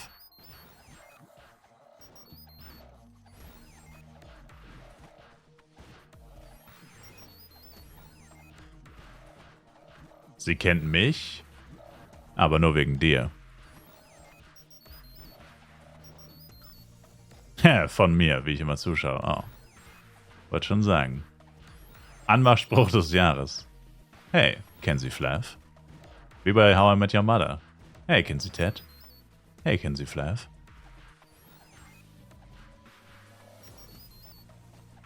Hast du eine Minute, um über unseren Herrn und Erlöser Flav Universe zu reden? Bestes Videospiel aller Zeiten. Bro. Du meinst Fliv? Da spricht man doch nicht Flive aus, der Vollidiot. Das heißt Fliv. Fly for fun. Fliv ist doch ganz einfach. Das kann sich doch jeder merken. Das war leider zu schnell. Combo verkackt. Ihr habt die One-Two-Punch-Combo Ich habe mir verkackt. gestern einen neuen Porsche gekauft und habe aber gar keinen Platz mehr in der Garage. Ich habe schon 5. Ihr habt die One-Two-Punch-Combo verkackt. Soundwave, danke dir für den Resub. Vielen Thanks. Mal kurz gucken, ob die Zeit richtig berechnet wurde, aber es sieht fast danach aus.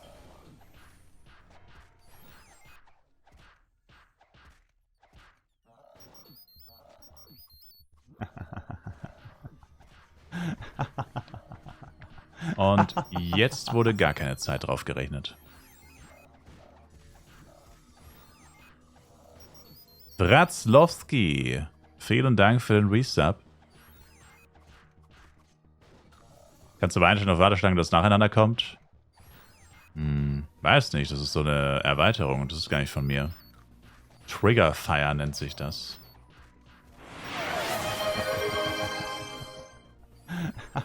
Just silly.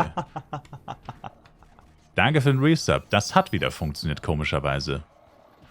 Also ein Sub wurde hier geschluckt. Vielen Dank, Halbtrain. Danke für den Resub. Halbtrain.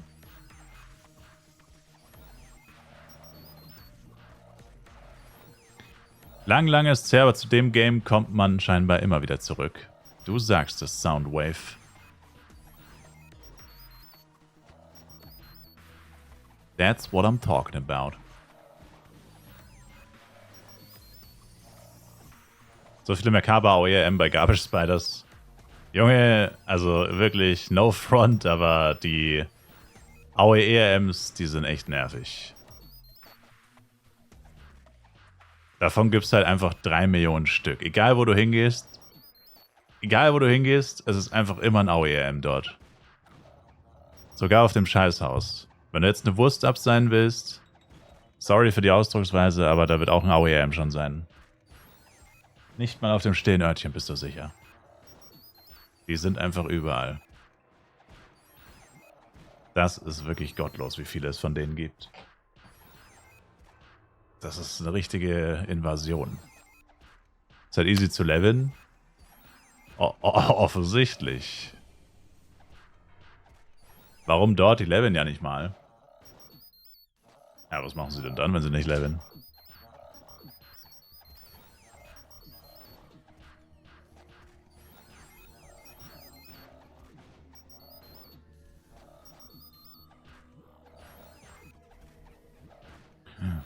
Nein, ich bin tot. Warum spawnen denn hier auch die ganze Zeit diese scheiß Captains? Das ist so abnormal fucking nervig, ey. Und immer so viele Agros, Mann. So ein Scheißdreck.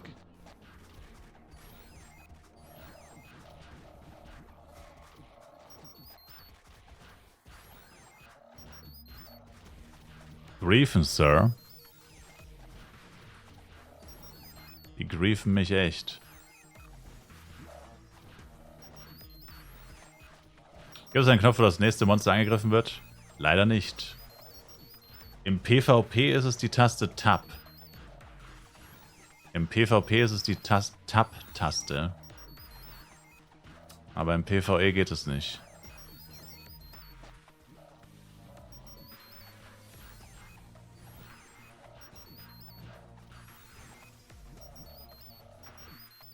Gestern Drehdrahtschwert für 30 gekauft, gab nur einen, mir fehlt jetzt nur noch die GX. GX ist auch ein teurer Spaß. Aber die ganze Zeit diese Amps bei mir, die mit Moonbeam anhitten und rennen wie Schweine, die klauen mir mit ihrer Range halt alles. Ja. Ja, Moonbeam ist schon ein echt nerviger Skill. Ach, die ganzen Leute, die vorhin bei Burnickies waren, kommen langsam her. Die ganzen Burnickie-Grinders kommen langsam her.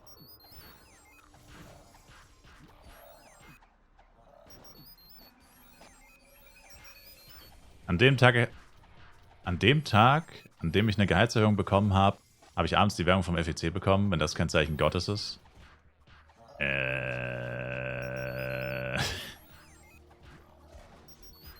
Well.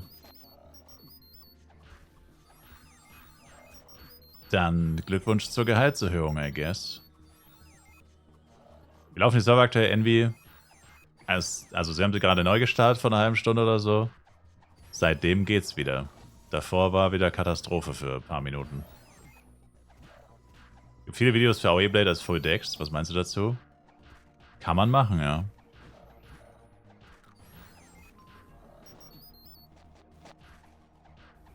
Auch der GX One-Hand oder Two-Hand? One-Hand.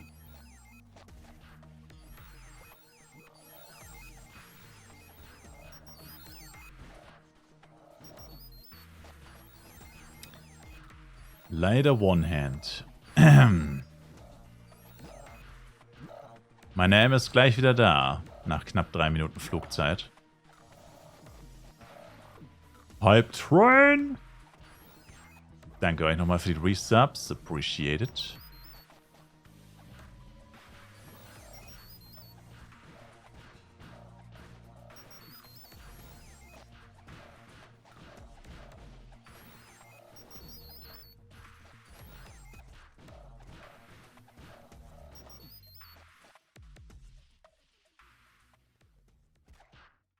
Hier bei Red Banks liegt einfach noch 74er tot. Wie hat er das denn geschafft? Das ist tatsächlich ganz lustig. Die Quest-Monster, Red Banks sind reine Quest-Monster. Die machen dir immer den gleichen Schaden. Clocks zum Beispiel macht dir auch immer den gleichen Schaden. Den kannst du nicht outleveln. Clockworks, Red Meteo, alle Boss-Monster und viele oder die meisten aller Quest-Monster kannst du nicht outleveln. Die töten dich. Auch mit Level 160 können die dich töten. Der ist AFK gegangen. Dann spawnt da ja Agros manchmal. Und dann töten die dich. Da darf man halt nicht AFK gehen, neben solchen Mobs. So. Also natürlich ist es viel leichter, wenn du ein High-Level-Equipment hast. Also dein Deathwert spielt schon eine Rolle. Aber der Basisschaden, den sie dir machen, der ist tatsächlich unabhängig vom Level. Der Basisschaden von denen wird unabhängig vom Level berechnet. Aber es macht natürlich schon einen Unterschied, wenn du eine 160er oder 50er Rüstung trägst versus eine 15er Rüstung. Das macht natürlich schon einen Unterschied. Aber nur weil du 160 bist, heißt nicht, dass du keinen Schaden bekommst. That's not how it works. Hast du die Kooperation auch, dass man für Streamtime F-Coins bekommt? Jein. Das war so gesehen keine Kooperation. Ich habe nur entschieden, dass ich die F-Coins euch gebe. So. Aber ja, sowas gibt's noch. Also die Kooperation ist, dass ich F-Coins bekomme, aber nicht, dass ich sie euch gebe. Das ist meine Entscheidung. Ich könnte sie auch alle für mich benutzen. So. Eigentlich ist wahrscheinlich der Grundgedanke, damit Content zu machen. Aber das passt nicht zu meinem Content, deswegen weg damit.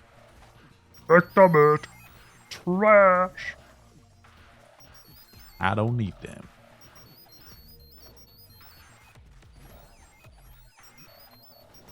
Wie viel AP braucht man für Red Meteor Star? Mindestens 12k für Easy, würde ich jetzt mal sagen. Und auf jeden Fall Wasser auf der Suit. Ganz wichtig, Wasser auf der Suit. Je höher, desto besser. Aber für Red Meteor of Hard reichen teilweise selbst 20.000 nicht. Deutsche Namen: Kristalldämonenfürst. Hater. Alter, du machst schon die Astria Quest 3, Storm Peak. Misa ist einfach 3 Wochen vor allen anderen Spielern. Wird einfach Leute geben, die zocken jetzt jeden Tag 3 Wochen und holt dich nicht ein. Du alter Hater.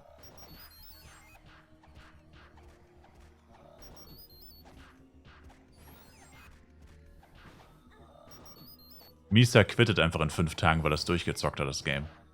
In 5 Tagen ist er einfach fertig und sagt einfach, yo Leute, ich bin fertig. Later. Later Big Dogs. Ich bin durch. Later Big Dogs. Wir sehen uns dann nächstes Jahr beim FEC. Das ist wie diese Typen, die bei einer Prüfung nach einer halben Stunde abgeben. 6 Stunden Mathe-Klausur und er gibt nach 30 Minuten ab. Later Big Dogs. Viel Spaß noch. Later Big Dogs. Haut rein. Ich bin fertig.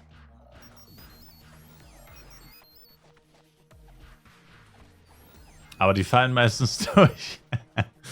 Ja, aber er ist diese Ausnahme. Er ist der, wo wirklich abgibt und jeder weiß, dass er alles richtig hat. Er ist dieser Typ, wo du weißt, er gibt nicht ab, weil er keine Ahnung hat und einfach nach Hause will. Er gibt ab, weil er actually durch ist. Build different. Die meisten anderen haben noch nicht mehr einen Namen geschrieben und er gibt schon ab.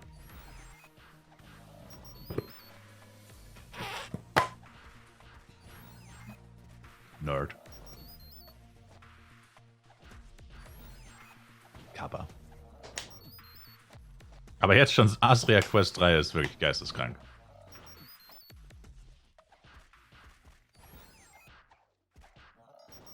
Das ist echt krank.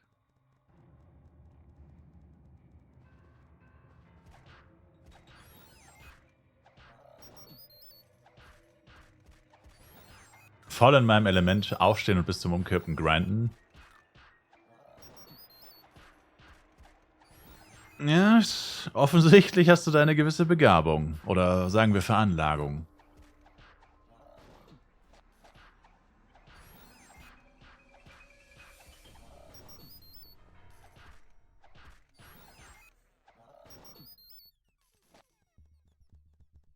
Die Veranlagung zum Grind. Was ist dein Sternzeichen? Grindus Maximus.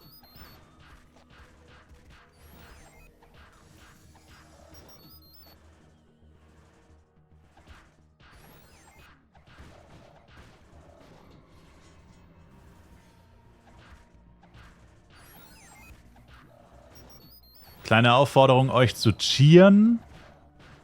Wobei ich sagen muss, ich habe jetzt leider, glaube ich wäre jetzt wieder bei knapp 3 Cheers, aber durch die ganzen Disconnects wird es halt immer wieder geresettet. Aber trotzdem, vergesst nicht euer Cheer. Cheer Nation, yes sir.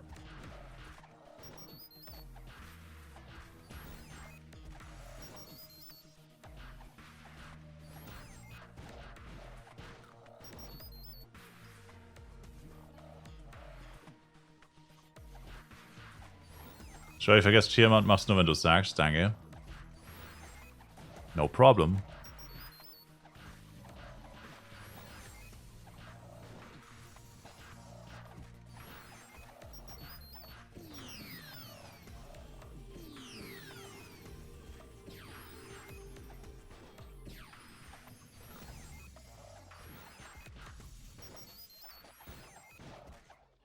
Also Common Suit plus 4 ist okay. Oh, wow, ein Elementor. Oh! Ja, ich habe ihn gesehen und erst eine Sekunde später ist er tot. Damn, Daniel. Da habe ich wohl Auge gemacht. Da habe ich wohl Auge gemacht. Hoppla. Sorry, da habe ich wohl Auge gemacht. Einfach eiskalt Auge gemacht. Ups.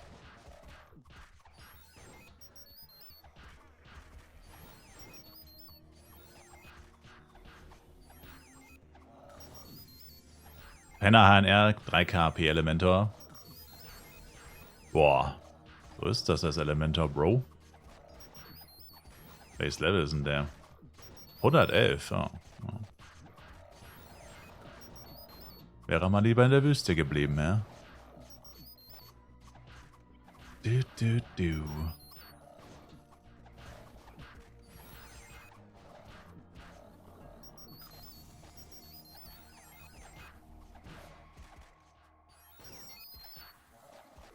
Elementoren existieren auf dem Server noch?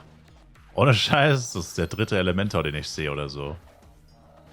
Die sind echt selten. Aber das wundert ja auch nicht wirklich. Verwunderlich ist es nicht wirklich. Ab in den Feierabend, JG. Moment.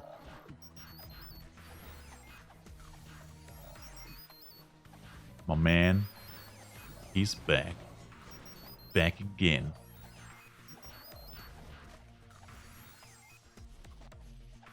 Das sind sie nicht, sie sind alle bei Luia. Das kann sein, da bin ich zum Glück nicht, Sir.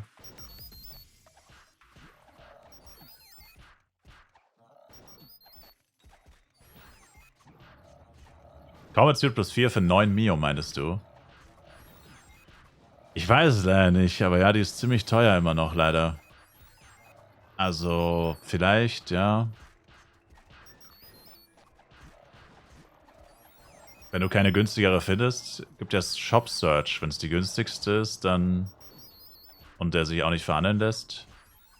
Dieses Piepsen macht dann ja Kehre. Ja. Hey, sie ist positiv, Pinguin. Ich bin ja nur noch für 5 Level oder so. Sie ist positiv. Ich bin hier maximal noch 8 Stunden oder so.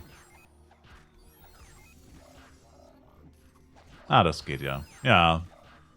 Weißt schon. Mal kurz reinschauen. Mal kurz reinschnuppern. In die alten Blechbüchsen.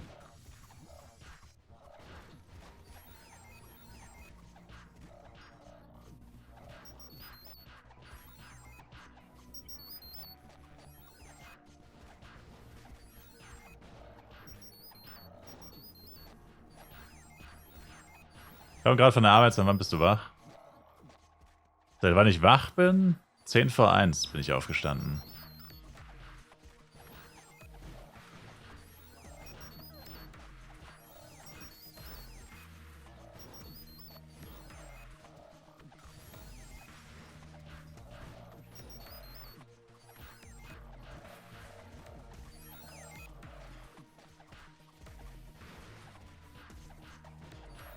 Guardian Axe auf plus 10?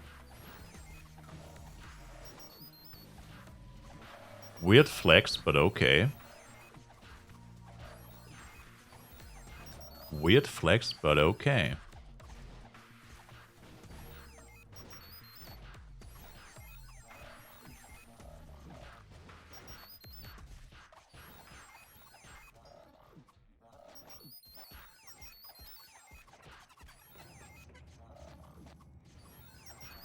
Heute Nacht hat der Comet auf 10 gemacht. Crazy.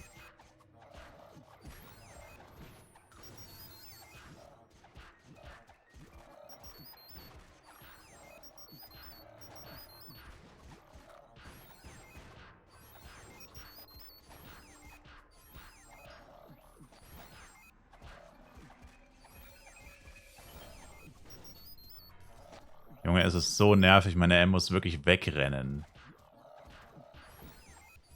Einfach wegrennen. Peinlich. Es gab wieder Gehalt. Oh. Ja, das stimmt. Hat vorhin schon mal jemand gesagt. Monatsende. Oh, das war knapp.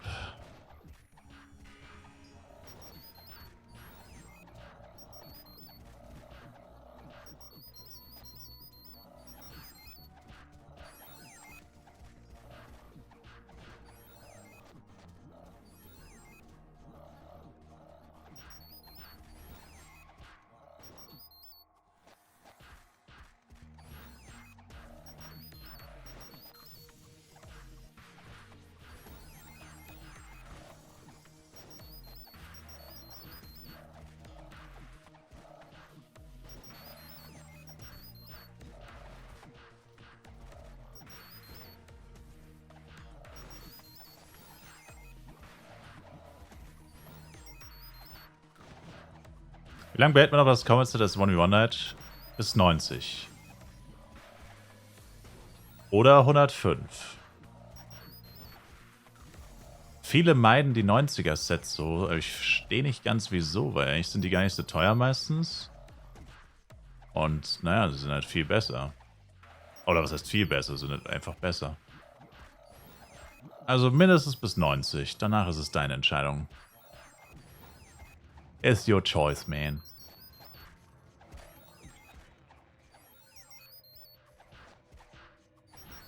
Welche Waffen als Blade Level 90?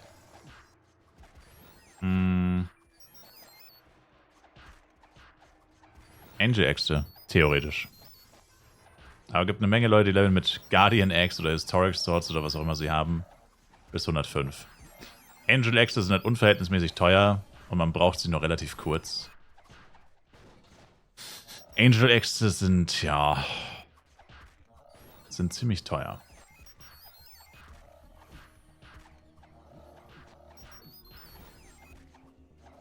Hab mir auf meinem Ranger auch 90er Set geholt und bin froh, nicht mehr auch so aus Mods zu bekommen. Yeah. Sehe ich auch so. Allein schon deswegen ist es worth, das 90er Set zu nehmen. Einfach nur, dass man nicht mehr auf die Fresse bekommt die ganze Zeit.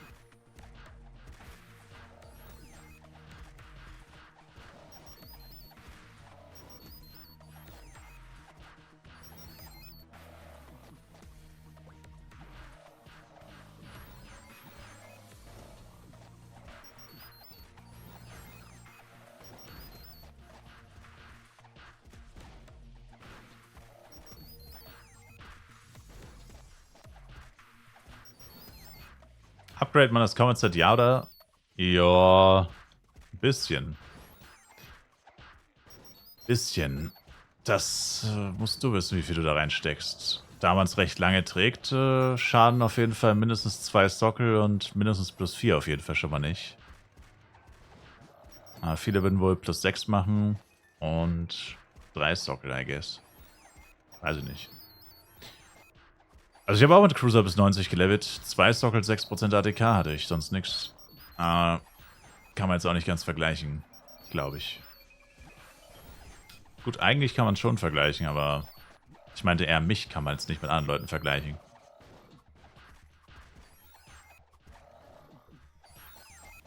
Sir. Also, das klang jetzt irgendwie abgehoben, aber ich meine, ich mache halt einfach viele Dinge anders, als die meisten machen. Sorry, Mr. Worldwide. Was hat das mit Worldwide zu tun? Was hat das mit Worldwide zu tun? The fuck? Nee. Werde ja auch andauernd kritisiert für irgendwas, was ich tue, aber ist mir scheißegal. Ich mach's trotzdem so, wie ich will. I don't give a damn, bro. I don't give a damn. Hardcore Free-to-Play erfordert eben seine Opfer. Es dürstet nach ihnen. Wenn man Hardcore Free-to-Play bleiben will, dann muss man sich halt auch mit weniger begnügen. Weniger ist manchmal mehr.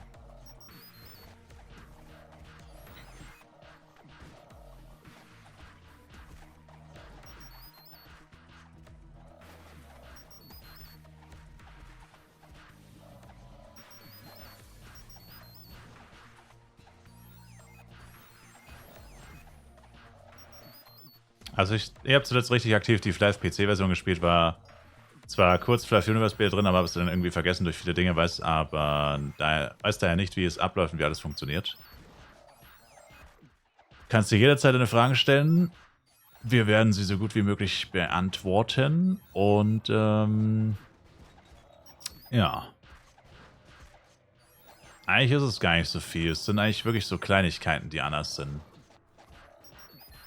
Klein, aber fein sind die Unterschiede.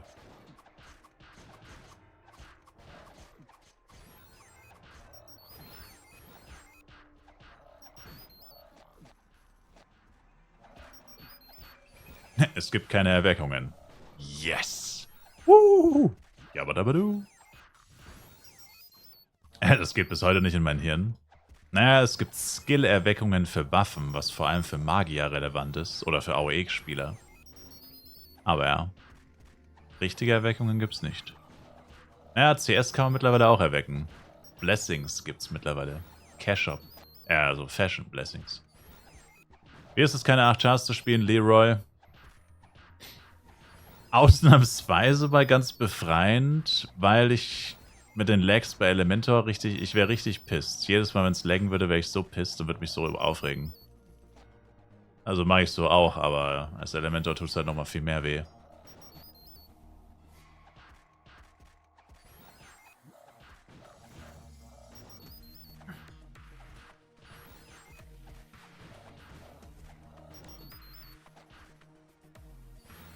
Aber das wusste ich natürlich nicht. Also ich meine, normalerweise hätte ich wahrscheinlich wieder Elementor gespielt.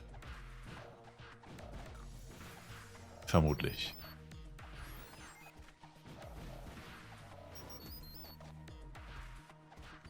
Ich meine, ich hätte jetzt auch mit Jester 8 Chars machen können, aber ich glaube, das wäre schon Arsch. Deswegen mache ich es ja auch nicht. Also ich meine, ja, es tut schon weh, jetzt hier Pi-Scroll kaufen zu müssen, die arschteuer ist und so. Was man mit 8 Chars oder ich mit 8 Chars niemals tun würde. Sind schon so ein paar Sachen, die tun schon weh oder die sind schon nervig. Aber ich sag mal so, man gewöhnt sich dran und ja, man muss es halt positiv sehen. Dafür habe ich jetzt halt ein viel höheres Level.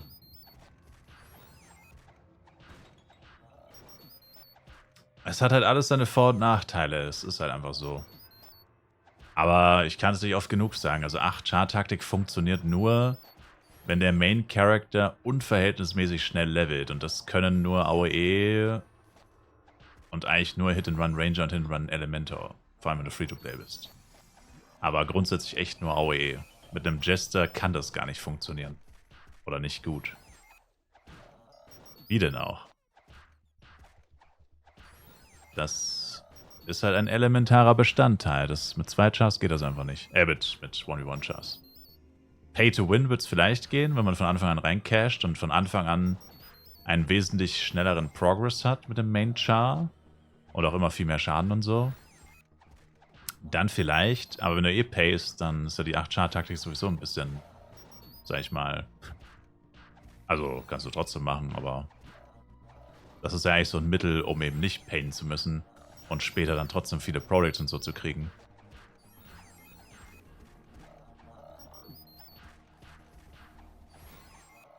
Ja, also es hat alles seine Vor- und Nachteile. Muss halt eigentlich jeder für sich entscheiden, was ihm besser gefällt oder was er für richtig hält. Auf jeden Fall ist es unnötig, wenn man jemanden dafür fertig machen will, was er spielt. Nur wenn man selber nichts davon hält oder so. Das ist auf jeden Fall unnötig.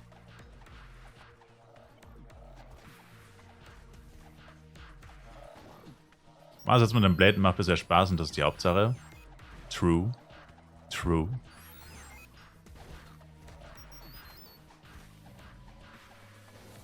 Sind Bloodthirsty Irene Wings was wert?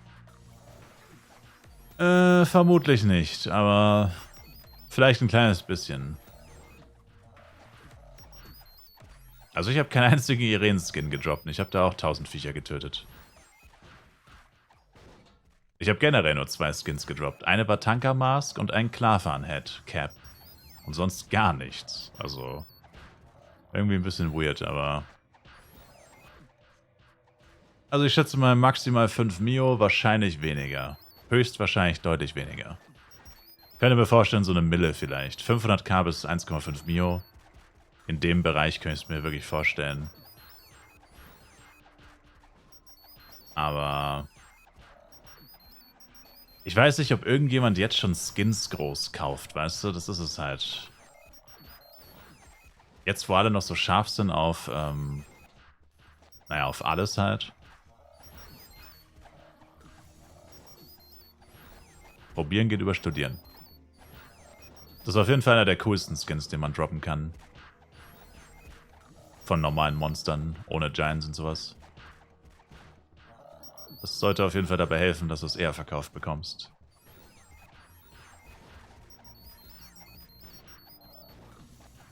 Was ist der HNR ganz genau? HNR heißt Hit and Run. Also Hit and Run. Und das bedeutet, du spielst eine Klasse, also eigentlich können Hit and Run nur 4 Klassen. Ringmaster, Psy, Elle und Ranger. Also eigentlich nur Fernkämpfer. Also RM ist hier die Ausnahme, aber eigentlich Fernkämpfer. Du greifst halt an, läufst ein Stück, damit du nicht getroffen wirst von den Monstern, greifst wieder an. Und das macht auch nur Sinn, wenn man es AOE macht. Am besten mit Damage over Time noch verknüpft. Und... ja. Läufst eigentlich vor den Monstern davon, damit du sie nicht tanken musst. Und das war's eigentlich auch schon. Also du AOEst, ohne die Monster zu tanken. Das ist der Spirit. Und der Sinn dahinter ist halt, weil AOE grundsätzlich am schnellsten levelt und das Tanken ist halt aber schwieriger. Also ja, so viele Monster tanken zu können, erfordert halt Heal, Skill oder schlichtweg Equipment oder Power-Ups, die man halt sich nicht leisten kann oder will. Und um sich das zu sparen, kann man halt einfach Full Damage gehen, was halt natürlich auch noch ein Vorteil ist, dass man dann Full Damage ist. Jemand, der die Monster tanken muss, kann eventuell nicht Full Damage gehen, der muss eventuell Damage-Einbußen in Kauf nehmen, damit er nicht stirbt. Ja. Aber wie gesagt, so richtig Sinn macht das nur auf den genannten Klassen. Die anderen können es eigentlich alle gar nicht. Und die besten, finde ich, für das sind eigentlich Ranger und Elementor. Vor allem wegen Damage over Time.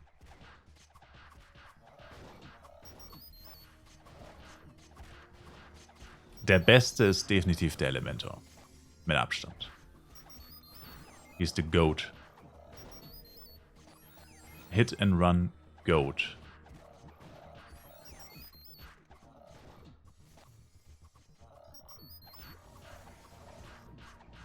Hast du vorhin noch etwas mit einem Cheer-Level oder sowas gesagt? Was hat es damit auf sich? Also ich cheer immer, bringt das dann irgendwann mehr oder so? Nee. Cheer gibt einfach nur für 10 Minuten 5% XP mehr. Es gibt einen Couple-Cheer. Wenn du ein Couple hast, hast du noch ein zusätzliches Couple-Cheer, aber anscheinend schaltet man das erst sauspät frei. Also anscheinend mit Level 5. Aber das wusste ich nicht. Das steht auch irgendwie nirgendwo, wann man das freischaltet. Ich wusste das nicht, wann man das freischaltet. Ich hab's halt auf Borodeng, weil auf Borodeng habe ich mit all meinen Couples schon Level 5. Was ja das Level ist, was man braucht für den Drop-Skill. Und der Drop-Skill ist eigentlich das Einzige, was beim Couples wirklich interessant ist. Drop-Skill, Teleport und Lager, aber am interessantesten ist der Drop-Skill.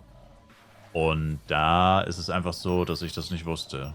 Und anscheinend kriegt man ihn dann mit Level 5, I guess. Also mit Level 5 muss man ihn eigentlich kriegen, weil ich habe ihn safe auf Borodeng und hier habe ich ihn nicht und ich bin Level 4. Was ist da der Unterschied? Gar nichts. Das ist einfach ein zusätzliches Cheer mit einem 24-Stunden-Cooldown. Das ist genau das gleiche. 5% XP für 10 Minuten mit einem 24-Stunden-Cooldown. Also eigentlich ist es kompletter Trash. Es ist einfach ein extra Cheer pro Tag. Das ist eigentlich kompletter Müll. Aber hey. Kann man mal mitnehmen. Cheers, Cheer, Baby. Aber ja, das ist eigentlich kompletter Abfall.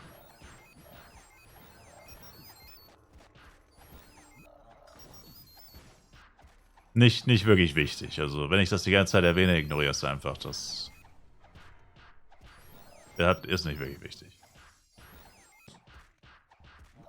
Ich weiß auch nicht, ob es für Battle Pass oder so dazu zählt. Gibt ja manchmal im Battle Pass auch so eine Cheer-Aufgabe. Na, jetzt aktuell nicht. Aber manchmal ist eine von den Dailies Cheeren. Aber wahrscheinlich zählt es da nicht mal dazu. Keine Ahnung. Ich weiß nicht.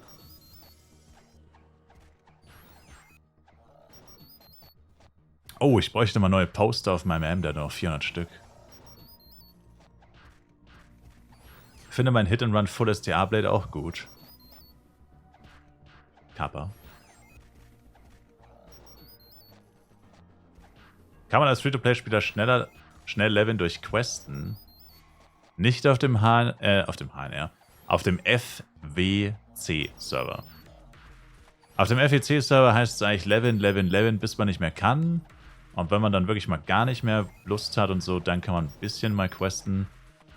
Aber man questet hier eigentlich wirklich nur für die Inventarplätze und nicht wirklich wegen XP und so. Also erst ab Level 100 die Quests, die sind so gut in Anführungszeichen, dass man da tatsächlich auch XP-technisch drüber nachdenken kann. Aber bis ins Mid-Level eigentlich sind Quests vom Aufwand her nicht so gut. Und du kriegst ja ab Level 30 Doppel-XP für jedes getötete Monster. Sogar 2,5 oder halt 150% mehr als sonst mit der Penya Flask noch drin. Deswegen lohnen sich die Quests einfach nicht. Die Quests müssten halt auch nochmal um so 30 bis 50% mehr XP geben. Dann könnte man wieder drüber nachdenken. Aber die Quests geben halt leider genauso viel XP wie immer. Wohingegen jedes getötete Monster halt mehr als doppelt gibt in der Regel. Dadurch lohnt sich das Töten von Monstern halt eigentlich mehr. Aber im High-Level die Quests, die sind richtig gut. Die überbrücken dir manchmal 20 bis 80% XP auf Level 100 plus. Das entspricht dann halt einer ganzen Stunde Leveln. Manchmal, da lohnt es sich dann natürlich schon wieder. Aber es ist wirklich erst ab Level 100, wenn man dann auch gar nicht mehr so schnell levelt.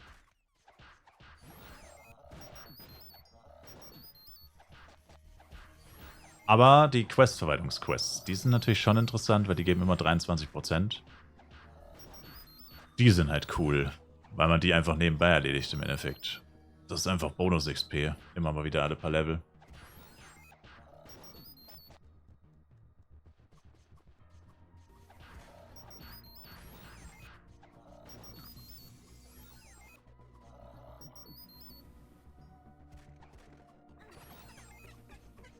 Kannst wegen eines Hindernisses nicht angreifen. Es schaut schon einer, kaufe F-Coin für 100 Mio. Oh oh. Scheiße. Ich muss sagen, irgendwie habe ich heute noch nicht so viel Kohle gemacht.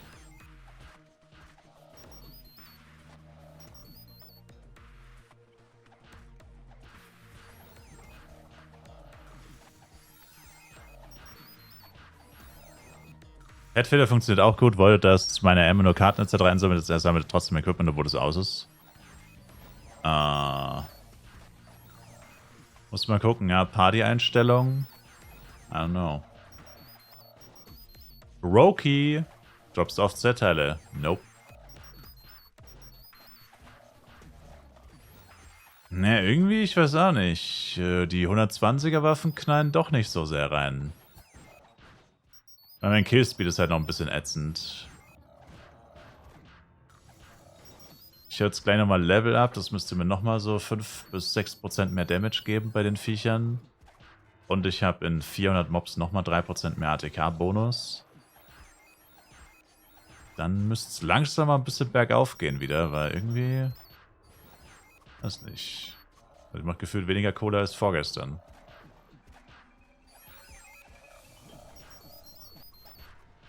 Da habe ich bei den Klarfans gefühlt mehr Kohle gemacht. Wir zerlegen die Waffen, anstatt beim NPC zu verkaufen. Ja, aber ich habe meine Diamonds vorhin auch verkauft. Ich habe jetzt 3 Diamonds eingelagert, ja. Aber... Außerdem habe ich immer einen Shop jetzt aufgemacht. Ich mache jetzt immer einen Shop auf mit 120er Waffen. Für einen 4-fachen NPC-Preis.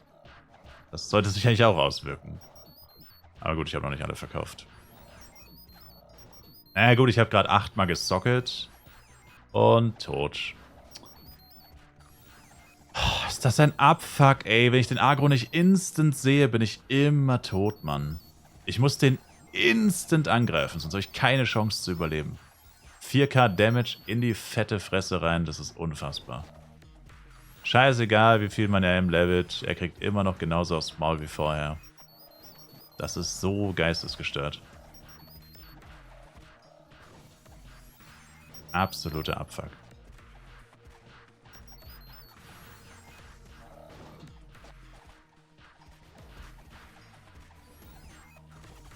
Crazy.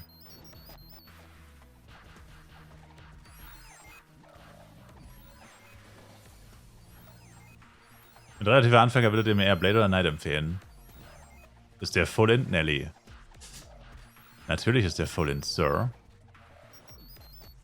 Aber selbst mit 50 STA würde der hier sterben. Das bringt nichts.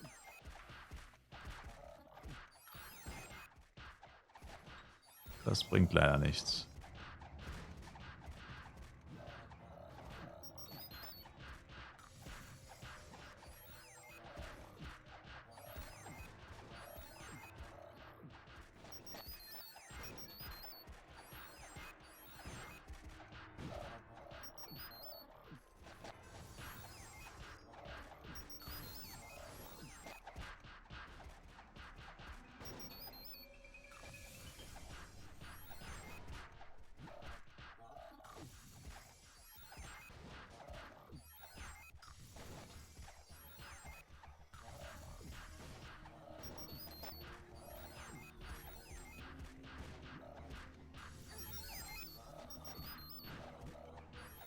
Anfangsphase, also Auenheit, also eigentlich W und Knight in meinen Augen. Die meisten AOE'n aber nicht. Die meisten spielen Schwert und Schild tatsächlich lieber.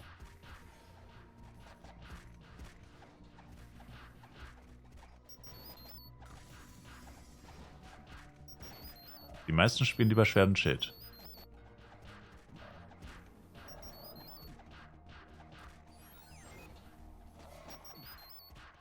Schwert und Schild Knight ist Cope. Es gibt ein paar Leute, die sind sehr überzeugt von Schwert und Schild Knight. Aber ich glaube, das kommt wirklich erst mit gutem Equipment. Ich glaube, Low-Budget Schwert und Schild Knight ist echt einfach nicht gut. Ich habe ihn ja selber mal gespielt, zwar nur im Low-Level. Also ich war da auch nicht wirklich davon überzeugt.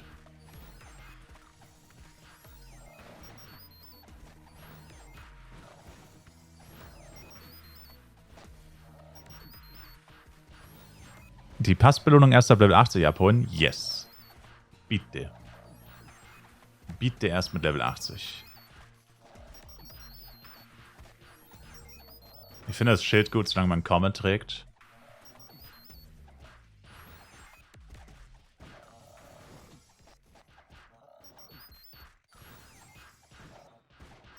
Naja. Hat alles seine Vor- und Nachteile, I guess, aber... Da kommt der angeflogen, der Dulli. Wahrscheinlich direkt Agro-Spawn. Wow.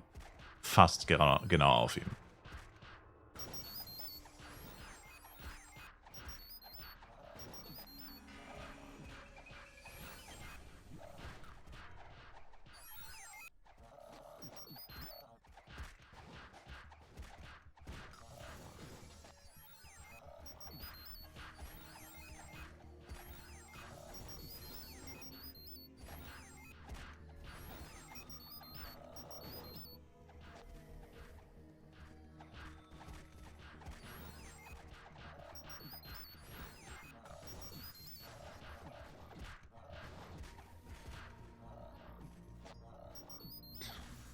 Wie lernt man am besten von 60 auf 65 mit Knight, Schwert und Schild? Yeah. Schwert und Schild oder man macht überwiegend Quests, aber auf FEC, wie gesagt, eigentlich eher Levin. Augen zu und durch. Level up, baby, let's go! Level up, baby, let's go! Oh, okay, der Damage Boost. Achso, dann meinst du ja die Captains.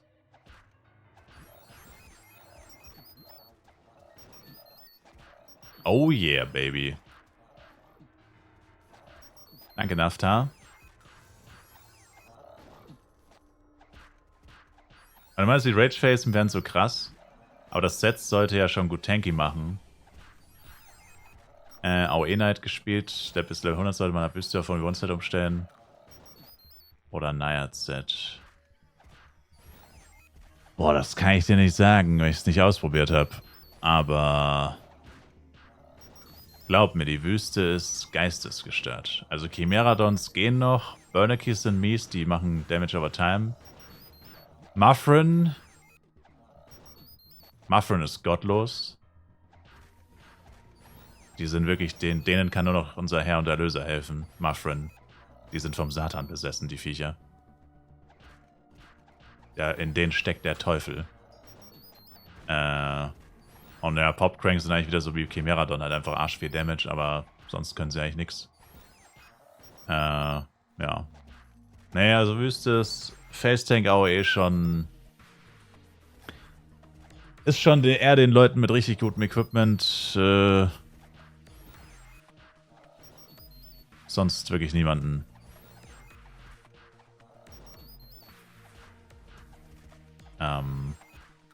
Keine Ahnung, zugetan, zugeneigt, was weiß ich.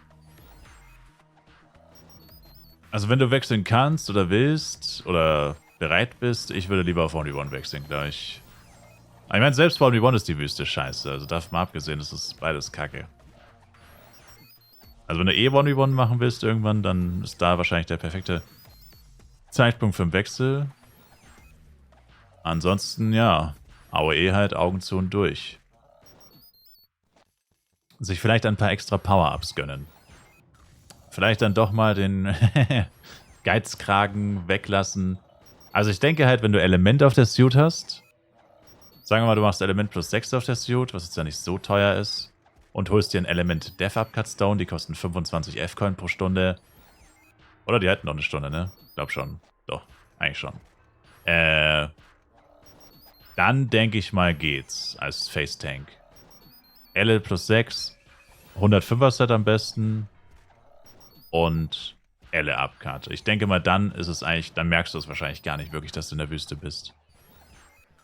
Dann kannst du die Rage Phase wahrscheinlich ganz gut kontern. Und natürlich Heal und im besten Fall natürlich noch weitere Power-Ups. So, würde ich sagen.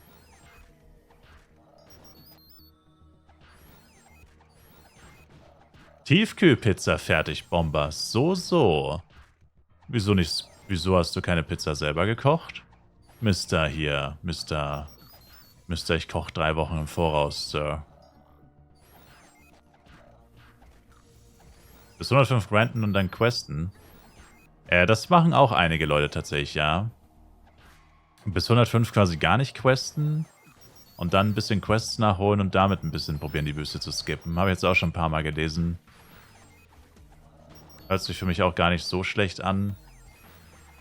Aber, naja.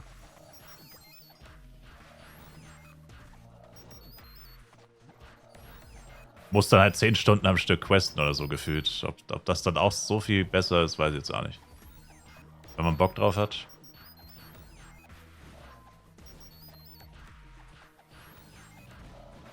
Ein Platz in meiner Gilde. Ja. Mist. Channel 5. Bitte. So. Aber was für Attribute gehe ich für 1v1 Bogen? Dex. Full Dex. Full Dex.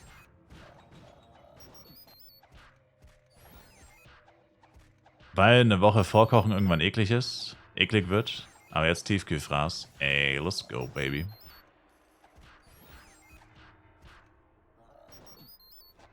Tiefkühl Nation.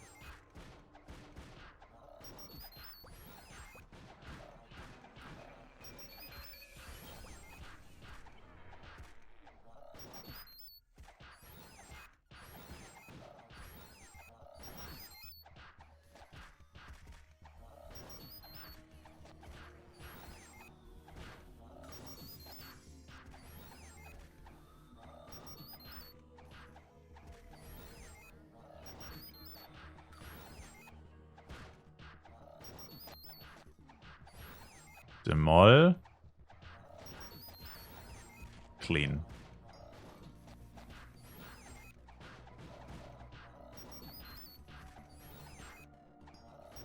Ey, wie lange hat man Zeit, bis man transferen muss? Also du hast ungefähr 4 Wochen vor Serverende kommt halt diese, also irgendwann machen die so einen Post, ja bla bla bla, FEC-Transfer ist jetzt möglich und dann hast du circa, also ungefähr 4 Wochen vor Ende ist das. Da posten die das und wenn du dich dann, also musst du gar nicht mitbekommen, dass sie es posten, du loggst dich ein und dann kommt so ein fettes Pop-up. Hier bitte jetzt wähle einen Server aus, auf den du willst, pipapo. Und dann wählst du halt Borodeng aus. Germany Number 1. Borodeng. Und dann fertig. Das musst du halt auf jedem Char einmal machen. Einmal, dann nie wieder. Und man kann es auch nicht ändern im Nachhinein. Also die Entscheidung ist dann fix. Kann man den Charakter von FEC 24 auf normale Server übertragen? Nein, leider nicht. Das geht nicht mehr. Das geht leider nicht mehr. War das Ende nochmal? Ich meine, es müsste 1. Oktober sein. Anfang Oktober. Also dieses Mal endet es nicht Ende, Mitte Oktober, sondern Anfang Oktober. Also basically Ende September eigentlich fast.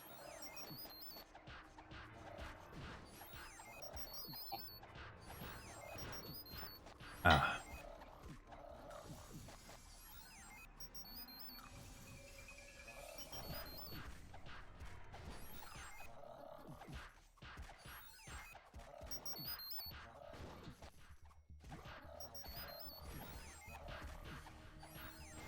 Das sind alle CS-Sachen von früher Lost.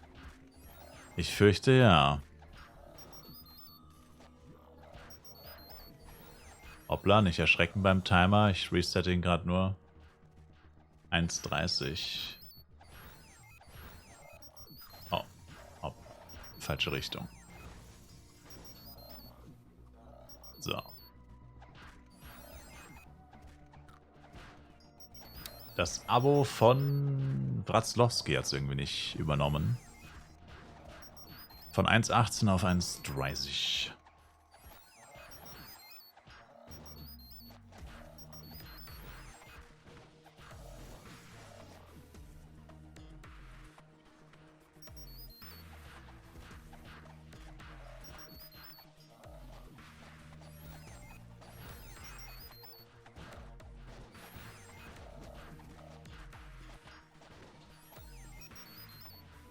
Oh, Go plus 7, let's go. Dann geht's zu den nächsten Mobs wieder nur RMs mit dem Kack-Skill. Ja, die wirst du auch nicht mehr los, diese Ringmaster, die sind überall.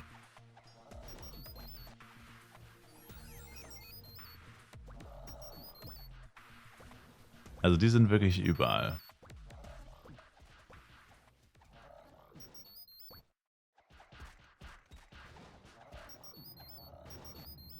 Ja gut, ich habe jetzt noch 20 Minuten Ampli und mein Envy ist voll. Fie's Batman. Der eine macht sogar den Lord mit dem Skill. Achso, den Lord Mob.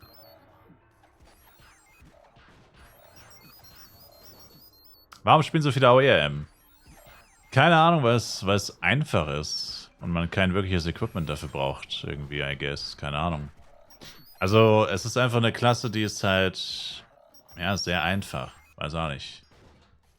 Also die Asiaten, also viele philippinische Spieler spielen halt so. Einfach nur ein Char, Moonbeam, Merkaba. Ich weiß es nicht, keine Ahnung. Man kann Brain AFK sein. Wenn ich das wüsste, ich weiß es wirklich nicht. Also ja, es ist einfach, es ist verhältnismäßig stark. Aber, also levelt halt auch schnell. Keine Ahnung.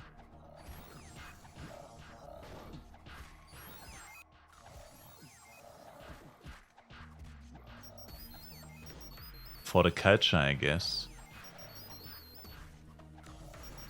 Hier hebt aber auch wirklich niemand seine scheiß NPC-Items auf, ne?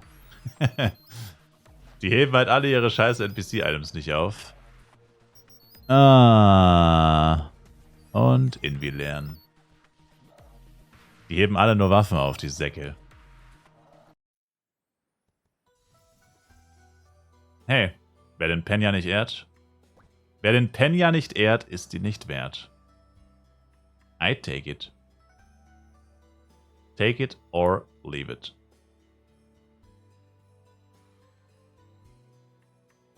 Oh Gott.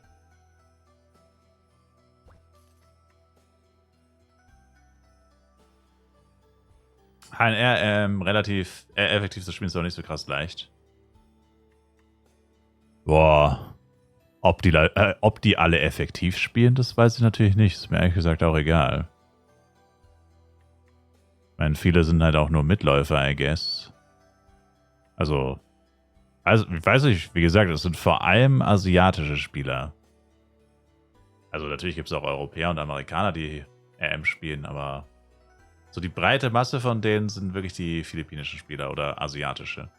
Chinesen gibt es auch einige, die spielen. Wie gesagt, mir ist es eigentlich Wurst, also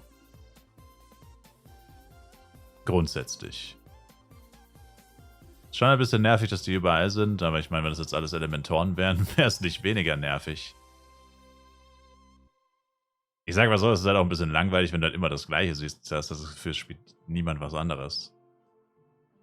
Aber letztendlich ist es ja egal. Also wenn das jetzt alles AOE-Psys oder Alice wären, sag ich mal, die gehen dir genauso auf den Sack.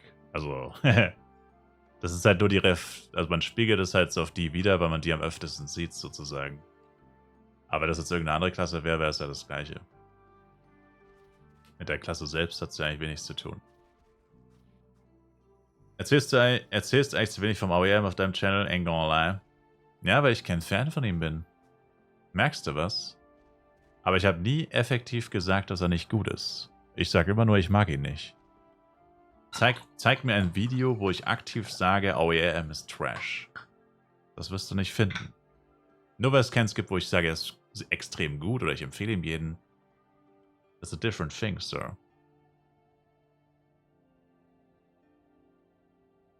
Nicht über etwas zu reden ist was anderes als quasi, das habe ich auch nicht gesagt, ich weiß, ich wollte es nur nochmal erwähnen, Sir. Ich wollte es nur nochmal betonen, Sir.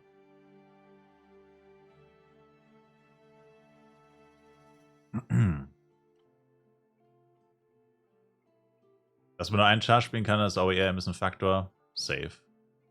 Also heute ist wirklich geistesgestört, wie viel Schmuck auf 20 geht. Das ist bestimmt der 20. Moll heute, seit ich online bin. Dazu kommen nur noch 20 Vigos oder so. Und 10 Arex und 10 Intellis.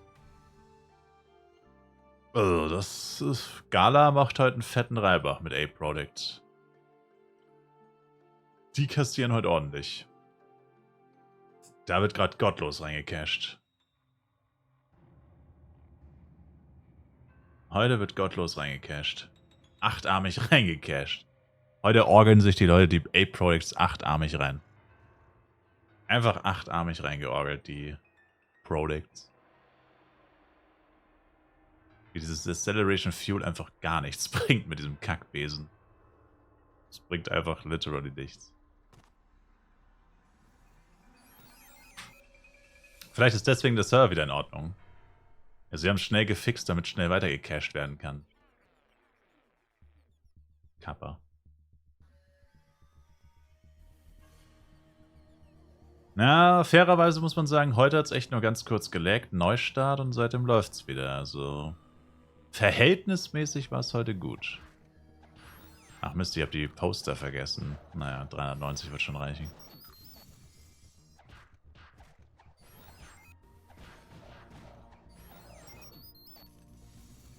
Volles Invi kriege ich mittlerweile schneller zusammen.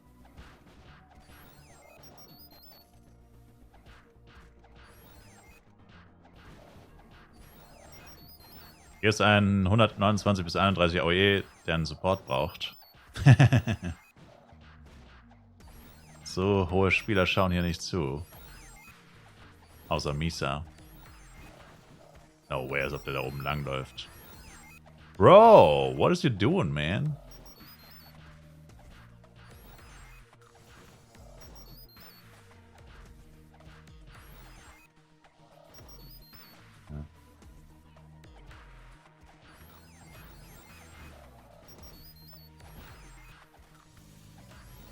Ich glaube, der denkt, ich habe Mom geschrieben. Ich wollte eigentlich einen Moment schreiben, aber das checken die ja nicht. Wenn sie nicht Deutsch können.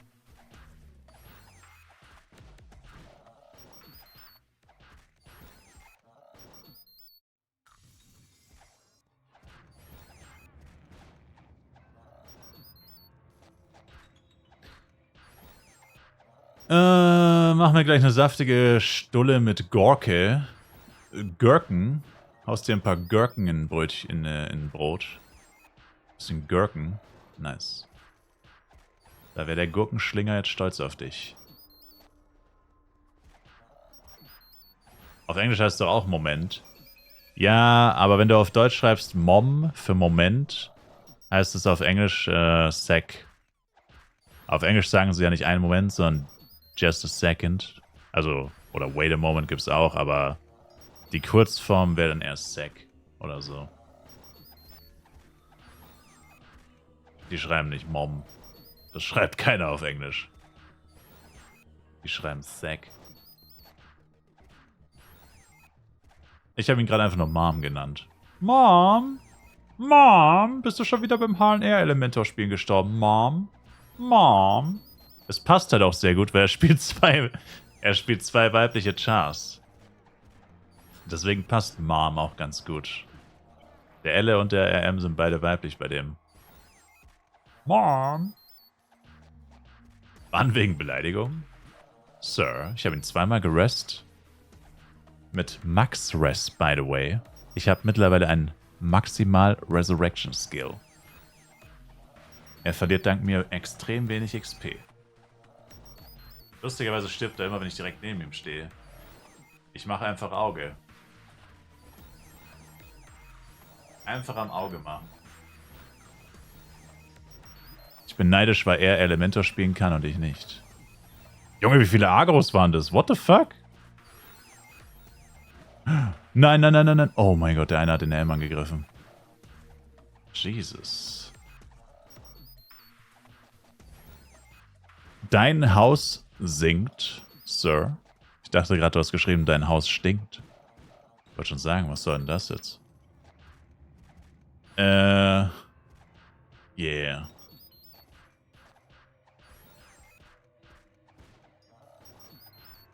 Wurde mal wieder Zeit für eine kleine Stand-Up-Nation.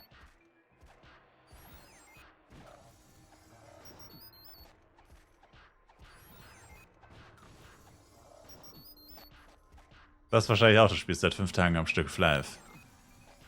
Ja, aber ich lüfte zwischendurch. Leckt es noch? Nope.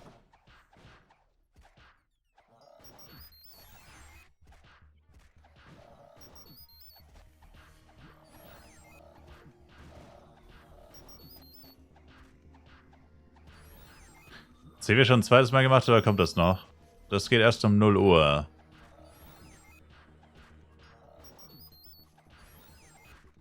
Auf keinen Fall sitzen bleiben.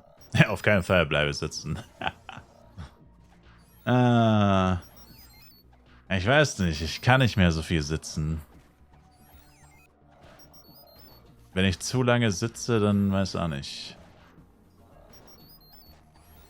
Rebelliert mein Körper.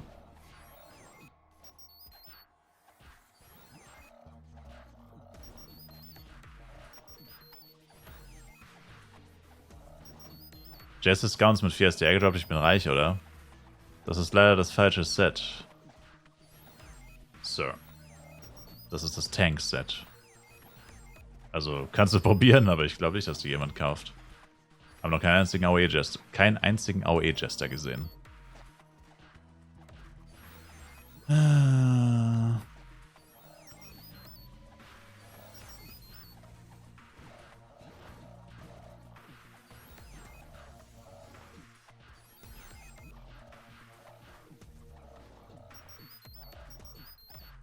Habe ich nicht, Road, nö.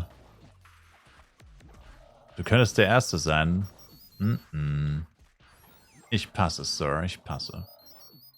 Negativ.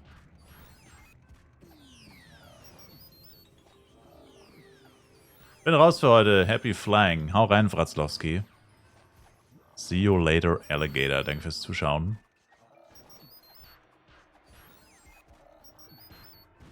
Ist halt auch einfach schon wieder 20 Uhr, ne?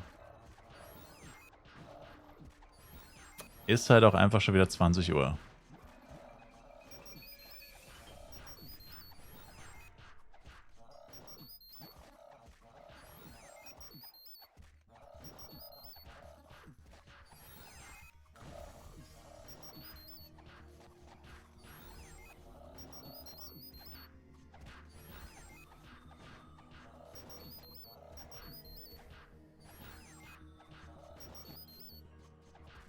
Gibt es so eine Scroll, die den Party schneller leveln lässt? Ja. Gibt eine Scroll auf Party XP. Oder...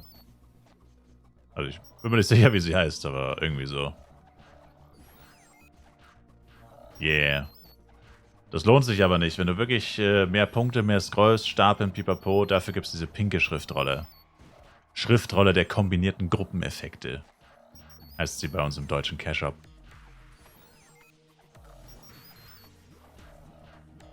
Die findet man auch nicht, wenn man Party eingibt, weil die heißt nicht Party. Aus irgendeinem Grund gibt es die nur auf Deutsch. Aber ja. Also entweder man kauft die Red Scroll oder die pinke. Alles andere lohnt sich eigentlich nicht. Tatsächlich. Ist ein bisschen seltsam. Aber die Preisgrößen sind eigentlich so teuer, dass du, sobald du 2 kaufst, lohnt sich schon nicht mehr, dann lohnt sich die pinke. Mehr eigentlich. Also, Rot und Grün könnte man machen, aber ich weiß nicht, warum die das so bescheuert gemacht haben. Also eigentlich ist es wirklich so, dass sie Rot oder Pink eigentlich. Total bescheuert, wenn man mal drüber nachdenkt. Ist einfach viel zu teuer.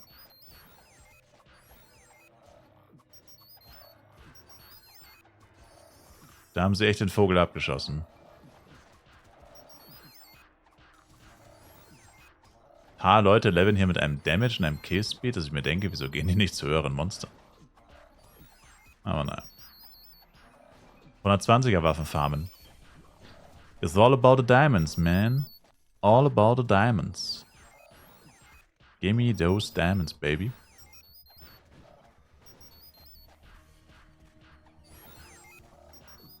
Brauchen wir so 2-3 Stunden, bis die Party auf 40 ist und dann gehe ich oft schon wieder auf. Das wird besser, wenn du ein höheres Level erreichst. Sollte besser werden, wenn du ein höheres Level erreichst. Je höher die Monster sind, die du tötest, desto schneller wird die Party Level 40. Höhere Monster bedeutet mehr Party XP.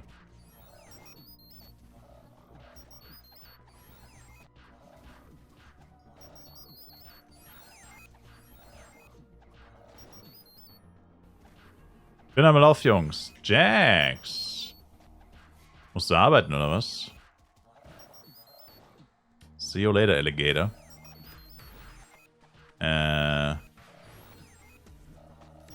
Bräuchte neue Party-Fillers.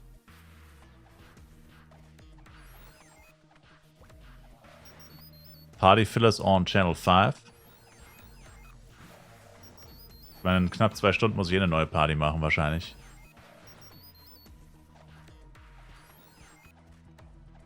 Greacher. Sag am besten noch, wie du heißt, weil es immer so blöd mit Anführerbestätigung. Weiß nicht, wen ich da reinlasse. Hol ich mir ja noch den Teufel ins Haus. Das Werk des Satans führt uns hierher.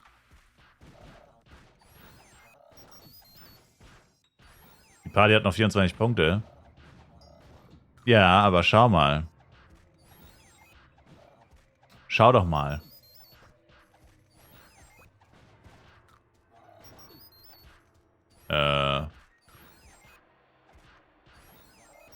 Muss noch Channel 5 kommen, Sir.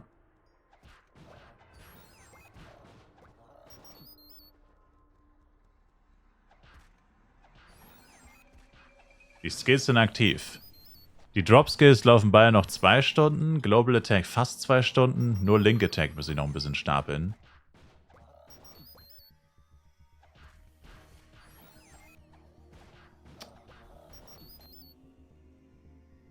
Junge! Ich kann nicht in den Chat schreiben. Ey! Verdammt nochmal. Hey, Greacher, du musst deine Party verlassen. Greacher, du bist mit beiden Chars schon in der Party. Ich kann dich nicht einladen, Bro. You are trolling me.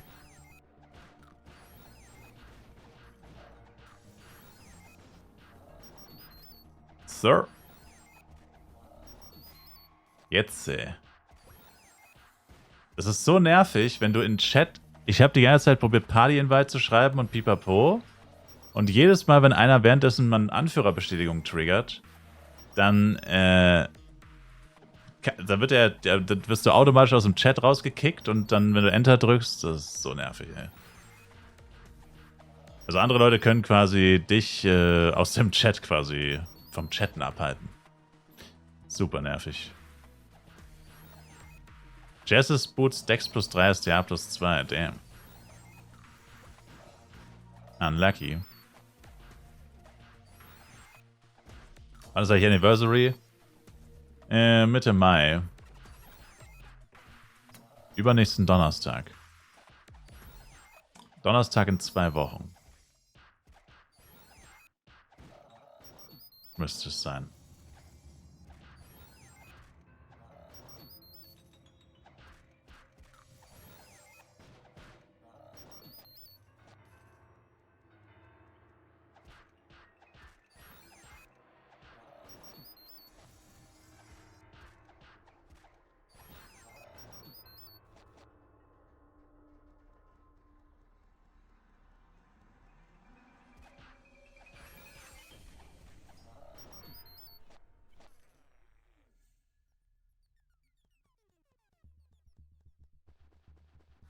Oh, oh, oh, oh, oh.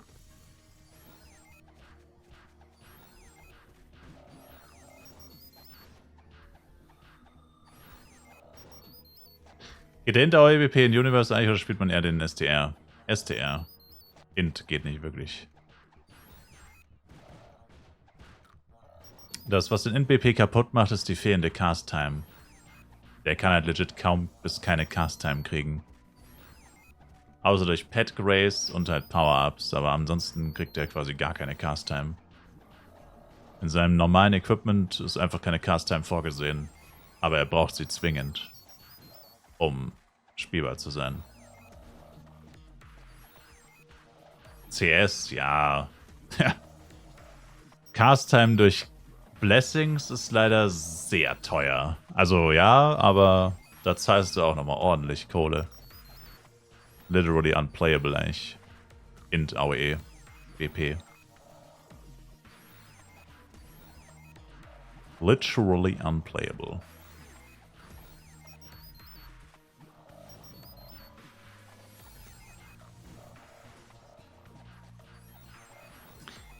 Bis ich mir die Comments leisten kann, brauche ich sie doch gar nicht mehr. Oder ab wann verdient man gut viel Penny? Ich bin gerade Level 32 und bei Dumpo ist Level 38. Du trägst sie bis Level 90, also doch wahrscheinlich schon.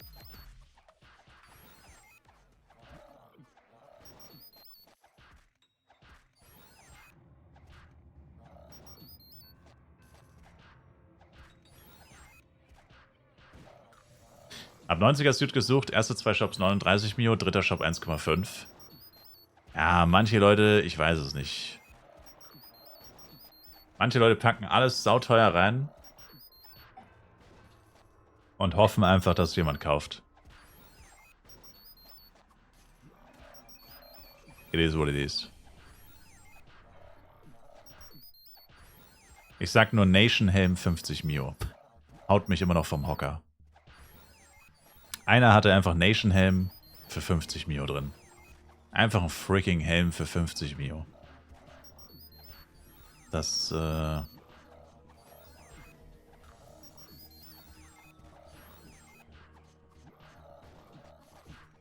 speziell.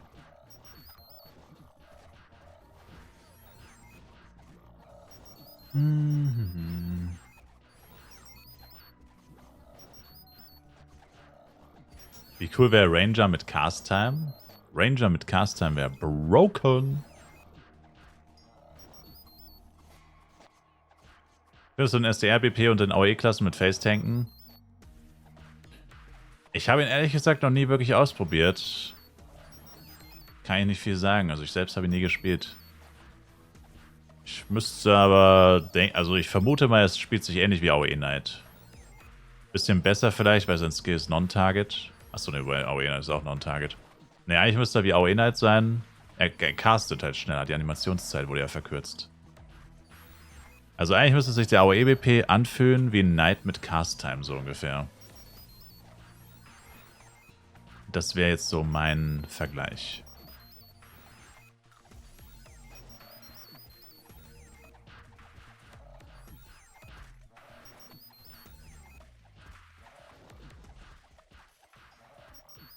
Knight ist halt sehr langsam, sehr träge. Bei den meisten Dingen, die er so macht.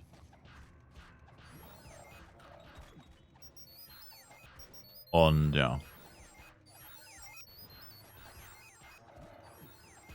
Und sie sind sich auch sehr ähnlich. Beide Full STR für Damage. Beide können mit ihrem AOE stunnen.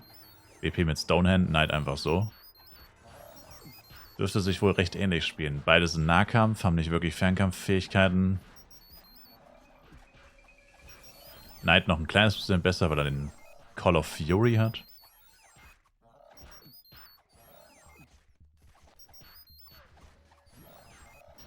Das war ein sehr schöner Nation Helm, der seine 50 Mio einfach wert war. Vermutlich. Er war handgefertigt. Ich habe die Handarbeit nicht wertgeschätzt. Ich kenn halt nur das Billigzeug, massenproduziert.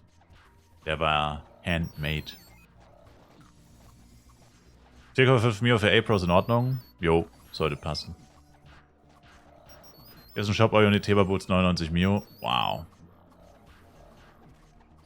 Bei den Cometine aus Suit war auch alles von 40k bis 3 Mio dabei. Ja, wie gesagt, die Leute hoffen... Ich meine, das geht ja noch, ne? Also wenn es jetzt nicht 100 mal teurer ist, dann passt's, ja. Also ich sag mal so. Ich habe jetzt auch schon Set-Teile für 2 Mio gekauft, die ich safe für 500k hätte kriegen können, wenn ich länger gesucht hätte.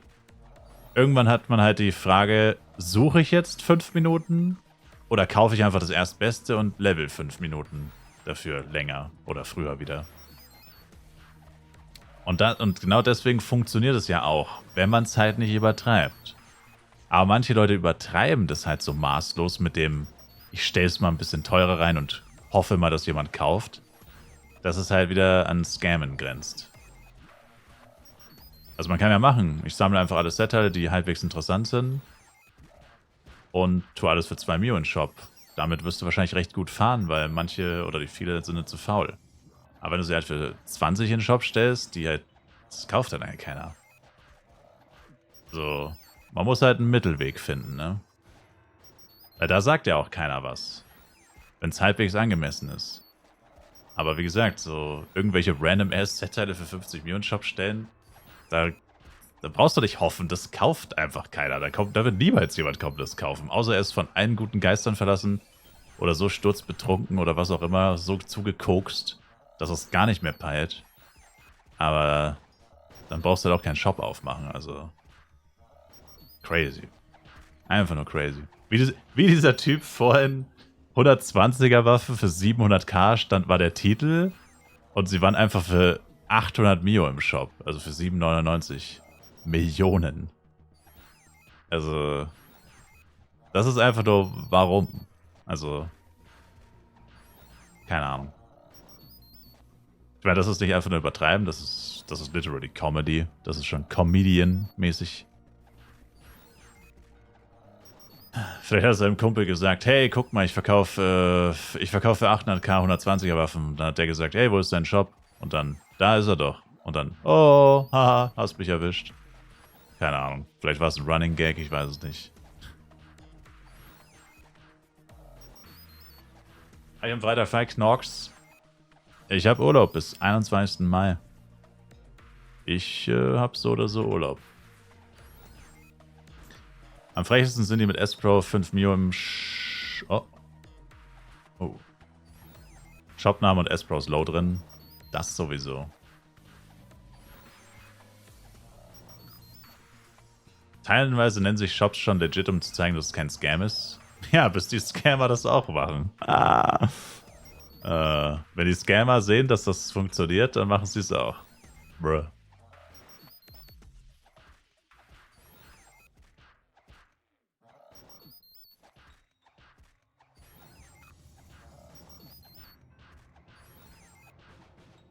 FEC bringt halt bei manchen das Dunkelste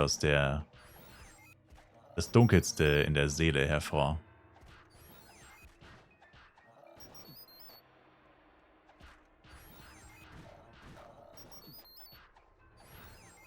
Eine günstige Alternative zum G-Knuckle. Eigentlich Yakadain-Knuckle. Yakshadain-Knuckle. Nee, der Yakadain heißt nur Yaka. Dain.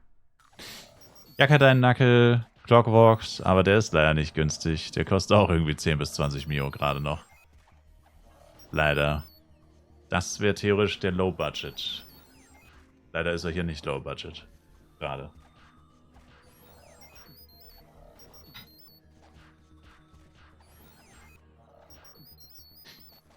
$57er-Knuckle gibt es da, glaube ich, noch einen.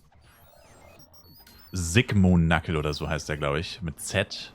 Sigmoon oder so. Ich weiß nicht genau, was der für einen Effekt gibt. Muss mal gucken. Ja. Also, vermutlich der. Ich finde halt die Clockwork-Sachen so überteuert. Ich meine, ich habe jetzt zwar selber gestern davon profitiert. Will ich nicht abstreiten, aber ein gutes Gefühl hat man dabei eigentlich nicht, muss man echt sagen. Also, das ist Wahnsinn. Der gibt STA und das Blitz. Tja, aber hat er einen höheren ATK-Wert? Müsste trotzdem noch einen höheren ATK-Wert haben als die anderen NPC-Waffen. Das mit Blitz ist egal, das kannst du überschreiten. Überschreiben. Nein!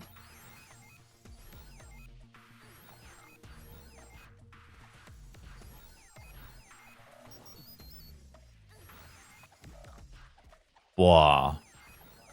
Das war last second, ey. Ich will nicht wieder vom Friedhof anfangen.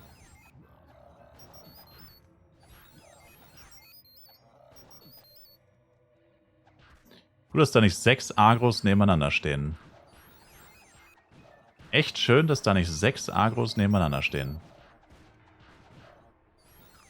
Klasse Spawns, Baby.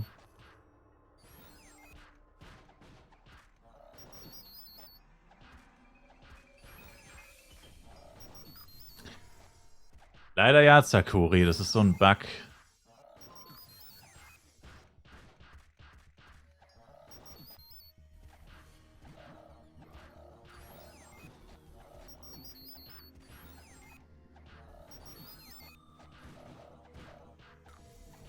Viele schreiben auch in den Titel 6 Millionen, das kosten tut 6,9999. Das ist Standard. Habe ich vorhin auch gemacht, muss ich zugeben. Nein, ich muss sagen, ich habe es besser gemacht. Ich habe gemacht, habe ich jetzt dann aber auch nicht mehr gemacht. Das war blöd, ich habe es dann auch direkt nicht mehr gemacht beim zweiten Shop. Vorhin habe ich geschrieben 120er 600k und habe sie für 650 rein. Aber hey, immerhin nicht 6,99. Immerhin nicht 6,99. Aber ja, danach habe ich dann wirklich 120 ist gleich 6,30 gemacht und das war dann auch 6,30. Hab mich direkt räudig gefühlt. Dabei war es nur 50k, nicht 99k. Also zumindest war es wirklich 600 irgendwas und nicht effektiv 700. Aber ja. Nee, das ist schon... Es nervt halt einfach. Also mich nervt es ja auch, wenn du auf so einen Shop klickst und dann steht da ein Preis und das ist einfach falsch. Ich meine, klar, irgendwann glaubst du es schon gar nicht mehr. Dann bist du auch gar nicht mehr enttäuscht, weil du weißt es vorher schon. Aber es nervt einfach. Es nervt. Und wenn man selber davon kein Fan ist, dann ist es natürlich nicht hilfreich, wenn man auch noch damit anfängt. Das ist so ein Domino-Effekt. Und zwar ein sehr negativer. Wenn das dann irgendwann jeder macht, dann hast du gar keinen Bock mehr, überhaupt einen Shop anzuklicken. Irgendwann steht dann im Shop-Titel Lusakas Crystal Eggs einfach nur 2 und dann ist es 2 Trillionen. Irgendwann schreiben die Leute einfach nur noch eine Zahl hin. Einfach nur 1, 2, 3, 4 und du weißt nicht 1000 Millionen, du weißt einfach du weißt gar nicht mehr die Zahl, du weißt einfach nur 4. Einfach nur noch 4. Keine Ahnung. Das ist das, was mich, glaube ich, am meisten stört beim FEC. Schon diese schiere Anzahl an Shops, selbst mit dem Search-Shop-System, haben wir jetzt ja auch schon einige Male angesprochen, selbst mit dem Search-Shop-System ist es immer noch viel zu viel, viel zu unübersichtlich, einfach viel, es ist einfach too much. Viel zu viele Leute auf dem Server für wirklich Shops durchklicken und so. Außer halt bei Items, die ein bisschen seltener sind, da geht's noch, aber sonst ist es uferlos. Und ja, dann halt diese Shop-Namen. Es ist so viel zum Thema. Das verstehe ich darunter, wenn mir jemand Clickbait vorwirft auf YouTube. Weil das ist wirklich Clickbait. Die schreiben irgendwas und es stimmt komplett gar nicht. Also ist es nicht ein Hauch davon true. Aber wenn du 4 Mio schreibst und es ist für 5 Mio drin. Ich meine, ich bin kein absoluter Vollidiot. 4,99 ist 5. Also das denken zwar vielleicht Supermärkte und so, dass es funktioniert, wenn sie 2,99 schreiben, dass jeder denkt, oh, 2,99 ist ja dann voll günstig. Ist ja dann gar nicht 3 Euro. Aber nee, liebe Supermärkte, ich sag dann 3 Euro dazu. Für mich ist das 3 Euro. Das ist für mich tatsächlich das Gleiche. Bin kein Vollidiot. Mag schöner aussehen und in Flive denken sie sich wohl das Gleiche. Aber, ja. Ist halt einfach nicht 2 Euro, es ist 3 Euro. Und hier ist es nicht 4 Millionen, sondern 5 Millionen, wenn es für 4,99 drin ist. Ist halt nicht 4 Millionen. Es ist the same thing. Es ist einfach, stimmt einfach gar nicht. Für mich. Ich habe wirklich gestern einen, der 500 A+ für 4 verkauft hat. Ja, der hat wahrscheinlich Glück gehabt beim Upgraden und dann wollte er sie loswerden schnell. Keine Ahnung. Aber das ist halt selten, ne? Es sind die F-Coin Power-Up-Shops mit 95 pro 1000 und sind die Sachen für 120 bis 140er Kurs drin. Oh, shit, ja. Fangen wir gar nicht erst von denen an. Das sind die Reseller, die ihr komplettes Geld nur mit Resellen verdienen. Blade Full STR oder 50 Decks? Kannst beides machen. Die Decks wirst du halt irgendwann restatten müssen, vermutlich.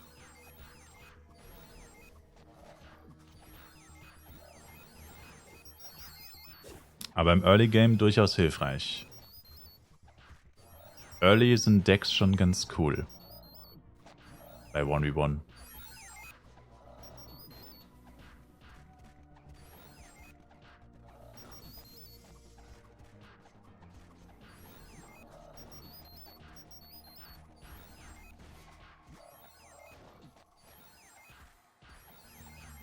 Zwei Pets gemacht, erste Unicorn, zweite Fuchs, damit habe ich meine beiden Pets. Cool. Ja, Pet wollte ich mir auch kaufen, aber Krabbe ist natürlich wieder komplett Ausfall.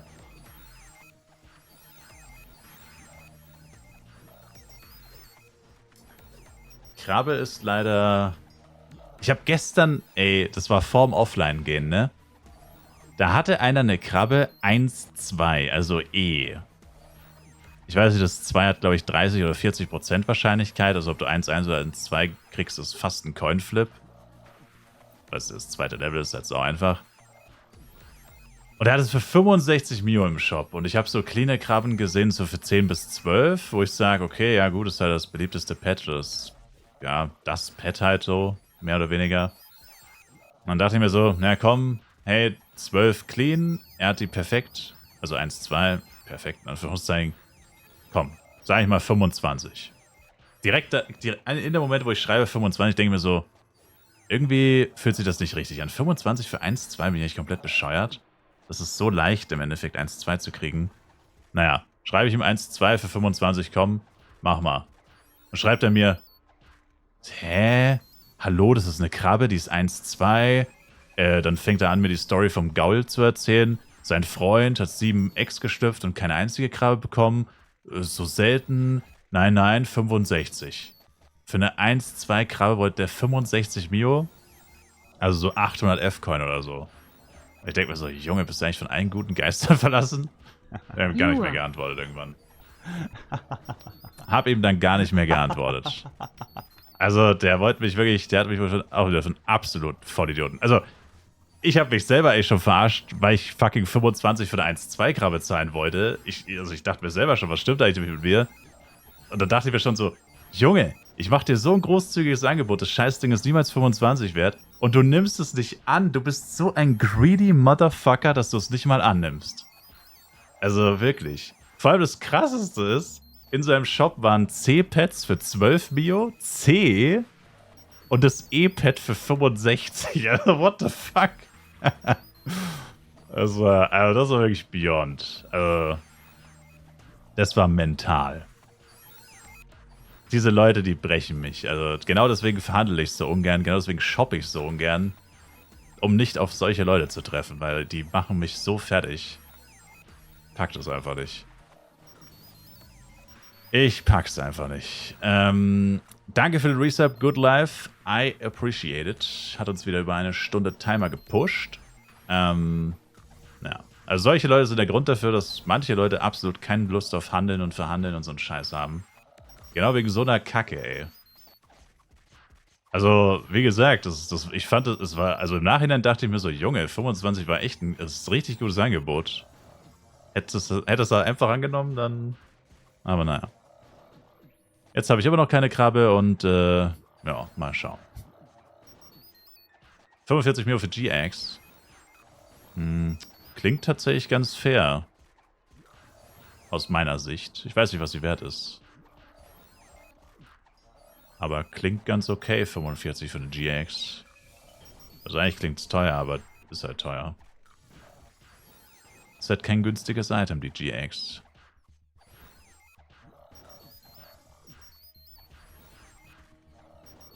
Was mein Equipment sieht auf FEC Bolt.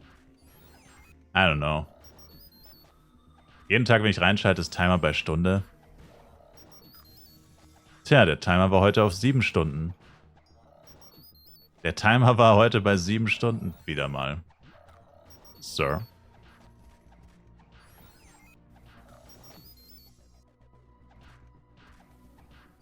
Jetzt sind wir wieder bei einer Stunde.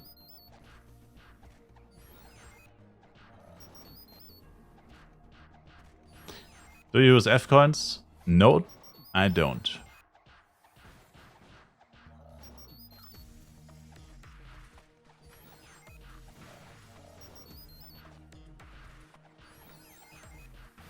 Soll ich 2 kaufen für Blade 2 für 45 gesehen? Ich weiß nicht, 2 GX ist gar nicht so gut, weil eigentlich ist Drehdra Sword schon nicht schlecht. Also, weil du brauchst auch ein bisschen Hitrate und Attack Speed. 2 GX wäre eigentlich erst auf 75 gut, theoretisch. Und dann wäre His Sword als Zweitwaffe besser. Also dann wäre GX His Sword besser. Ja,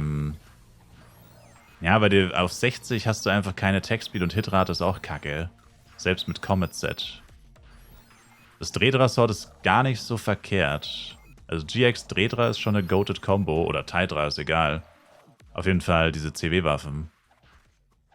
Die geben dir genau das, was du brauchst im Low-Level. Hitrate und Attack Speed. Vor allem Attack Speed. Attack Speed muss man eigentlich auf 100 haben. Alles unter 100 Attack Speed ist echt inakzeptabel. So wichtig. Viel wichtiger ist ein bisschen Crit-Rate und ein bisschen Schaden. Also weiß nicht, was du für Stats hast, aber normalerweise hast du mit 60 in der Regel eigentlich keinen 100 Attacks. Oder das struggelt man eigentlich mit Attack Speed noch. Mache ich eigentlich Giants? Noch nicht, nee, aber wahrscheinlich gar nicht. Also Hernes vielleicht, aber... Bis ich bei Hernes ankomme, werden die schon so gottlos überfarmt sein. Da habe ich keinen Bock drauf, bin ich ehrlich. Ich denke mal, ich werde mich eher so auf sowas wie Kriton fokussieren. My Homeboy. Kriton. The Homeboy. Wo kann ich nachsehen, wie die Stats stehen? Taste H und dann auf Details. Da siehst du deine Treffgenauigkeit, wobei die Prozente sind nicht wirklich aussagekräftig. Das ist eigentlich wirklich besser. Also Attack Speed ist wichtig, dass 100 ist. Crit-Rate und so. Mal im Auge behalten. Aber Treffgenauigkeit ist schwer einzuschätzen. Also das, was bei Treffgenauigkeit steht, ist eigentlich mal weniger relevant als das, was du siehst. Also wenn du die ganze Zeit Mist siehst, dann ist offensichtlich was mit deiner Treffgenauigkeit nicht gut. Was dann genau auf H steht, ist eigentlich gar nicht so wichtig. Sag ich mal. Da geht es wirklich mehr um das. Also misst du tatsächlich oder misst du nicht? Was auf H steht bei Treffgenauigkeit ist eher Wurst. Wurst mit Käse.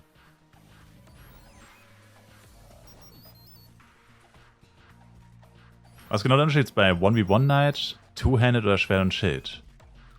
Two-Handed greift schneller an und hat halt mehr Def durch das Schild. One-Handed greift schneller an und hat mehr Def durch das Schild. Und Two-Handed macht einfach mehr Schaden. That's the difference.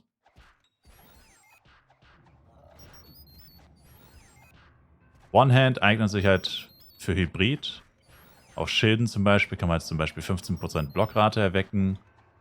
Wie gesagt, hat vielleicht ein bisschen mehr Def und so. Und Two-Hand ist halt eigentlich wirklich fürs Damagen und AOEen. Aber man kann auch mit Two-Hand, kann man theoretisch auch Hybrid spielen. Also es ist jetzt nicht so, dass das irgendwie von der Waffe vorgegeben wird. Es ist einfach, keine Ahnung. Boah, ich habe immer noch keinen einzigen Interli über +3 gedroppt, Junge. Das gibt's doch nicht. Mein AM hat immer noch 2 Interlis +3, weil ich nichts drüber gedroppt habe. Das reicht langsam mal hier.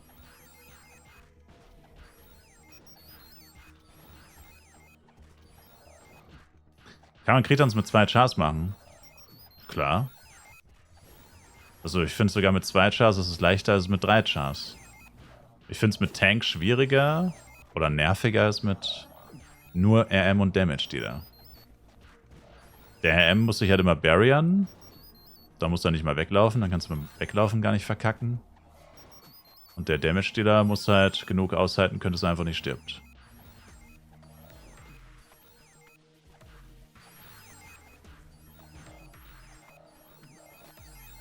Eddie, ich hab vorhin Bloody Axe für 15 Mille gekauft. Nee. Laber nicht. 15? Selbst 150 wäre falsch. Hä? Was wollte der bitte machen? 150 wäre auch falsch. 1,5 Milliarden wäre ein bisschen viel. Komisch. Was sollte das bitte für ein Preis sein? Bei 15. Merkwürdig. Ja, ich meine, Safer, der gefettfingert und Safer das instant gesehen und bereut, ja. 15.000 F-Coin. Ja, der direkte Handel mit F-Coin, der geht da zum Glück noch nicht. Dann haben wir wirklich, wenn das mal kommt, dann ist vorbei für uns Free-to-Play-Spieler. Dann kann man gar nichts mehr mit Penya machen. Dann ist over. Hab nicht gefragt, hab blockiert, weil er nicht aufgehört hat zu schreiben. Damn. Toxic. Keine Ahnung, Mann. Also safe seine Schuld. Also, du hast nicht gegen die Regeln verstoßen. Aber ja.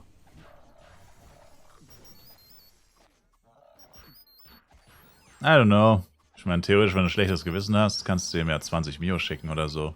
Oder kannst du ihm nochmal 15 Mio schicken. Aber ja, sowas sollte einem halt einfach nicht passieren, ne? I don't know.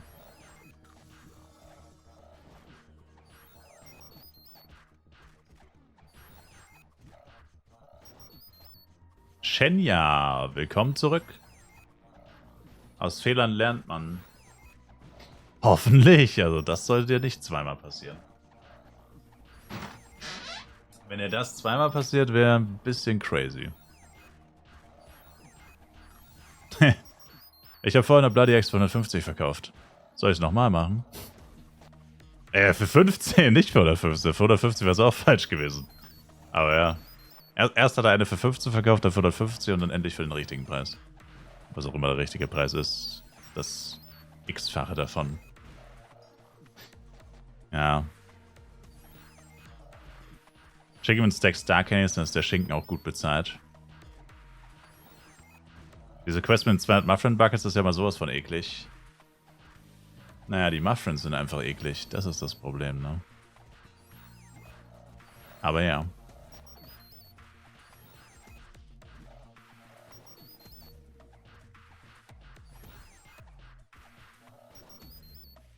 Möchte jemand meine Party Level 25, 417 Punkte?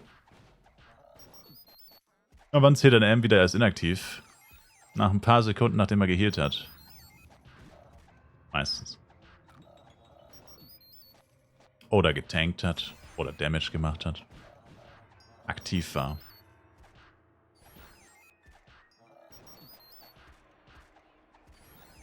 Ich habe jetzt auch Jesse's Counts zum 3. Mal gedroppt, glaube ich.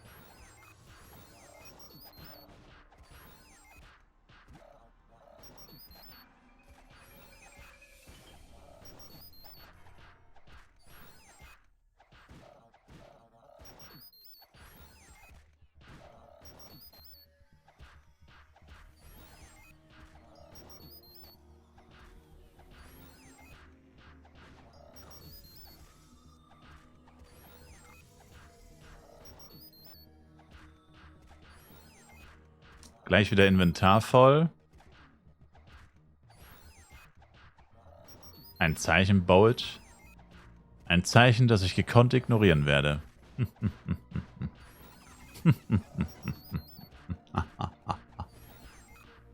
Sir. Gekonnt ist eben mal wieder gekonnt, mein lieber Bolt. Retrasort 15 bis 25. Ja, ich weiß. Ich meine, das ist zumindest günstiger als eine GX und bringt dir wahrscheinlich mehr. Teil-3X ist das gleiche. Aber ja, ich meine, du musst es zumindest von der Seite sehen. Es ist zumindest günstiger als eine GX. Und bringt dir wahrscheinlich sogar mehr. Aber ja, es ist... Ich habe es gerade schon gesagt. Also ich finde diese Clockwork-Sachen, obwohl ich jetzt selber daraus Profit gemacht habe, ich finde das Wahnsinn. Also... Dass das so teuer verkauft werden kann und auch gekauft wird... Aber naja, Angebot und Nachfrage halt. Ich meine, wenn ein Clockbox dir in der Regel so 100 Mio bringt an Drops, außer du hast Pech und kriegst mal nur 30 gefühlt oder 50, dann wäre es ja dumm, es für 5 zu verkaufen, muss man halt auch sagen. Aber fühlt sich irgendwie falsch an. Es fühlt sich falsch an.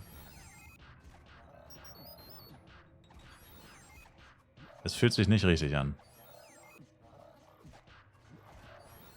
ECW mittlerweile auf 7 und 8, hat meinen vorgestern auf 7 verkackt. Würde ich nicht. Ich würde. Warum willst du es überhaupt probieren? Die geht doch einfach auf 6. Bro, don't do it. Don't do it, Misa. Don't do it. L plus 4 ist safe? Yes. Gewohnheit? Oh. Na, ich würde dir nicht vertrauen, was das angeht.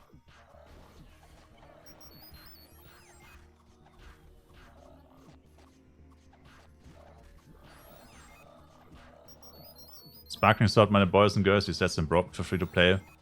Ach so, Robert, stimmt, ne? Also du kannst auch Sparkling Sword nehmen, by the way, wenn das zu teuer ist. Sorry. Hätte ich vielleicht auch noch sagen sollen. Es gibt noch 57er Schwert, es gibt aber nur Treffsicherheit, keine Tech-Speed. Also Drehdra Teidra ist trotzdem besser. Aber wenn dir das zu teuer ist, was ja berechtigt ist, es ist ja auch teuer, nimm das 57er Sparkling, das gibt's wie Sand am Meer für unter 500k. Bei so einem schlechten Gewissen wegen den CW-Preisen gibt es die nächsten Vorgegons für 8. No. 38 vielleicht, ja. Bruh. So.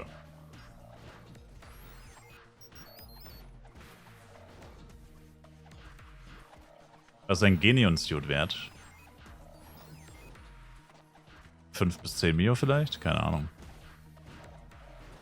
Die meisten Suits sind so, wenn sie mittelmäßig beliebt sind, dann sind sie so 5 bis 10. Wenn sie sehr beliebt sind, 10 bis 5, oder eher beliebt sind, 10 bis 50. Und wenn sie richtig beliebt sind, über 50. Aber die wenigsten Suits sind über 50. Eigentlich nur Blade Ranger M. Alle anderen eigentlich nicht. Genion ist das schlechteste Psyset, das kauft keiner. Klingt nach 1 bis 5 dann.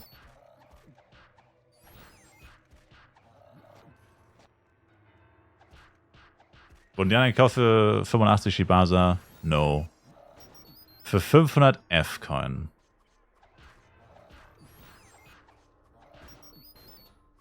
Aber meine Shamutra Boots, die wurden gekauft für 65. Ich hatte noch Shamutra Boots für 65, die wurden gekauft. Ups. Hoppla. Ups. Ey, die anderen hatten sie für 100 drin, ne? Die anderen hatten sie für 100. Ich war im Abstand der günstigste für 65. Schlechtes Gewissen. Bro. Die anderen hatten alle für 100, für 99, 95, ich hatte 65. Ich war mit Abstand der günstigste. Ich hab die schon, also ich hab schon viel günstiger gemacht. Ich meine, verschenken kann ich es ja auch nicht. Wenn es Leute gibt, die dafür 90 Mio zahlen, warum soll ich dann für 10 verkaufen? Weil ich habe trotzdem einen fetten Discount gegeben, sodass es, sag ich mal, trotzdem noch passen sollte. Genau die von dir sind jetzt für 100 in einem Shop. Siehst du? Dreckige Reseller, sage ich dazu nur. Ich habe zumindest noch ein bisschen gegönnt. Ich wollte auch Profit machen, aber ich habe zumindest ein bisschen gegönnt. Also, ich meine, ich habe alles restlos verkauft innerhalb von 5 Stunden. Also offensichtlich war ich günstiger, weil die anderen stehen ja heute noch da mit dem Scheiß. Aber ja, also, das ist schon verrückt. Aber wie gesagt, verschenken kann ich es halt auch nicht, weil ich meine, wenn die Scheiße für den Preis gekauft wird, was soll ich machen? Ich sage ja nicht, dass das so teuer sein soll. Aber es wäre schon dämlich, das dann viel günstiger zu verkaufen. Was soll man machen? Da steckst du nicht drin. Da steckst du nicht drin. So, die nächste Wagenladung 120er. Shit. Diamond Crafting. Here we go again. Erstmal wieder das Sortierspiel. Raus, raus, raus, raus, raus. Ups, das wird's. Ja, scheiße.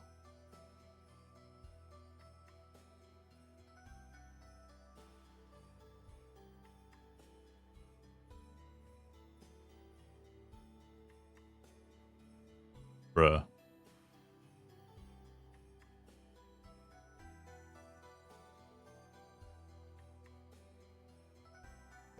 Bleibt nicht mehr viel übrig. Jeez.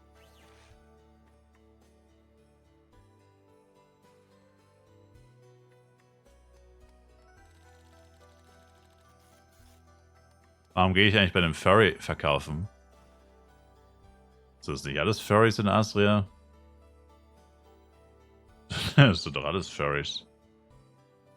Der eine Typ ist literally ein fucking Schaf.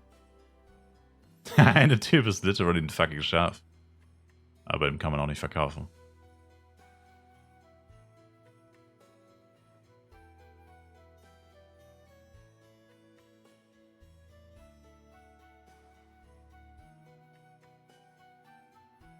Oh, das sind natürlich mal einige Waffen. Khajiit has wares if you have coin. Skyrim? Beziehungsweise Elder Scrolls. Habe ich gerade in Red verkauft? Ja, Tank Jester Gowns, die kauft keiner. Tank Jester Gowns, Sir. Was will ich mit diesem Unfug? Das ist wertloser Müll. Werter Herr, was will ich damit? Mit dieser Garbage. Lieber Harald, kannst du mir mitbringen, diese Jester Gowns für eine Tank-Charakter und eine Bier, die so schön prickelt in meinen Bauchnabel? Ich habe mir gestern einen neuen Porsche gekauft und habe aber gar keinen Platz mehr in der Garage. Ich habe schon 5. Gern will ich auch Waffen, die 0 haben für Dias. Ich habe es jetzt immer so gemacht, Shop. Eigentlich kann ich auch einfach 2 Shops machen, fällt mir gerade auf, ne? Ja, jetzt habe ich so viele Waffen, ich glaube, jetzt mache ich lieber 2 Shops. Na, plus 0er Waffen gamble ich tatsächlich nicht so gerne, weil die haben nur eine 5% Chance. Ab plus 1 haben sie schon 10. Also, wenn du rein mathematisch rangehst, weiß ich es nicht, weil ich kann kein Mathe. Aber mein ausgedachtes eigenes Mathe ist folgendes. So eine Waffe ist clean. Also ich habe es jetzt für 6,30 alle verkauft bekommen. Literally vor einer halben Stunde wurde die letzte verkauft oder so. Das heißt, so eine cleane Waffe ist 600 bis 700k. Easy Wert. Kriegst du in ein paar Stunden weg. Easy. Wenn du eine Plus-0er Waffe für 6,30 verkaufst und eine Plus-1er ist eigentlich nicht mehr wert, die ist eigentlich genauso viel wert. Und die Plus-0er gambest du für ein Diamond für 5% und die Plus-1er, die effektiv eigentlich genauso viel wert ist, gambest du für 10%, macht das irgendwie wenig Sinn. Weißt du? Weil warum sollst du die doppelte Prozentchance zum gleichen Preis verkaufen? If you get what I'm saying. Verstehst du? Das heißt, die Nullerwaffen eigentlich logischerweise alle direkt verkaufen und die alle 1er, 2er, 3er Waffen, die craften oder ruinieren. Das ist nicht sehr mathematisch erklärt, aber wenn du es nachrechnen würdest, würde das safe dabei rauskommen. Dafür habe ich ein Gespür. Ich habe es im Urin, dass ich recht habe. Sir. Kannst du jetzt nicht mathematisch erklären, aber das interessiert ja auch niemanden. Das heißt, ich trade jetzt bei Mam 20 cleane Waffen, am besten die beliebteren, also Jojos jetzt nicht. Und alles, was übrig bleibt, wird geschreddert. Also Äxte, Bows und Sticks, das sind die 3. Banger. Die werden immer verkauft eigentlich. Stuff Wand ist noch gut, Big Axe. Und der Rest ist echt Trash. Na gut, vielleicht habe ich ja keine 20. Tatsächlich ist schon sehr viel plus 1, 2, 3.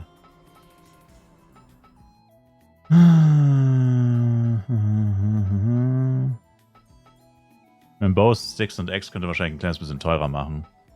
Aber Das hatte ich beim letzten FEC schon das Problem. Da machst du ein kleines bisschen teurer und sofort verkaufst du es nicht mehr in 3 Stunden. Dann kommst du 3 Stunden später wieder, hast doppelt so viele Waffen. Und dann plötzlich hockst du auf 40 Waffen und weißt gar nicht, wohin damit. Das ist dann auch nervig. Weil es ist halt schon sehr, also ich meine, die Waffen gibt es wie Sand am Meer, die sind ja wirklich nicht selten. Also ob du dann 50k mehr oder weniger bekommst, ist dann auch nicht mehr so wichtig. Hauptsache weg mit dem Schmarrn und halt 4-mal so viel wie der NPC der zahlt. Hauptsache du kriegst nicht die NPC-Preise. Die sind absolut malig. Aber ja, also man sieht es ja, die Leute heben ihr NPC-Zeug noch gar nicht mehr auf. Manche heben nur noch Waffen auf. Hier sieht man's, Sticks und so für 900k. Weil man halt auch nie weiß, wie lange die Shops schon dastehen, ist auch mal gefährlich. NPC-Preise sind auf FEC nur 50%, oder? Ja, das vergisst man immer mal wieder. Das ist es halt. Also die Waffen sind eigentlich so 200 bis 300k wert auf Borodeng, meine ich. Das heißt hier, wenn ich jetzt nachgucke, eine cleane Waffe müsste so 120 bis 150 müssen die sein. Ja, das gibt's ja nicht. Wieso sind ja kein NPC, Mensch. Ja, sage ich doch. 120 bis 150. 114 die günstigsten sogar. 109. Das heißt, du kannst sie für einen 6-fachen Preis in deinen Shop tun. Das ist Free Money, Baby.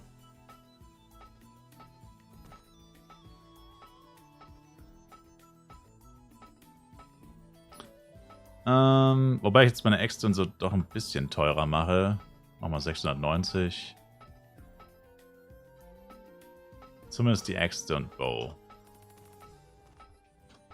Und den Rest für 630.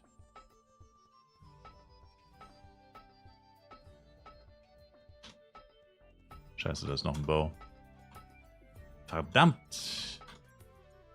Verdammte Axt. Verdammter Bow. Nenn ich mal Bloody Gamble 1, please. Wieso? Stell mich gleich daneben mit Bloody Gamble 2 und 3. But why? Ich muss den Preis dazu schreiben, Sir. The price is heiß. Kann ich daneben schreiben, wenn du unbedingt willst. Aber der Preis ist heiß. Sir. Die Leute müssen wissen, für wie viel ich verkaufe, Sir. So, und jetzt müssen wir mal gucken. Das heißt, wir machen uns hier einfach auch einen Shop auf. Es ist so uferlos, wie viele Shops es hier sind. Ah, hier ist eine Lücke. Aber die ganzen Diamond-Sachen stehen eigentlich da drüben, ne? Ja. Fuck my life, ey. Ist das crazy. 120 ist gleich 630k. Bloody Gamble 4. So, was haben wir noch übrig? Cleane Äxte und Bows und so müsste nichts mehr. Doch, hier ist noch einer.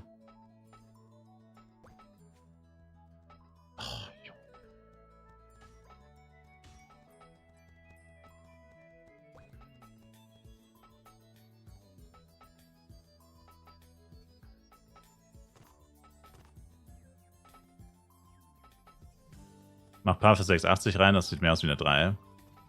Darum geht's mir nicht, Sir. Es geht mir nur darum, dass die Äxte, Sticks und Bows eigentlich auch teurer gekauft werden. Sind zwar nur 60k, wenn du 100 Waffen am Tag verkaufst. Da sind wir wieder beim Thema, wer den Penya nicht ehrt.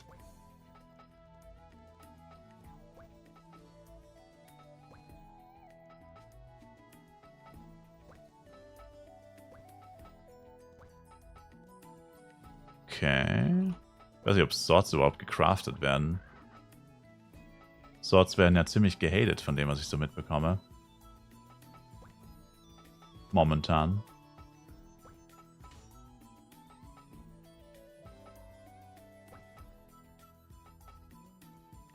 So, das sind jetzt eher die unbeliebteren Waffen. Und der Rest wird geschreddert, weil ich habe jetzt 2 randvolle Shops. AKA kein Platz mehr. Also muss geschreddert werden. Und die sind jetzt eh alle fast plus 2 und plus 3. Da sind vielleicht 5 Cleaner dabei. Alter, man sieht ja die fucking NPCs nicht mal, Mann. Langsam kauft 1250 EF für 100 Mio. Scheiße, das ist auch schon für live. Yeah.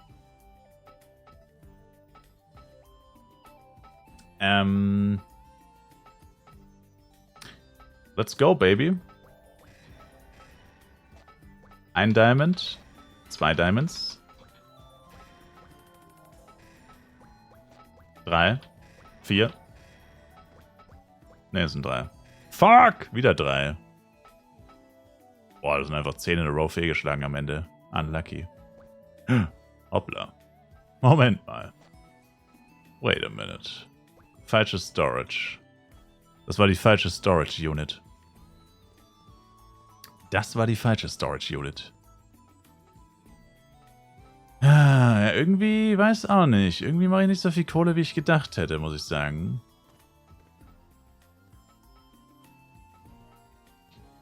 Irgendwie... Ich habe meine Power Dash schon länger nicht mehr verkauft, aber...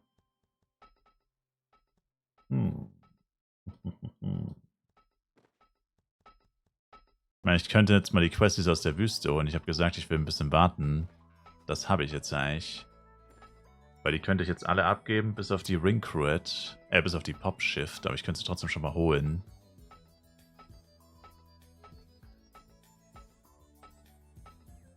Mal einen kurzen Abstecher nach Darkon. Danach. Also Darkon 3.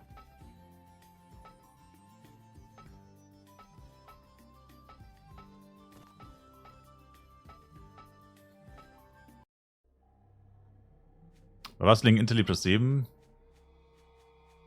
20 rund. Etwas mehr als 20 vielleicht.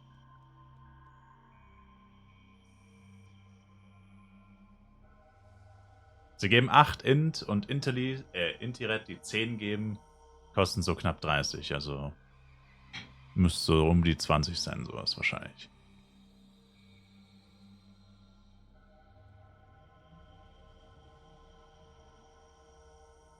Willst du diesmal farmen und Scrolls kaufen auf Buro mitnehmen? Nein, das habe ich letztes Mal gemacht.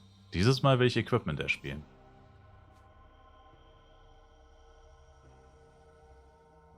Ah. 3 Mio pro 1 Int.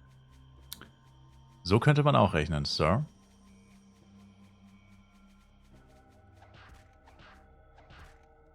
Könnte es sich ungefähr ausgehen, ja.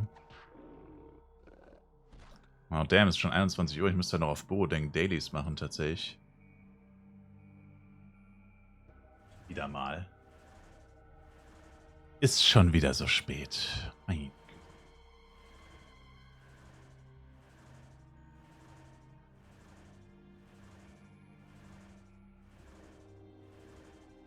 Endlevel Gear kaufen oder craften? Eher kaufen.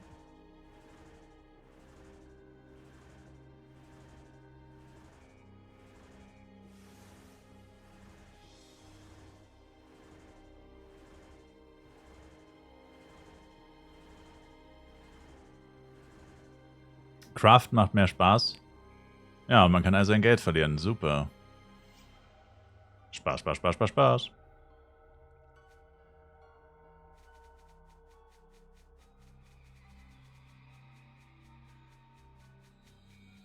Ach so, Moment mal. Müsste noch die Garuda-Quest annehmen. Was, allein mit den A-Pro-Preisen sind die 20 Mio eigentlich nichts?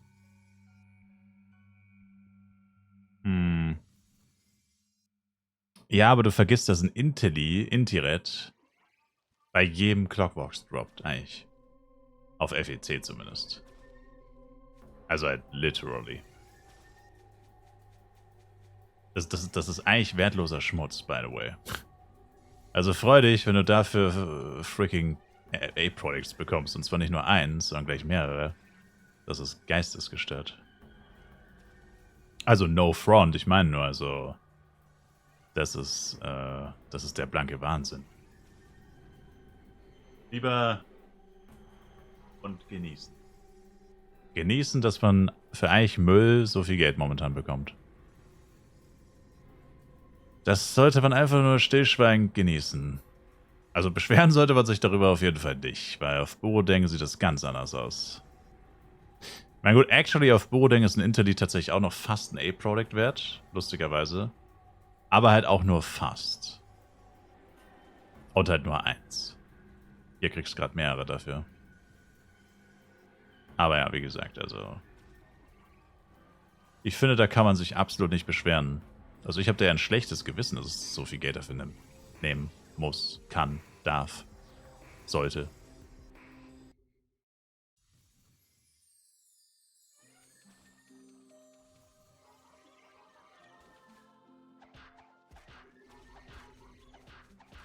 Tyrant oder Tidesuit droppen, ich suche. Wenn ich mir das so aussuchen könnte, mein lieber Herr, dann würde ich das wohl machen, ja. Kann ich aber nicht. Ich habe immer noch eine Rasra-Suit mit 8% ATK. Irgendwie will die keiner. Leute. Ist hier irgendjemand weiblich Jester Richtung Level 90? Leute. 8 ATK, Rasra-Suit, Level 90, weiblich Jester. Gegen eine geringe Aufwandsentschädigung. Anyone?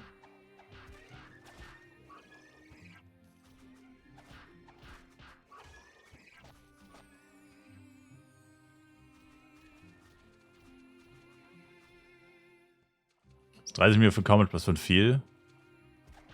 Kommt drauf an, wie viele Sockel es hat. Wie viele Sockel hat es denn? Und mit wie viel Prozent?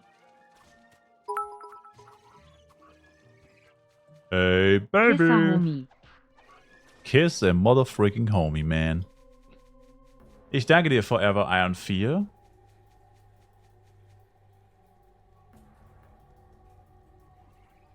Oh, da wurde keine Zeit dazu gerechnet. Okay, das hat nicht funktioniert. Hab mich schon gewundert.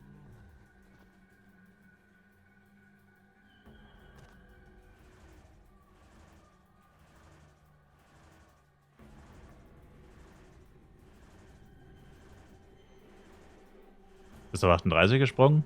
Echt?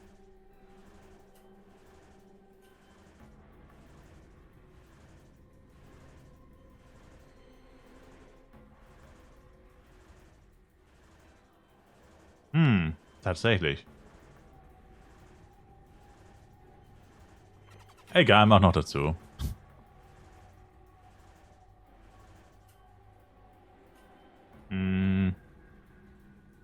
Ich glaube, es hat richtig funktioniert. Egal, ich schreibe mal sicherheitshalber 2 Minuten auf. Bin gerade zu dumm zum Rechnen. Aber es müsste eigentlich passen. Waren 8 Minuten. Danke dir, Forever Iron 4.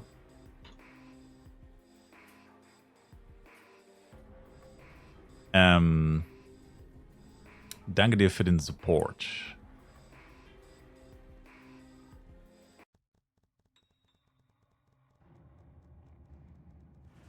Da steht Angriffskraft plus 8, 2, 2. 2 Sockel Lightning 4, okay. Ja, dann ist es schon teuer. Dann ist es teuer. Das könntest du selber craften. Wenn du alles clean für 12 bekommst, könntest du es selber wahrscheinlich günstiger craften. Oder auf jeden Fall für den gleichen Preis. Wahrscheinlich günstiger. Also es ist nicht teuer, aber es ist auch definitiv nicht günstig.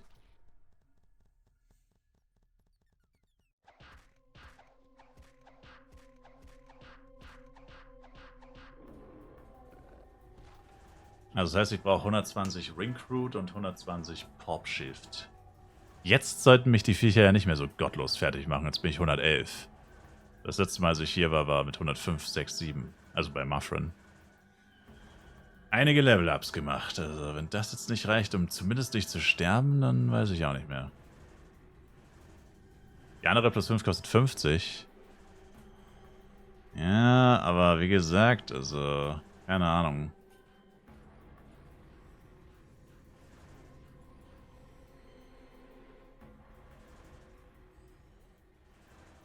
Lässt nicht mit sich verhandeln, oder was? Hast du schon probiert?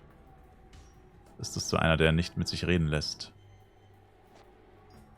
Och Mai, warum sind jetzt hier schon wieder so viele Catchers, man?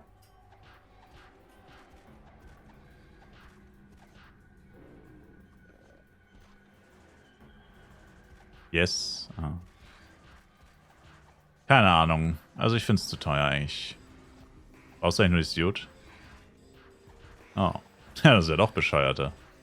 Dann lohnt es sich ja eigentlich erst recht nicht, weil die Suit ist definitiv keine 30 wert. Mit 2,28% plus 5.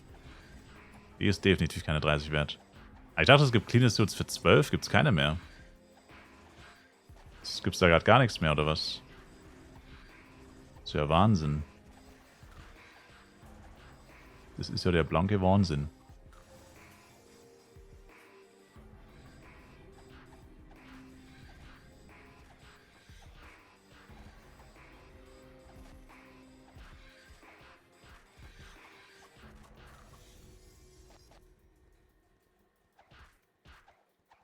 Das ist der Wahnsinn. Warum schickst du mich in die Hölle? Namens FEC. Ah, meine Güte.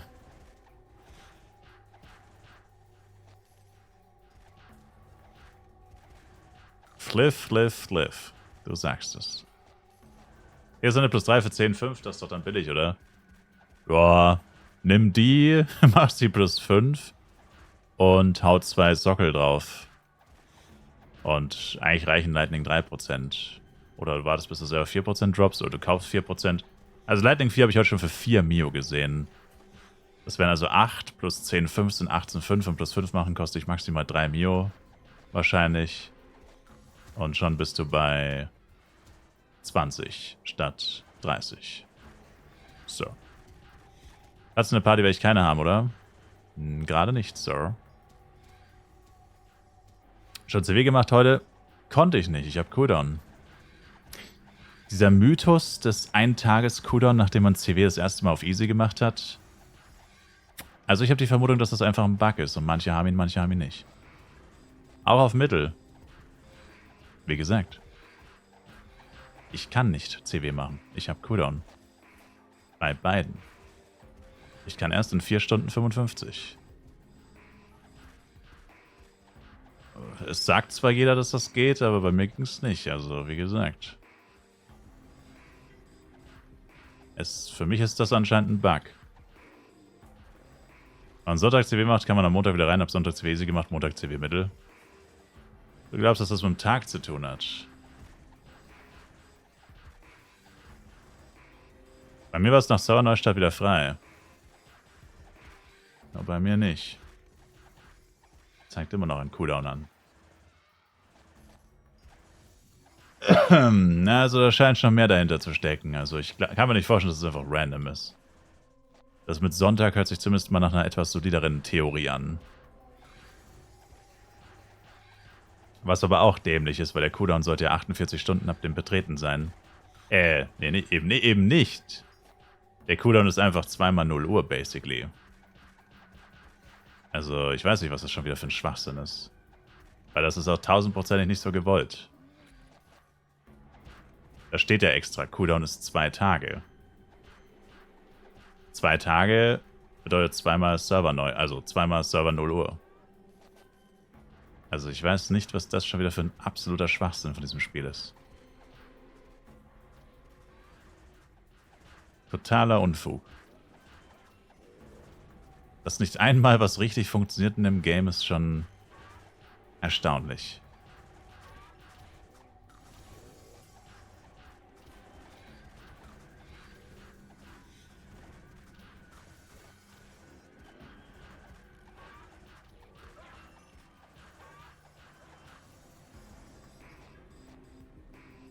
Gab es heute extreme Lags? Ja, aber nur für 20 Minuten und dann haben sie neu gestartet. Ein schneller Neustart hat sie gefixt. Quicker Reboot. Jo.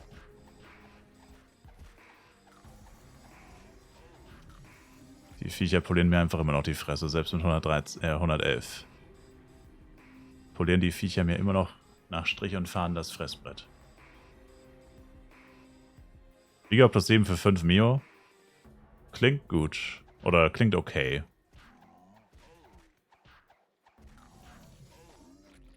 Sagen wir okay.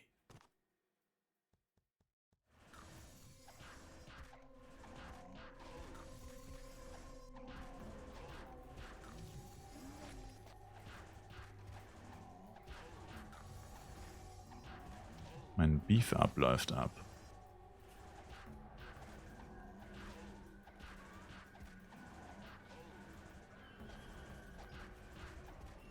Ich weiß, wie du jeden Tag durchsiehst seit Jahren, bleib dran und geh deinen Weg.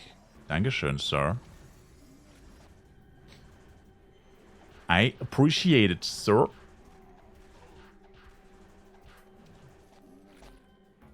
So, Beef-Up ist abgelaufen. Zack. Welcome back, Dynamite.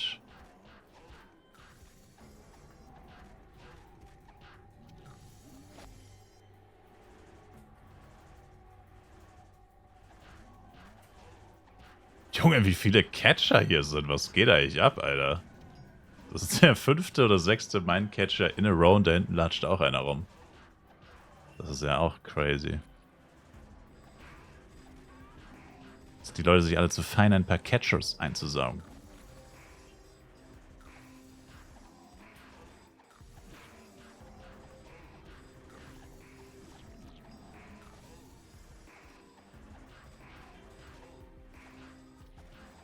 Well.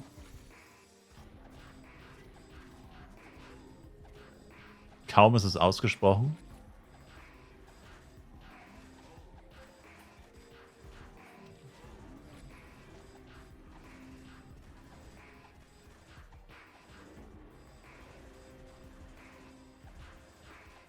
Was geht ab, Wachsdorf und Waschbär?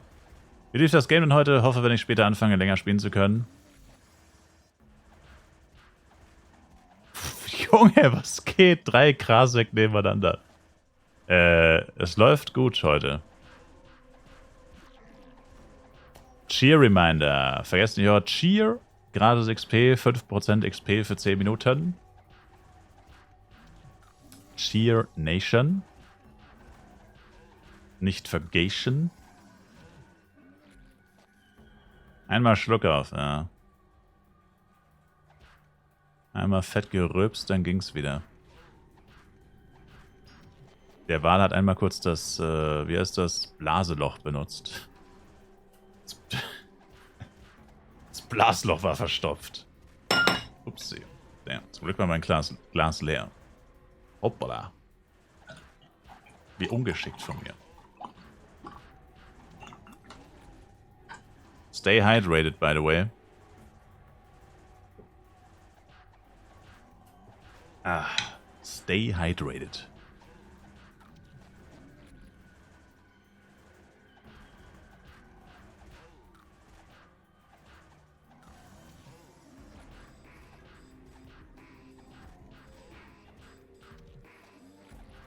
Wo Bullet?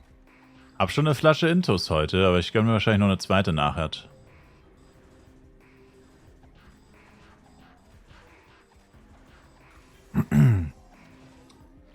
Das wundert mich nicht, Wachsdorf. Dein Schlafrhythmus ähnelt meinem. Nur, dass du viel mehr Verantwortung hast.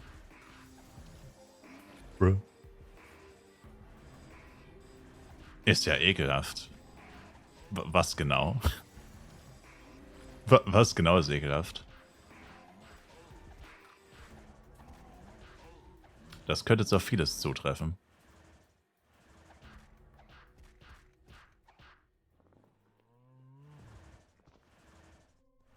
Bullet. Oh. Ich werde noch den hier Markenbotschafter.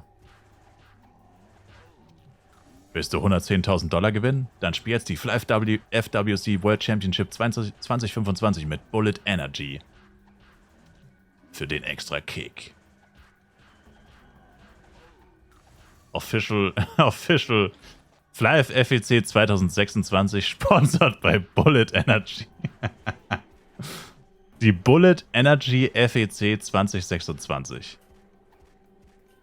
Ja, Jahresvorrat oder Lebensvorrat an Bullet Energy plus die 110.000 $. Das wäre doch mal was. Der Official, das ist so wie bei Pepsi Super Bowl. Jetzt ist er nicht mehr Pepsi Super Bowl. Aber dann ist es der Bullet FEC. Dann heißt es nicht mehr FEC, sondern immer Bullet FEC. Musst du immer dazu sagen, weil die sponsern den Geschichte, die sponsern ja die ganze Kohle. Deswegen muss immer der Name erst gesagt werden. Bruh. Das wäre doch mal was. Dann kann ich sagen, ich war von Anfang an dabei. Ich war von Anfang an mit im Team. Zwar nur durch Zufall und aus Geiz, aber hey, was soll's.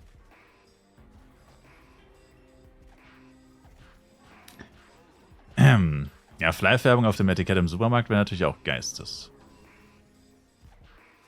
Allein schon deswegen ist es eigentlich faszinierend, dass sie sowas nicht machen, weil ich kann mir gar nicht vorstellen, dass sowas so viel Geld kostet. Da sind wir wieder bei so einem Grundproblem von Flyf, dass die einfach zu klein denken.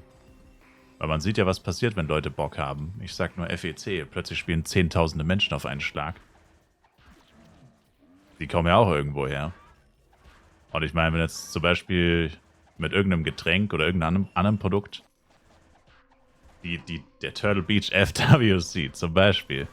Also, ich meine, das kostet ja nichts. Ich meine, natürlich kostet es was, neue Flaschen zu drucken, das Etikett zu ändern und whatever. Das teilen sich dann die beiden Firmen halt 50-50. Aber es sind ja letztendlich alles Ausgaben. Ausgaben heißt ja immer Gewinnminderung, aka weniger Steuern und so weiter.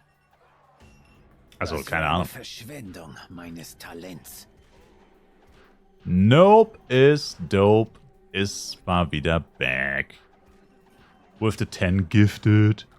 Da wurde jetzt aber nichts angerechnet. Da hat er jetzt einfach gar nichts gemacht. Mr. Nope, die Großzügigkeit in Person. My man. Danke dir. I appreciate it. Godly. Dann machen wir 2,26. Die 2 Minuten von vorher. Und jetzt nochmal 2 Stunden. Und schon sind wir wieder bei 2,5 Stunden. Ich dodge auch jede Subbombe. Classic. So, ich habe jetzt alle Catcher hier weggesaugt, die in der Wüste waren. Jetzt reicht's. Jetzt muss ich auch mal ein paar Monster töten.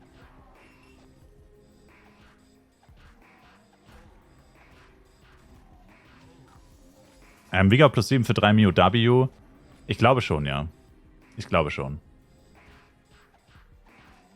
Hört sich fair an. Also, Ring Crew at 38. Oh oh. Bro, er läuft doch schon weg. Wie kannst du ihm denn noch einen Hit geben?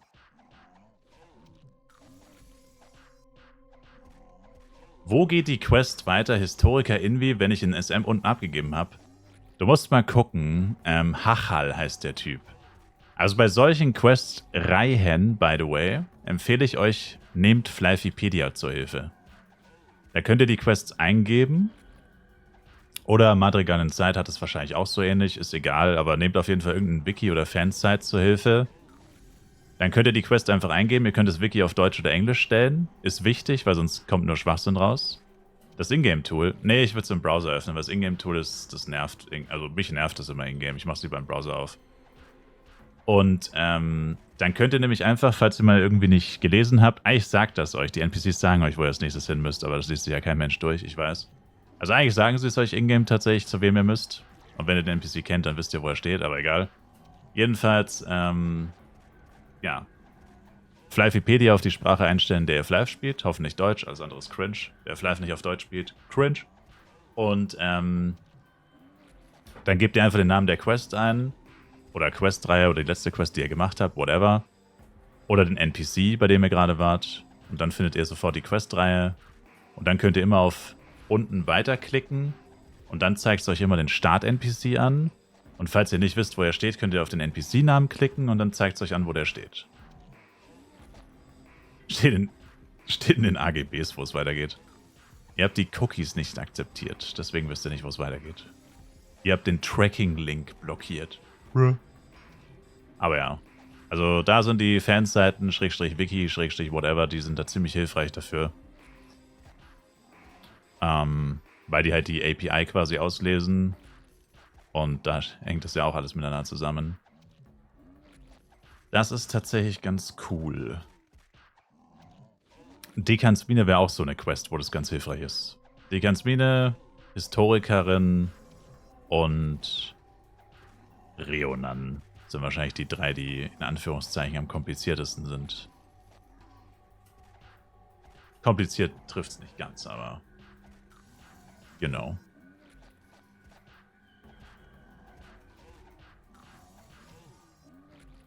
Wie viel F kannst du euch maximal bieten für Bloody Jojo? Das ist eine gute Frage, keine Ahnung. Ich würde sagen, nicht mehr als 4000.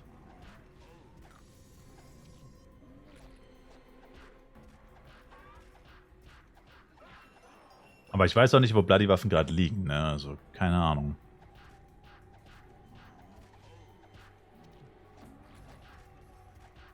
Wie heißt das 105er-Set zum Healen? Necklus oder Navil? Necklus Navil.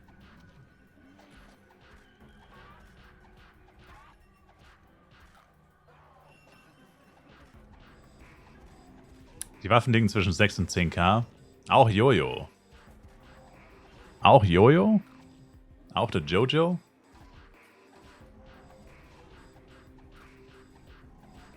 Even my boy Jojo?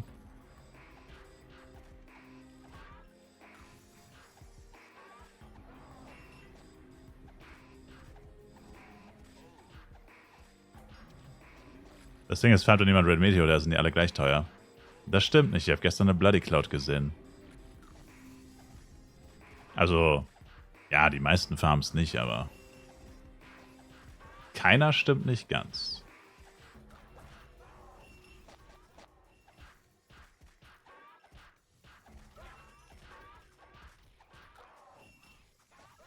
Das für ein verdammter Lacker muss man eigentlich sein, dass man einmal Red Meteor killt und instant eine Bloody Cloud droppt, ey. Verdammte Glückskinder.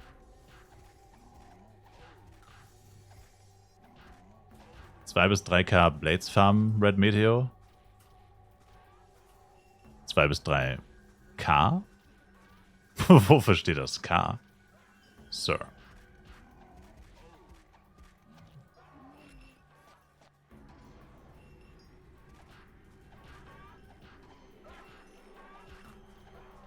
Euronen. Oh! Lol. Geil. Nice. Geil. Was würde ich dir empfehlen? Zu was? Hä? Oh, oh. Einen 1v1 Blade oder 1v1 Ranger wegen Third Job Change, die noch kommt. Ich weiß genauso wenig wie du, Sir. Ich weiß nicht, was in der Third Job Change passiert. Keinen blassen Schimmer.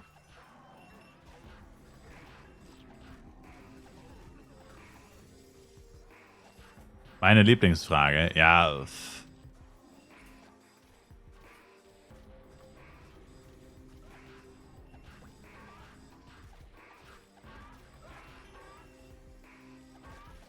Echt Bock auf den Blade, aber einfach so teuer ab Korall. Ja, aber Ranger ist auch teuer. Das ist ja das Problem. Ranger ist auch schweineteuer.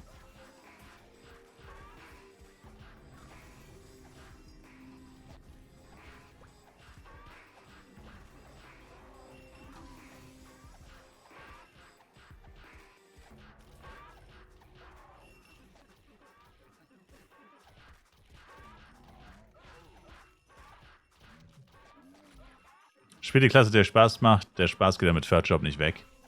Eben. Also wenn du echt Bock auf einen Blade hast, dann trotzdem Blade. Also wenn die Wahl zwischen Blade und Ranger steht und du hast echt Bock auf einen Blade, dann nimm gefälligst den Blade. Weil der Ranger ist auch schweineteuer und dann macht er dir ja weniger Spaß. Das macht dann irgendwie nicht so viel Sinn, finde ich.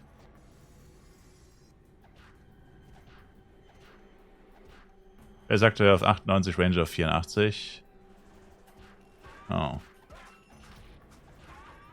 Ein weiterer Grund, den Blade weiter zu zocken, wenn du mich fragst.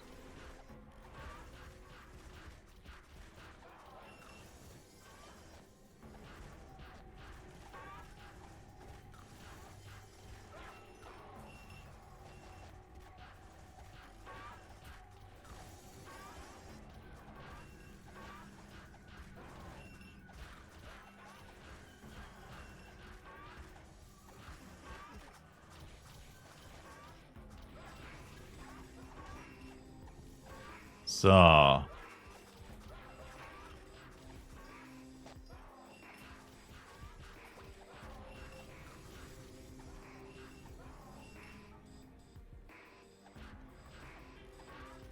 Ich will hier wieder weg. Die Monster sind einfach zu stark.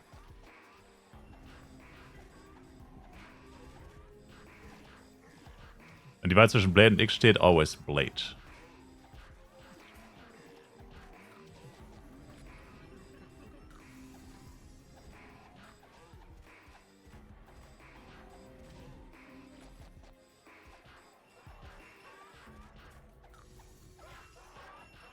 Alter, das gibt's doch nicht. Wie ich mein Blade nicht zocke. Abwechslung. Ist the name of the game.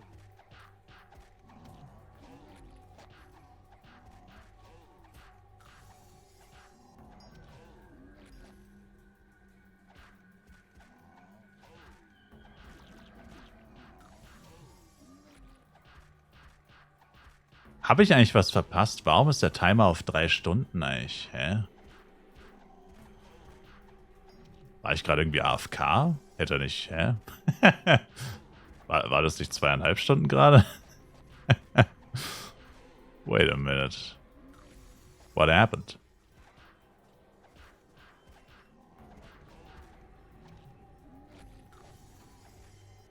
Replay? Ich weiß nicht mehr genau, was es war, aber es war doch irgendwie 2,5 oder so. Hat er jetzt doch nochmal Zeit dazu geballert. So, kam die Zeit von den Subs, diese 40 Minuten, die er immer macht. Kam einfach mit einer 30-minütigen Verzögerung.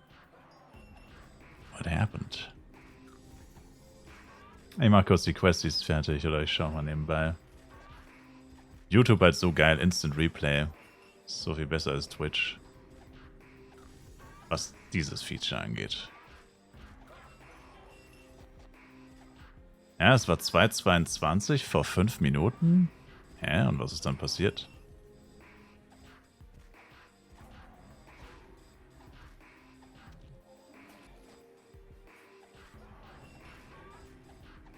Tatsache. Es ist von 2,22 auf 3,10 gejumpt. Wieder diese 48 Minuten. Damn. Wie oft ist das schon passiert? Nice Bescheid gesagt, ihr dreckigen Scammer. Das ist wahrscheinlich schon 20 Mal passiert. Bruh. Ihr verdammten Scammer. Schön dicht gehalten, ne? Und gehofft, der alte Sack merkt's nicht. Und gehofft, der alte Sack merkt es nicht. Ihr dreckigen Scammers. So. Schenke ich euch ein paar Minuten. 2,26. Wollt ihr halt einen gescheiten Timer? Sabotage. Sabotage. Naja, habt ihr ein paar Minuten gratis bekommen. GG.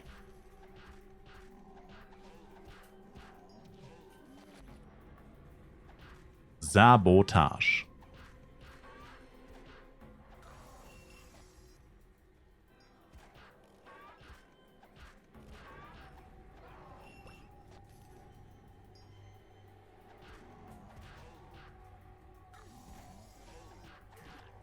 Level up, baby, let's go! Level up, baby, let's go!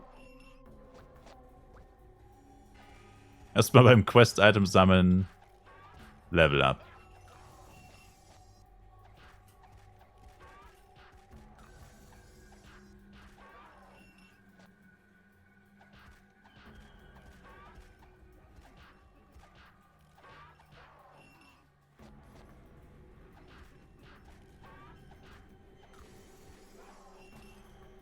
Heute jetzt 2 Minuten Streamzeit beim Sabaton mit dem Coupon Flives Game Spiele April. Hey. Hey. Machen wir noch einen dritten Char. Erstmal nicht zum Ende hin. Also was ist zum Ende hin, aber irgendwann mache ich vielleicht nochmal 8 Char-Taktik hier. Just for the Lloyds. Vielleicht. Mal schauen. Aber jetzt erstmal nicht. Nee, jetzt ist Full Focus, diesen Char hier irgendwie ins Endgame zu bringen.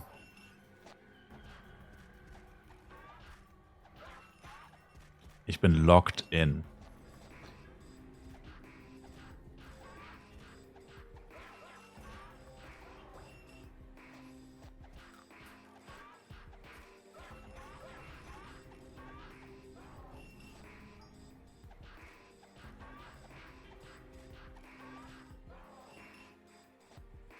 Weiß einer, wo G-Knuckle jetzt so preislich liegt?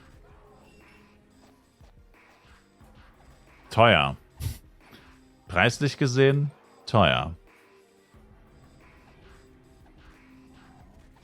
Captain Obvious, ich weiß.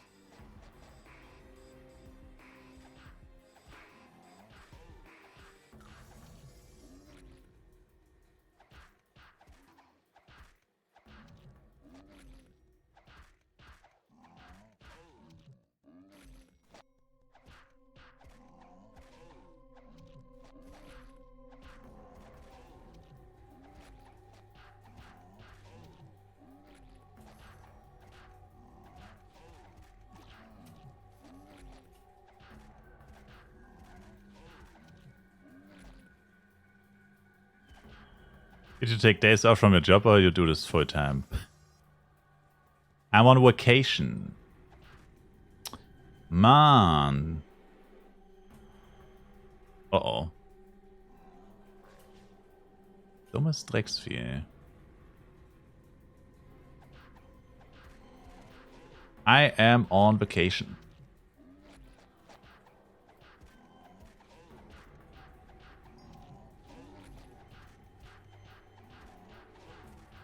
Schaffe ich den Mega-Chefkoch Bolt? Die Frage ist eher, ob er mich schafft. In einem Bissen oder in 2? Was denkst du? Braucht er 2 Bissen oder einen, wenn er mir den Kopf abbeißt? Ich weiß nicht, Bolt. Adult life be rough? Why? Because you have to take a vacation to grind a game? I don't know. Can't complain.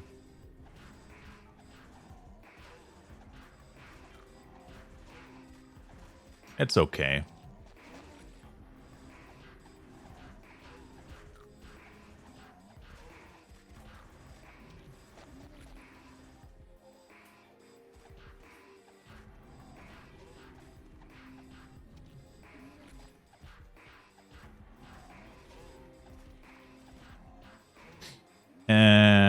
There are people worse off than us, I would say.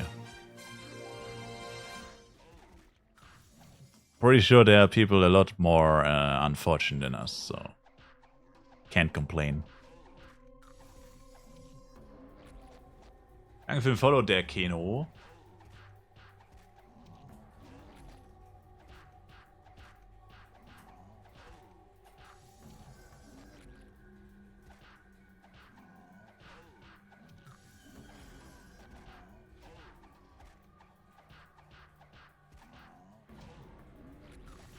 $104.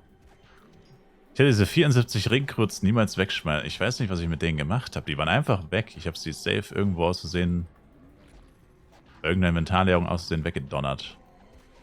Entweder ein NPC rein oder halt Gilde.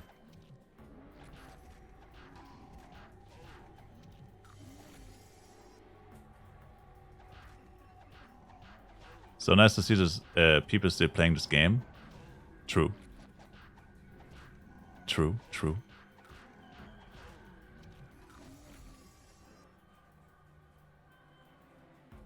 Was soll ich sagen, wo kann ich mit 104 hin? Bin gerade bei den Bären.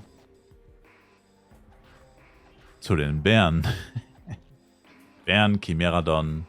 Definitiv nicht Muffrin. Definitiv nicht Muffrin. Wüste definitiv auch nicht mit 104, kannst du vergessen. Astria meine ich. My bad.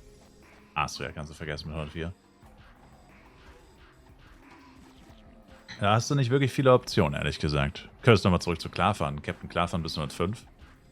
Manche machen sogar Captain Klarfahren bis 106. Aber ja, stark limitierte Optionen.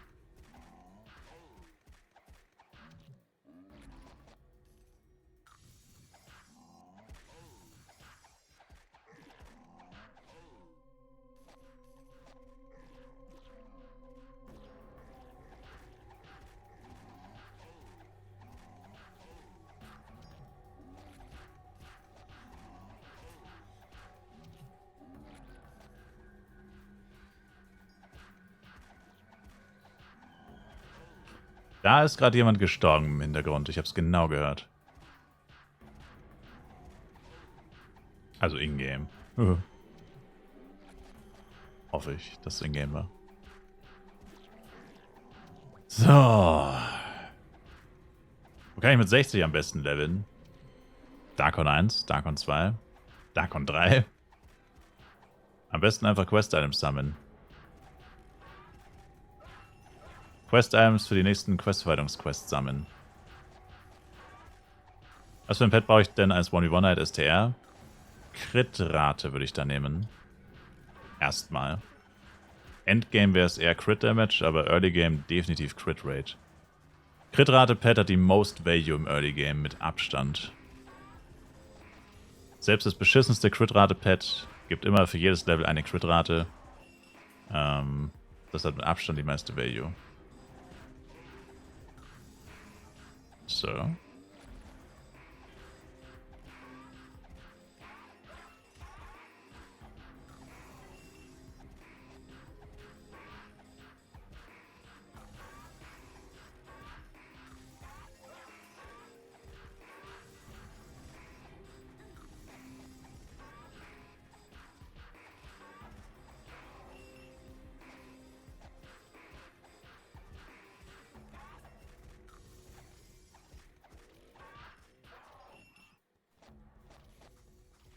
Crit-Rate ist das Dex-Pad, oder?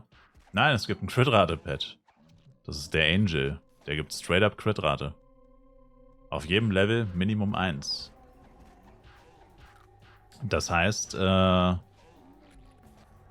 selbst das schlechteste Crit-Rate-Pad gibt mindestens 7 Crit-Rate. Und das wäre jetzt S. Das wäre tatsächlich ein bisschen zu teuer. Beziehungsweise existiert wahrscheinlich noch gar nicht. Aber, ja. Nee, Crit-Rate-Pad für eigentlich alle Klassen, außer Ranger und vielleicht Jester. Alle anderen haben so viel Crit-Rate-Probleme bis ins Endgame eigentlich. Da ist definitiv Crit-Rate das Beste.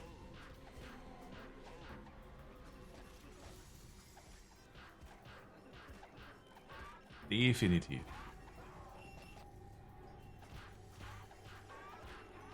So, mal wieder hinsetzen hier. Drachnix, was geht ab? Mal wieder hinsetzen.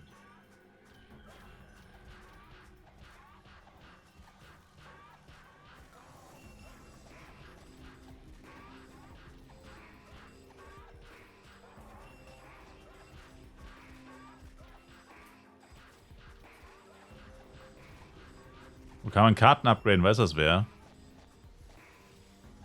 Beim Kartenmeister in Flares, aber das ist momentan, glaube ich, nicht so gut.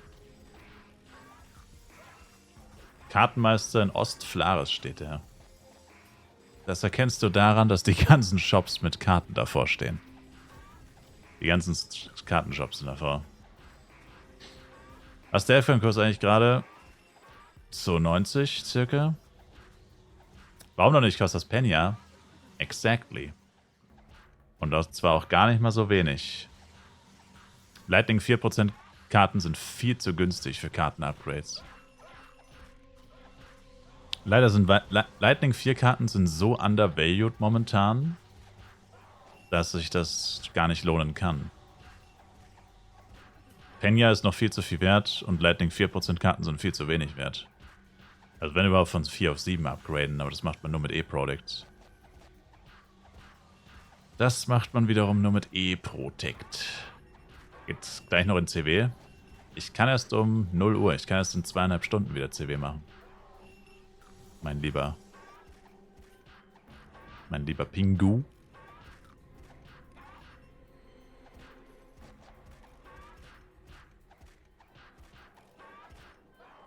Tower Daily ist auch erst in 2 Stunden.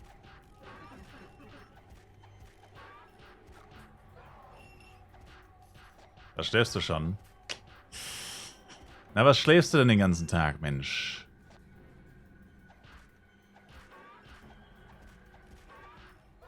Hashtag CW Mythos Gang.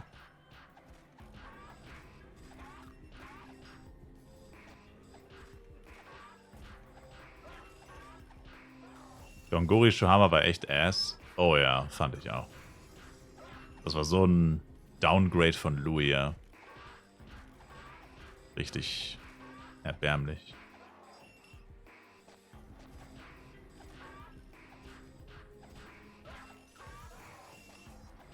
Oh, ich bin um 7 hoch mit 1 Stunde Schlaf.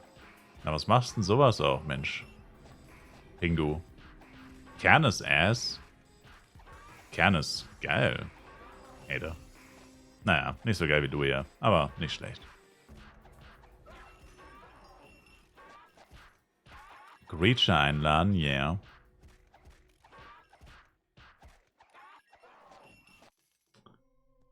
Solche Reacher eingeladen. Und noch ein Plus dazu. Bist nicht Channel 5, Mister. Gib dir noch Channel 5. Ganz einer der besten Monster von der XP her. Naja. Mag Vatanka nicht. Niemand mag Vatanka. Vatanka sind Arsch, Kackewurst.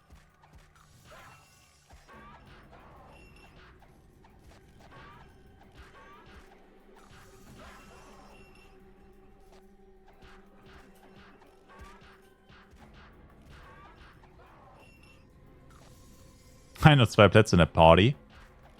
Gerade nicht, leider.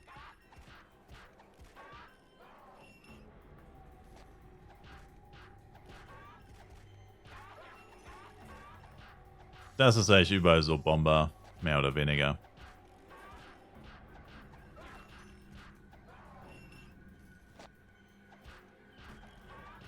Da sind Plätze frei, Mr. Lost in Toilet bei CLM.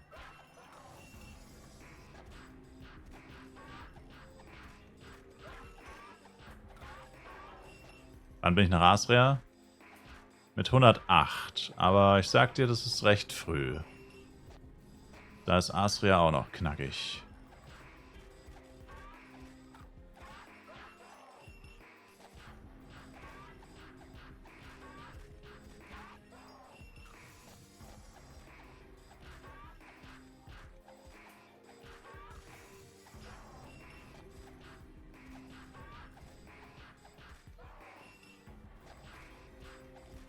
Auch mit 2 G-Waffen plus 605er Set.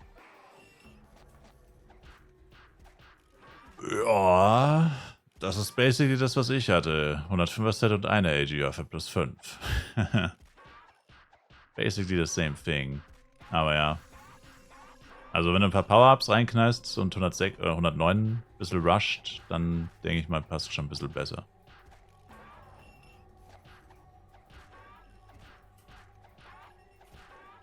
GX plus 3 für 70 Mille. Vorhin hat jemand für 45 gekauft. My boy Robert hat vorhin für 45 gekauft.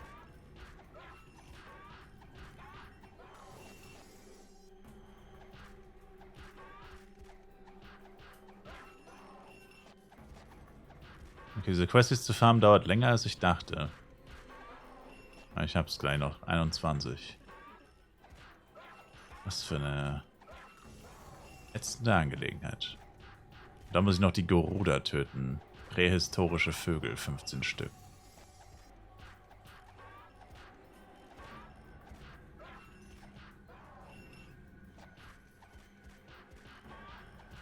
Kannst du mich direkt mitfarmen?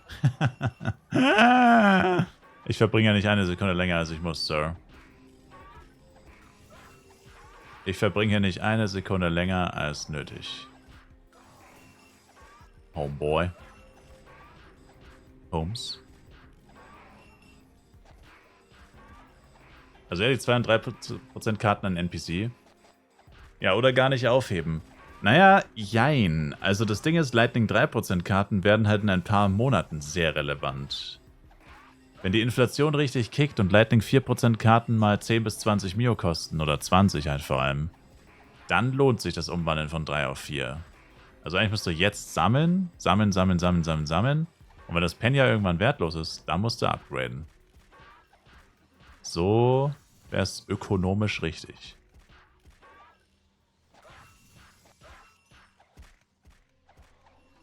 Die Frage ist halt nur, willst du den Inventarplatz dafür opfern? Vor allem, weil du Karten nicht filtern kannst. Das heißt, du kannst doch nicht sagen, du willst nur Lightning 3. Nein, du kriegst dann alle.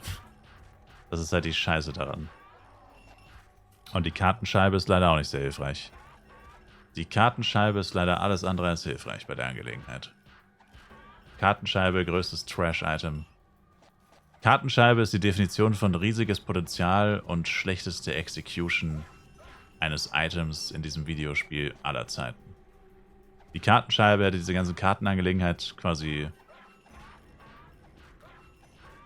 Was ist die Kartenscheibe? Das ist eine gute Frage. Was ist die Kartenscheibe? Was ist das? Gute Frage.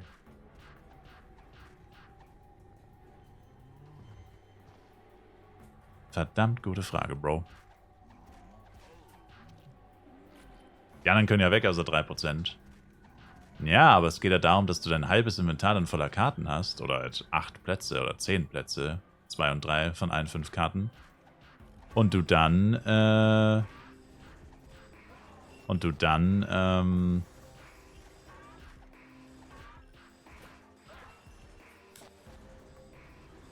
es ist zuerst die mal rauszuwerfen, genau. Die mal rauswerfen oder beim NPC verkaufen müsstest. Aber du verlierst trotzdem aktiv beim Farmen die Plätze. Also, gut, schön, dass wir darüber gesprochen haben, Bomber. Finde ich auch, Bomber. Finde ich auch, Sir. Nee, also, das funktioniert mit 8 Chars vielleicht, aber nicht mit 2. Und mit 8 Chars ist es auch schwierig, bevor die nicht sehr große Inventories haben. Achso, ich muss noch die Garudas töten.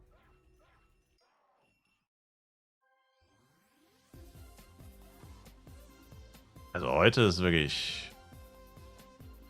It's Payday. Heute ist Payday.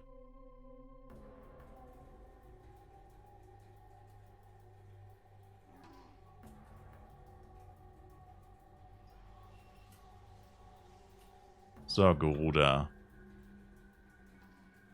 Jetzt geht's euch an den Kragen, ihr dämlichen Vögel. Wenn ich Karten rausfilter, hebt ihr dann wenigstens doch die 4% aus. Das musst du halt einstellen. Du musst Karten anklicken und dann nur den unteren Tab. Also du kannst ja Karten anklicken, also Elementkarten raus. Und dann die anderen Karten musst du anklicken und dann gibt es da nochmal 2 Optionen, da musst du die erste rausnehmen. Dann hebst du nur 4% auf. So hab's ich aktuell, ich heb nur 4% auf. Und Vakuum schmeiße ich immer weg. Wenn ich Vakuum 4% droppe, schmeiße ich es immer weg. Was ist denn das für eine Kacke? Was sind denn die normalen Garudas hier?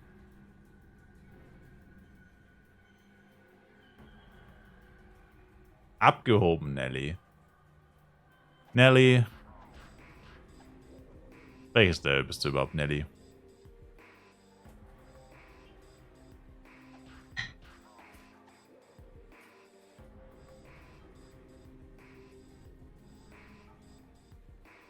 Na, da ist er still. Haben Sie nicht zu grinden, Sir?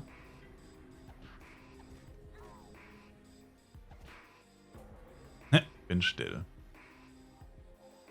Arme Kinder in Flares hätten die Vakuum vielleicht gebraucht. Glücklicherweise ich aus sicherer Quelle, dass die niemand braucht. Wie bzw. wann kommt man als Jester auf 100% Crit? Ich glaube frühestens mit 150, wenn du Full STR bist. Also ich bin auf 110 gerade. Wenn ich jetzt einen Bloody Jojo hätte, wäre ich wäre ich auch wieder auf 95. Und dann würde ich mir aber wieder Dex-Sachen anziehen und dann wäre ich wieder auf 100. Dann wäre ich auf 103 wahrscheinlich.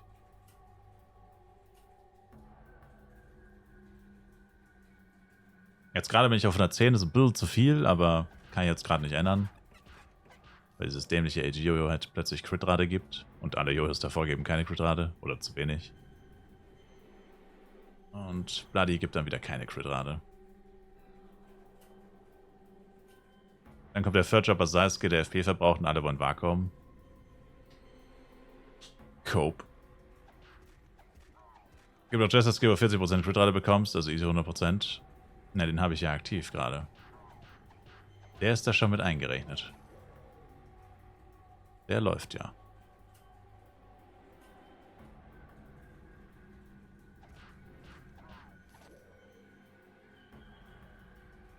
Fünf Stück noch. Gott, ich bin so langsam, das regt mich so auf. Pepe Bless in 2 Stunden Premium-Fluggerät. In 2 Stunden habe ich es überlebt. In 2 Stunden Premium-Fluggerät. Nie wieder laufen. Nie wieder laufen. Chat, ich muss da nicht mehr laufen. Für 3 Wochen. Für 3 Wochen muss ich nicht mehr laufen, wie so ein fucking Geringverdiener. Junge, ich bin wie so ein Loser, der den Bus verpasst hat, nach Hause läuft, ey. Ich bin einfach in Rock Bottom. 4 Stunden? Ah, verdammt. 4 Stunden. Trotzdem. Kennt ihr die Spongebob-Folge, wo er in Rock Bottom gefangen ist, weil er den Bus verpasst hat? Ich bin einfach in Rock Bottom, Mann. Ich bin einfach in Rock Bottom. Ah. Ich hab den Bus verpasst. Das ist crazy.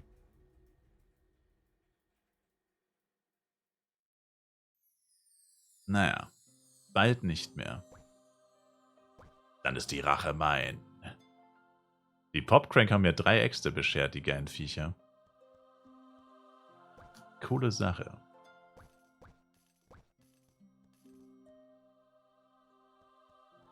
Also, nochmal. Braucht jemand die Ringcruits? Nicht die Ringcruits. Braucht jemand meine Rasra-Suit mit 8% ATK? Nächste FEC No-Flight Challenge. Die mache ich gefühlt jetzt schon. Ich latsche überall hin.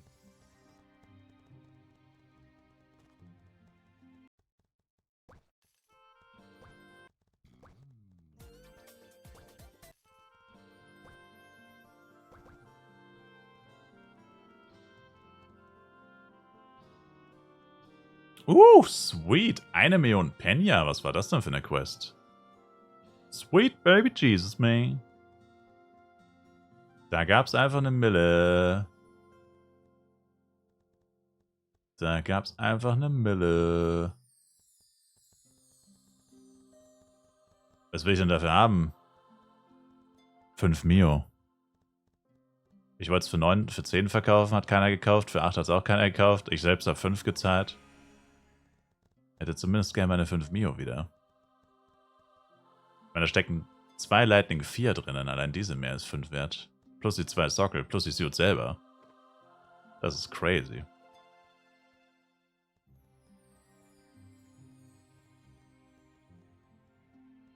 Also, es hat mich eh gewundert, dass die nicht gekauft wurde.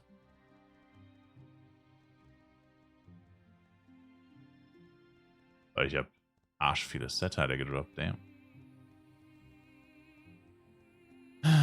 Okay.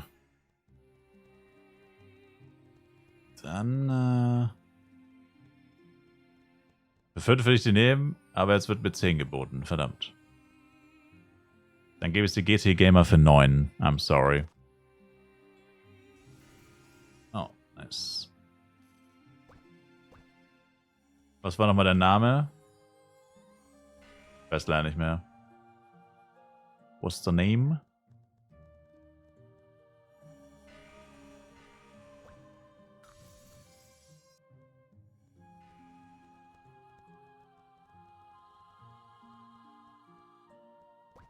Musst nur aufpassen, auf der Suit ist gerade noch Feuer plus 4 drauf. Musst du halt gegebenenfalls ändern, je nachdem, bei welchem Mobs du dann bist. Oder halt, zumindest wenn du zu Wassermonstern gehst, müsstest du es ändern. Aber auf dem Level gibt es eigentlich keine Wassermonster. Lustigerweise. Gut. Ich brauche das Pen jetzt eh nicht. Also, schickst mir einfach, wenn du kannst. Hat's nicht eilig. Ich wollte noch irgendwas machen, ich weiß nicht mehr was. Kurzzeitgedächtnis mal wieder.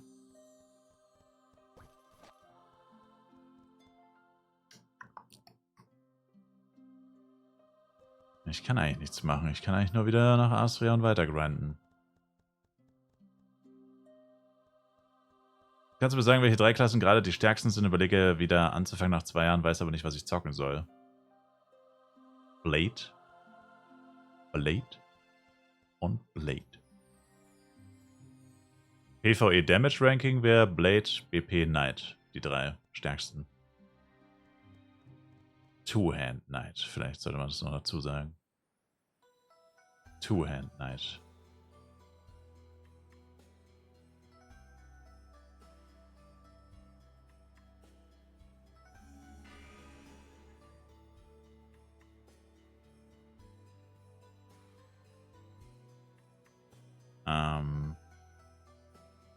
Ich würde aber tatsächlich fast sagen, jetzt wäre, glaube ich, ein ganz guter Zeitpunkt, weil ich gerade so ein bisschen im Reset-Modus bin. Dann müssen wir kurz auf Borodeng meine Dailies machen.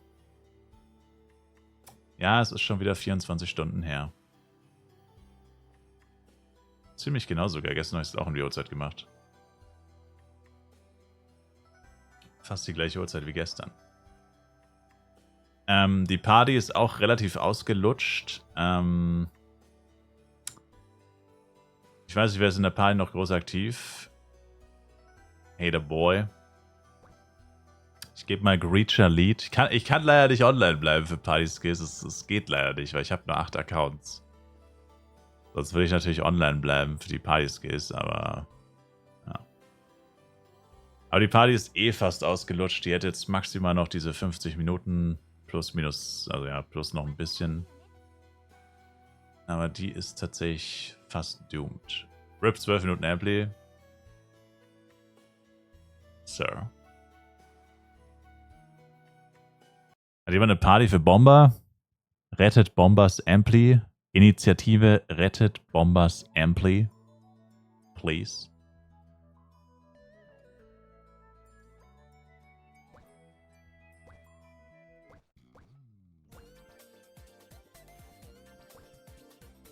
IU Berg rettet dich, Bomber.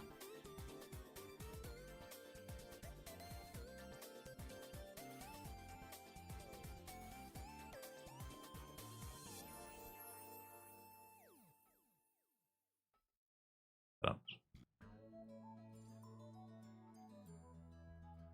Alle meine Freunde hassen die Borodeng Dailies. Dirty ass Hater.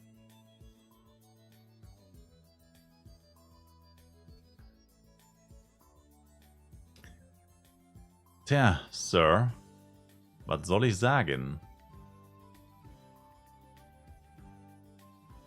Ich bin ein simpler Mann. Ich sehe Dailies, ich mach sie. Oder so. Wie level ich das Pet? Du brauchst Pet Candy. Ach stimmt, das wollte ich machen. Nochmal nach Pets gucken.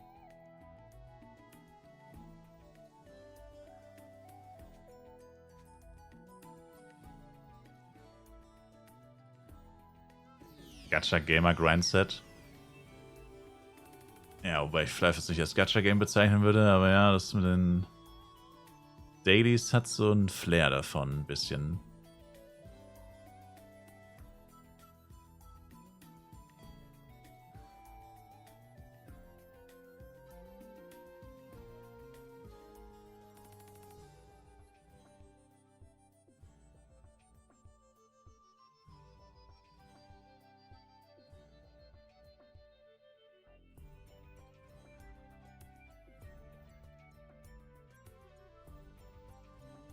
Was? Ich habe gerade aus Versehen eine Tab-Gruppe in meinem Microsoft... Ich habe gerade aus Versehen eine Tab-Gruppe in Mozilla Firefox erstellt und das hat mich komplett gekillt gerade.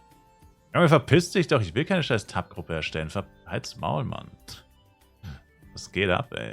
Was ist das? Ist das eine neue Funktion oder was? Was ist überhaupt nie passiert? Was ist das für eine nervige Kacke?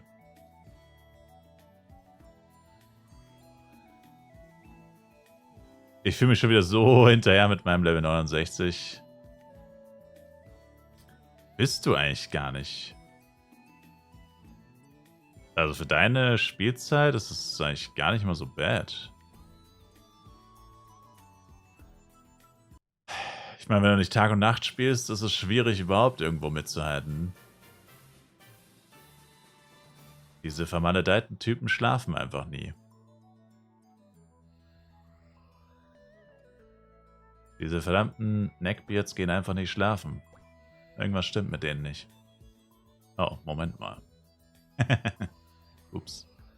Das bin ich ja selber. Aber ja, es ist schon geisteskrank.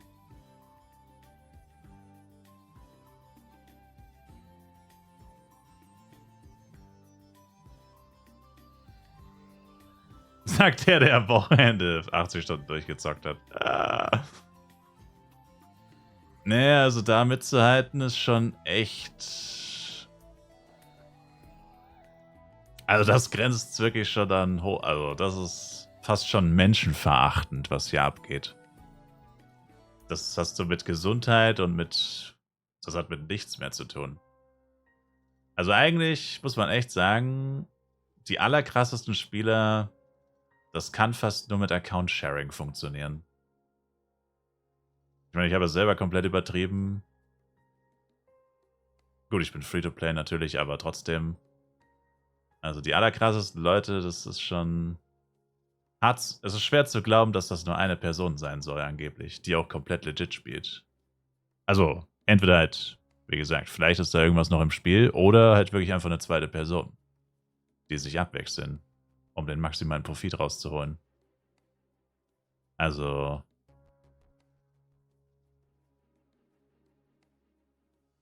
Weil, ich meine, du kannst noch so geistesgestört drauf sein, du kannst legit koksen oder was weiß ich was. Oder Amphetamine oder was sonst was. Irgendwas, was dich einfach permanent wach hält, wodurch du nicht mehr schlafen musst oder so. Aber irgendwann ist da auch mal Schluss. Irgendwann stirbst du halt einfach, wenn du das die ganze Zeit machst. Straight up. Genau so stirbt man. Also, keine Ahnung.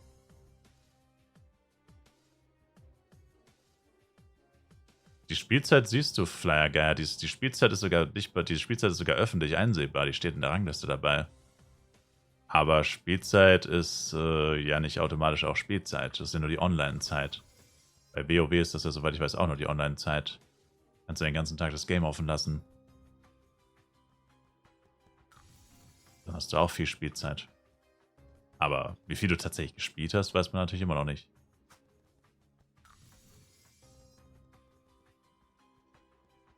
Sterben natürlich nur in-game. Also in dem Fall könnte man auch... Also, nein, in dem Fall tatsächlich richtig.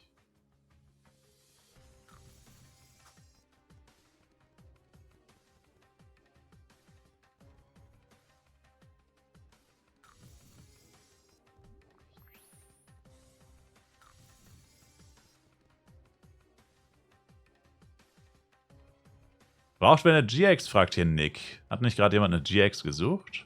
Und meinte, dass nur überteuert angeboten wird? Auf FCD zählst du ja quasi, wenn du nicht aktiv bist, bei 6 Digits fliegen stündlich raus. Na, okay.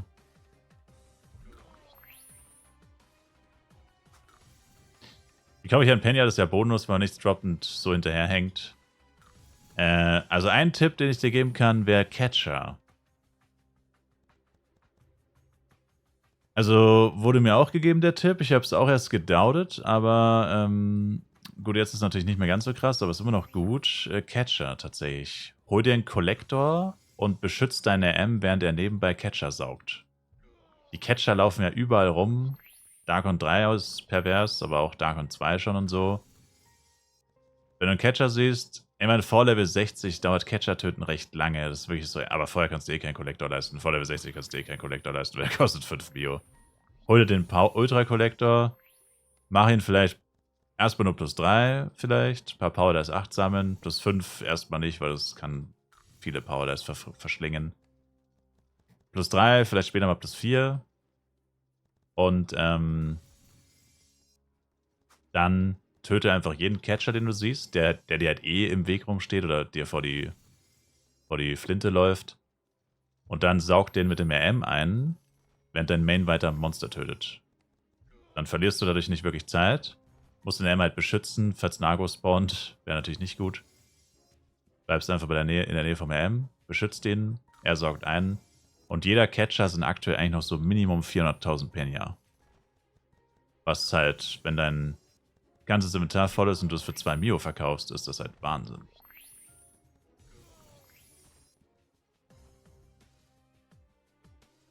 Das ist halt crazy. Mal als erstes mal Tau irgendwelche Tipps, hab Angst.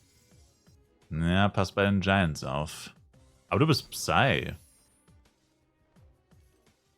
Mach Hit and Run mit Psychic Square. Oder AOE einfach. Oder 1v1 keine Ahnung. Und die Giants einfach Satanology und runter. Bei den Giants kannst du einfach Satan machen. Und mit Bomben runterschießen. Ranger.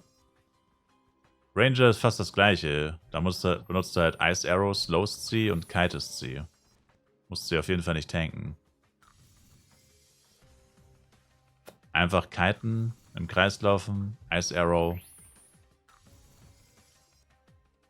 Poison Arrow. Poison Arrow ist auch noch sehr gut. Poison Arrow, Ice Arrow, Auto Attacks, kiten. Fast Walker. Easy. Aber du darfst nicht länger als 3 Minuten kiten. Du darfst nicht länger als 3 Minuten keinen Hit bekommen, dann läuft er weg. Also spätestens nach 3 Minuten einmal kurz hitten lassen mit Perfect Block und Ausweichen. Hast du als Ranger eine sehr hohe Chance, dass er dich nicht trifft. Und einen Hit überlebst du wahrscheinlich sowieso. Also einfach darauf achten, dass es nicht über 3 Minuten dauert. Im besten Fall unter 3 Minuten töten, ansonsten einmal hitten lassen. Dann hast du nochmal 2 Minuten länger Zeit.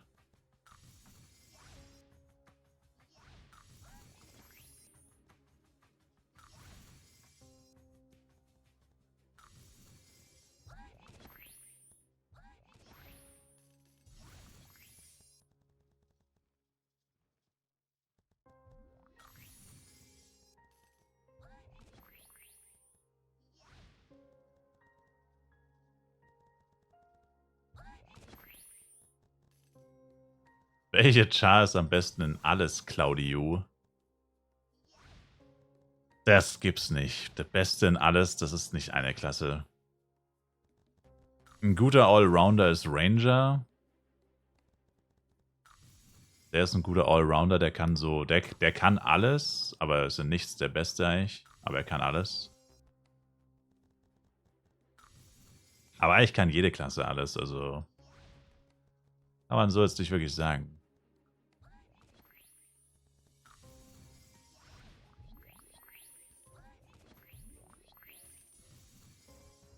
Es gibt auf jeden Fall nicht eine Klasse, die die beste in allem ist. Sowas gibt es auf jeden Fall nicht. Leider.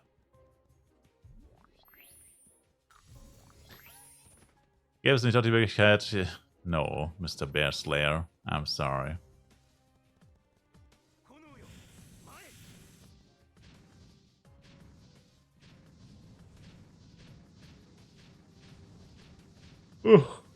Oh, boah.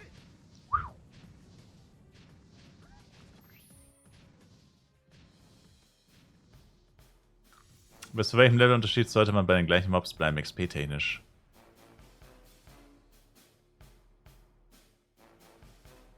Ist eigentlich egal. Hauptsache, sie sind nicht niedriger als du. Und wenn du ganz mathematisch vorgehen willst, gibt es ja die, wie gesagt, vorhin schon mal angesprochen, Fanseiten, Flyfipedia und so weiter. Wo du ja die XP pro Mob dabei stehen, wo du es ja ausrechnen kannst. Gibst dein Level ein und dann rechnest du ja aus, wie viel XP. Das kann man eigentlich so pauschal echt nicht beantworten. Das kann man literally nicht beantworten.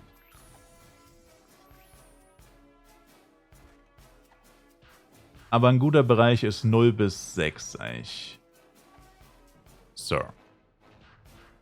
Also rein davon abhängig, wie viel Schaden du dem Monster machst, ist 0 bis 6 ein guter Richtwert. Wenn du jetzt nicht der krasseste Mofo auf dem Planeten bist, der hier mit stacked Power-Ups des Todes rumläuft, Triple Potion into Flask, into Upcut, into FEC, into Link Attack, into... dann solltest du nicht zu sehr viel höher als 6 gehen. Also 0 bis 6 ist ein guter Bereich. Da ist auf jeden Fall dein Damage solide.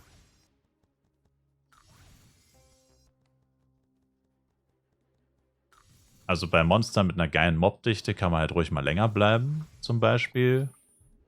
Das wären so Monster, wo man auch mal, wie Klarfan zum Beispiel, da bleiben ja Leute teilweise, bis sie wirklich überlevelt sind, bis sie zu hoch werden. Und dann gibt es halt Spots, die skippt man lieber, da holt man sich nur schnell die Quest-Items und dann geht man lieber schon wieder zu den nächsten Viechern. Wo mache ich die Dailies auf Bodeng, Pinguin, XP und Penya, oder? Beides. Ich hätte gern alle meine Chars auf Max-Level vor der Level-Erweiterung. Max-Level und Max-XP. Ich habe erst einen einzigen Char auf Max-XP. Und dann gibt es auch noch arsch viel Penya, Sir. Es ist einfach zu viel Penya, um das liegen zu lassen. Ich brauche etwas über eine Stunde. Jetzt ohne Link Attack dauert es leider ein kleines bisschen länger. Weil ich jetzt hier keine Party habe auf Bodeng, kein Link Attack. Damit dauert es nochmal ein paar Minütchen länger leider. Aber es ist so viel Geld in knapp über einer Stunde. Das ist halt... Das kann ich nicht, Sir. Der Free-to-Play-Spieler in mir schreit mich an. Tu es! Oder besser gesagt, Tu es nicht! wenn ich überlege, es nicht zu tun. Kennst du das bei Supernatural, wo Sam Lucifer in sich aufnimmt? Das ist quasi bei mir der Free-to-Play-Spieler. Oder der Tower-Daily-Typ. Er beeinflusst mich. Er kontrolliert mich. Er steuert meine Gedanken. Wie viel Penya sind das für eine Achtergruppe? Ich bekomme jetzt gleich 32 Millionen Penya. Naja, gut, hier nicht. Das ist meine Sechsergruppe. Das ist die verkackte Gruppe. Aber für 8 Chars wären es 32 Millionen Penya in knapp 15 Minuten. Also 2 Millionen Penya pro Minute. Yeah. I'm gonna take that money, bro. Gonna take that money, bro. Aber die XP sind tatsächlich auch saftig. Also jetzt, wo Levelerweiterung safe ist und vielleicht auch gar nicht mehr so lange hin, wer weiß, will ich definitiv auch die XP haben. Ich habe sogar noch ein paar Chars, die nicht mal 165 sind. Also ich brauche tatsächlich auch die XP. Wobei, wenn die Levelerweiterung wirklich bald kommt, dann ist es natürlich blöd für die Borodeng-Chars. Aber gut, da spielt dann keiner auf Borodeng, also ist dann eigentlich auch wieder nicht so schlimm. Keine Ahnung, mal schauen.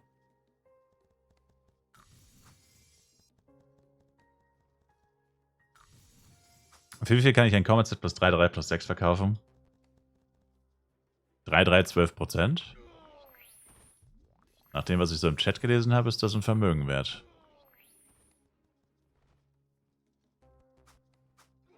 Ein kleines Vermögen. 12%. Ja. Denke mal so bis 50.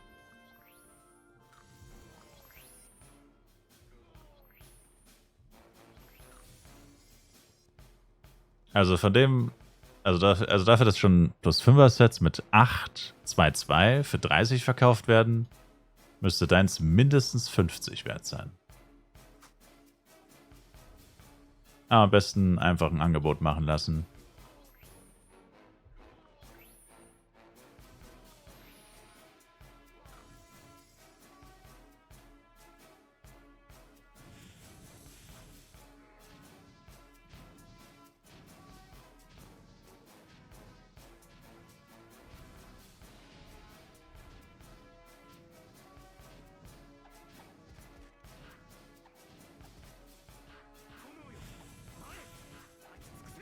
Hab gerade plus 4 mit 228% für 15 gekauft. Oh, das ist gut. Ja, die Preise schwanken brutal. Hängt natürlich auch immer davon ab, ob jemand das dringend loswerden will oder ob er es halt, ob es ihm scheißegal ist, ob er es verkauft oder nicht. Wobei ich mir denke, wem ist es wirklich scheißegal, da würde man es ja gar nicht verkaufen, aber keine Ahnung. Ich bin auch eher so, Hauptsache weg mit dem Schmutz, ja, sich damit nicht ewig beschäftigen. Aber so ist halt nicht jeder. Manche wollen halt sogar Profit machen mit sowas. Die sehen nicht ein, dass sie weniger Geld für etwas bekommen, als sie ausgegeben haben. Und dann ist halt schwierig. Dann, ja, dann geizen sie halt. Beziehungsweise werden gierig. Also, ja. Da ist halt jeder ein bisschen anders drauf.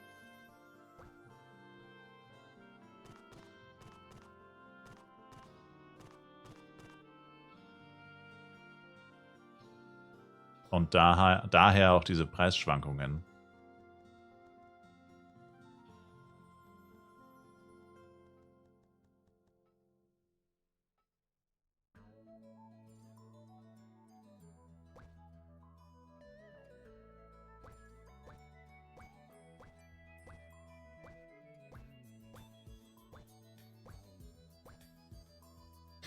Wie viele Stunden brauche ich von 1 bis 100 in Stunden bitte auf dem FEC-Server?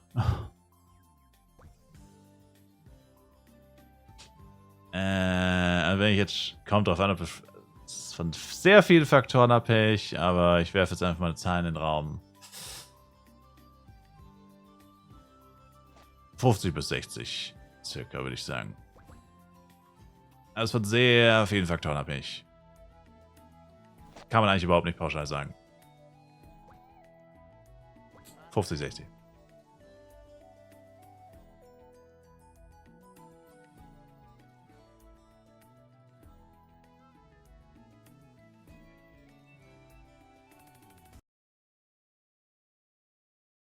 Wie lange trage ich das Cruiser als Jester? Bis 90 oder 105? Ich bevorzuge 90. Hast du Cruiser-Set?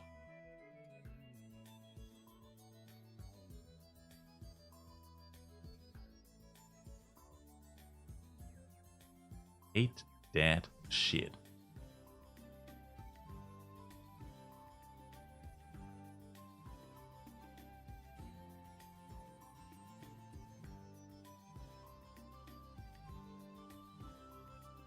Außerdem mir auch schon das Cruiser am besten. Change my mind. So, die Alte ist immer nur mit Fashion-Klamotten rumgelaufen. Die alte Diva.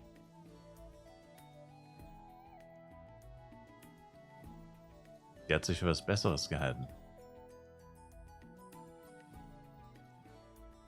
Kriegt mit Level 7 bei Endymion schon 4% oder so.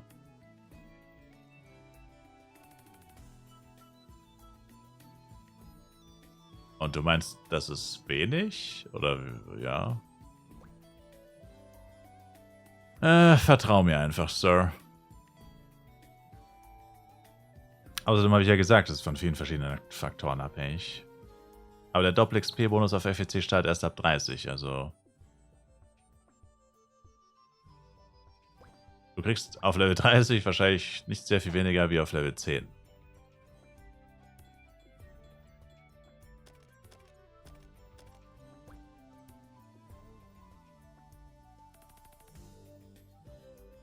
Die grünen Rollen in Flyf, die haben Waffen oder Rüstungen zufällige Werte verteilt. Du meinst Scroll of Awakening? Nö, die gibt's hier nicht. No, no. Keine Scroll of Gamble. The Scroll of Gamble. The Ultimate Gamble. Die haben wir noch nicht. Rest Constitute ist wahrscheinlich Trash. Oh ja. Vermutlich. Aber ich würde es jetzt mal noch nicht direkt NPCen.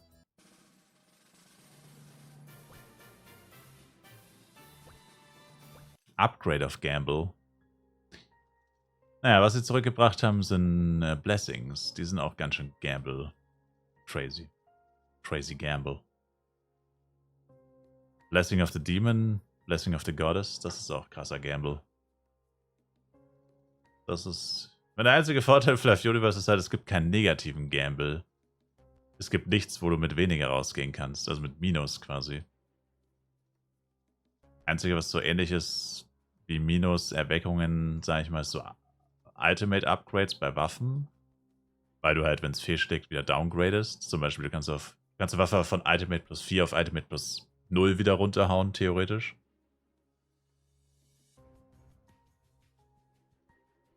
Aber ist sehr unwahrscheinlich. Warum wird hier ein Hernes-Star verkauft? Na, das ist einfach clean. Bei Pets schon, oder nicht? Nein, negativ geht nicht. In Fly Universe kannst du niemals irgendwas negativ haben. Nö. Gibt's nicht.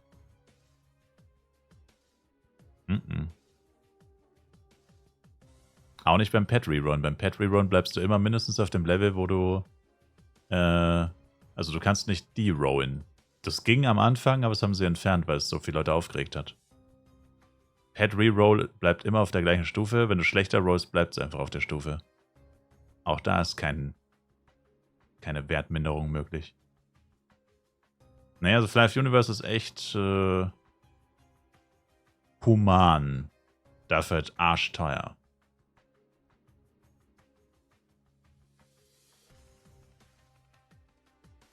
Pingu.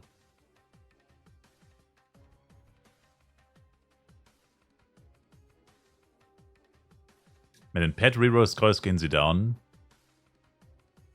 Echt? Dann sind die Rolls ja übelst scheiße. Okay, das wusste ich nicht, aber normalerweise rollt man ja nicht mit den Scrolls. Eigentlich rollt man ja mit den Pets. Das wäre aber ein weiterer Grund, diese Scrolls nicht zu benutzen. Die sind dann übelst scheiße. Würde ich jetzt mal sagen. Hab mich auch gescammt gefühlt. Ja gut, also das wusste ich nicht. Ich habe dieses Scrolls tatsächlich noch nicht benutzt. Ja. Keine Ahnung, vielleicht ist das sogar ein Bug. Ist das so gewollt? Keine Ahnung. Aber eigentlich in Fly Universe ist es schon so, dass du eigentlich nicht wirklich downgraden kannst. Du kannst halt Pech haben, das natürlich schon, aber du kannst... Also bei Fly PC kannst du ja literally minus 19% Crit Damage und so haben. Bei Change Awakenings zum Beispiel. Was ja dann wirklich schlimm war, du musstest es dann rerollen, was halt dann nochmal 300 F-Coin quasi kostet oder 350. Also wenn man es jetzt umrechnen würde von damals zu heute. Sowas geht hier eigentlich nicht. Jemand hat mir einen Level-Service angeboten für 150 Mio oder so. Wie viel kann ich da verlangen für 100 Mio? Wait, what? Also das er dich levelt oder was?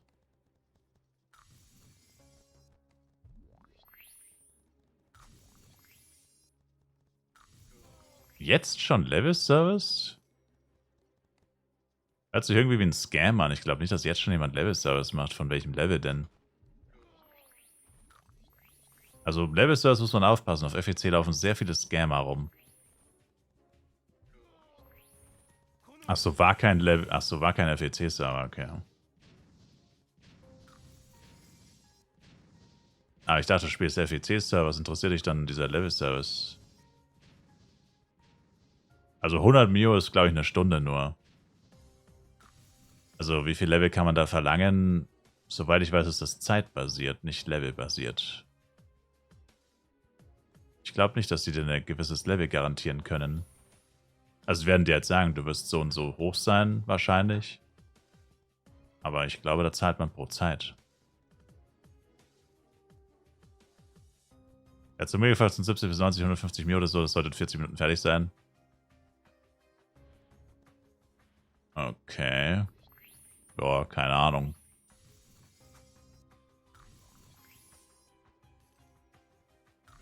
Ich habe mit Level Service nichts am Hut. Ich mache das nicht. Ich kenne mich da überhaupt nicht aus. Ich halte persönlich davon nicht viel.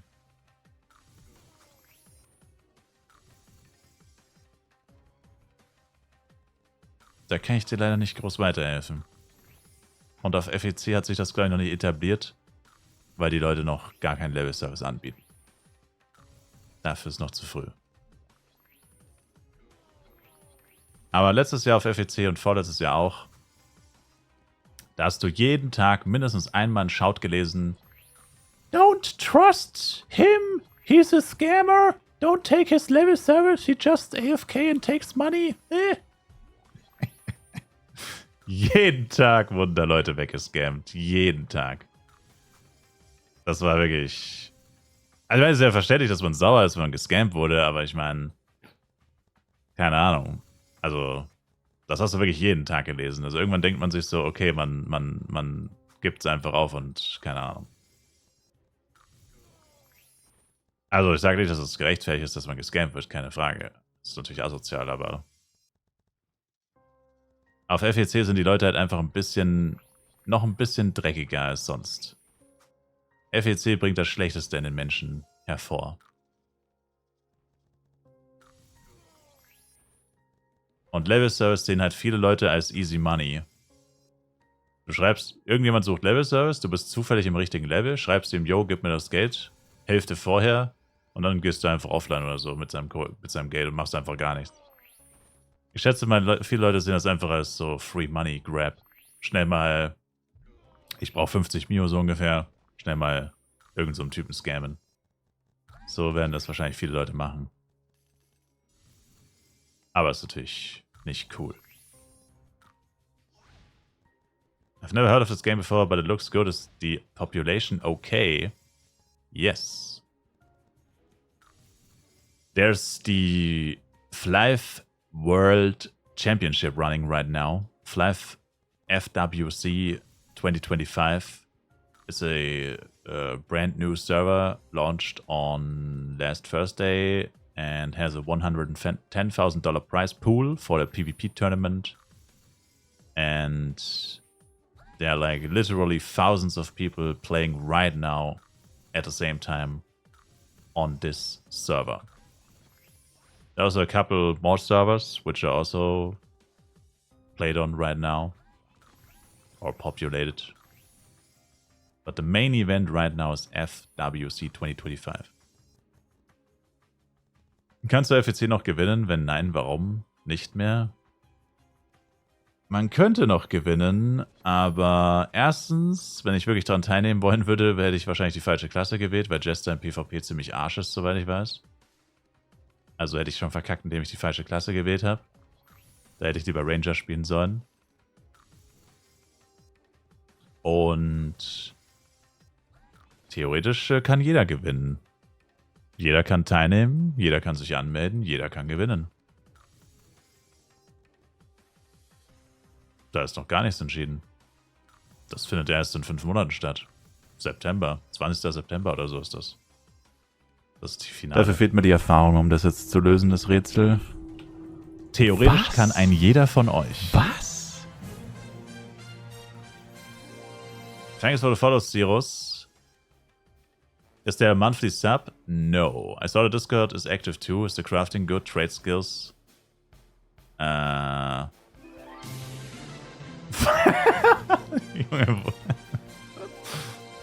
Wurstscheiben. Geiler Name.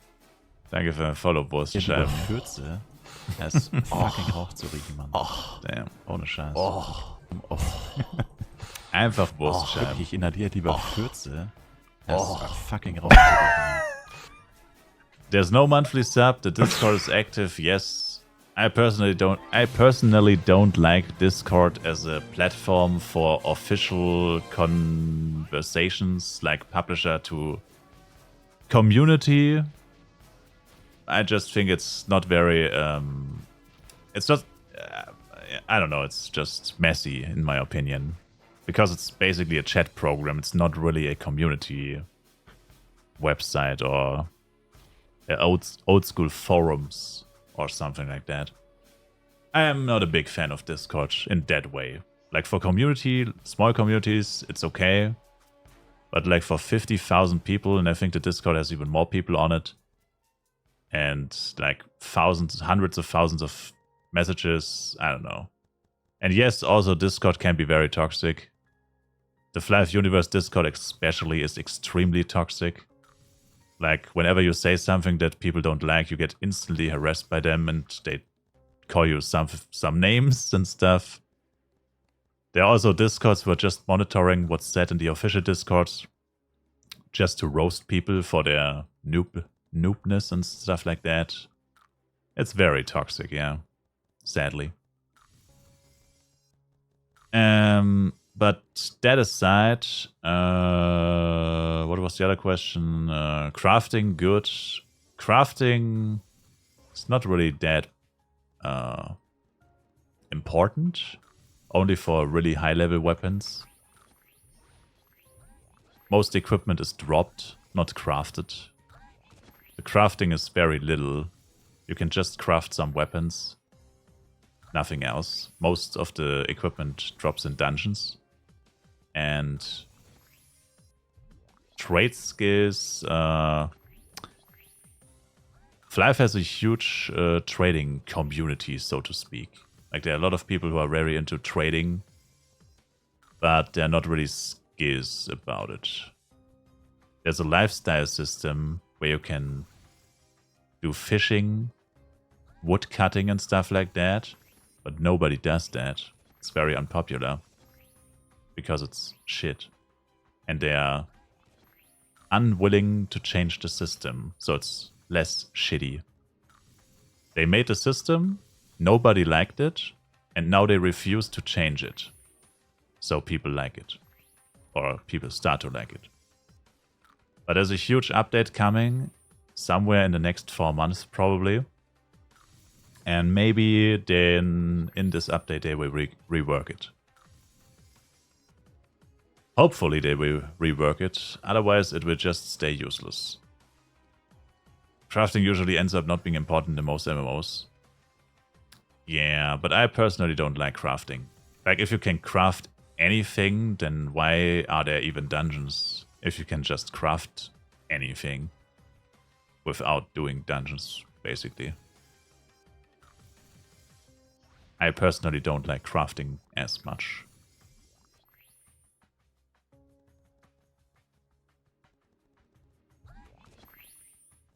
Zwei Ranger, ein BP, ein MM war Meta, oder? Also das Team, das gewonnen hat, war tatsächlich ein Psy, ein BP, ein Ranger und eine RM. Wobei man sagen muss, es war extrem knapp und das Team, das gewonnen hat, hatte einen Punkt Vorteil. Also es war ein Best of 5. Und das Team, das gewonnen hat, also im Endeffekt das Finale war eigentlich 2-2. Also es war eigentlich unentschieden. Und das Team, das gewonnen hat, hat nur gewonnen, also sozusagen, weil sie mit einem Punkt Vorsprung hat. Schon, also es stand quasi schon 1-0, bevor das Finale begonnen hat. Finde ich auch richtig kacke. Also ich finde, das ergibt irgendwie wenig Sinn, aber naja, was willst du machen? Weil alles vor dem Finale sind halt Best of Ones und Best of Ones sind eigentlich immer kacke für Tournaments. Aber ist ja egal, auf jeden Fall. Ja.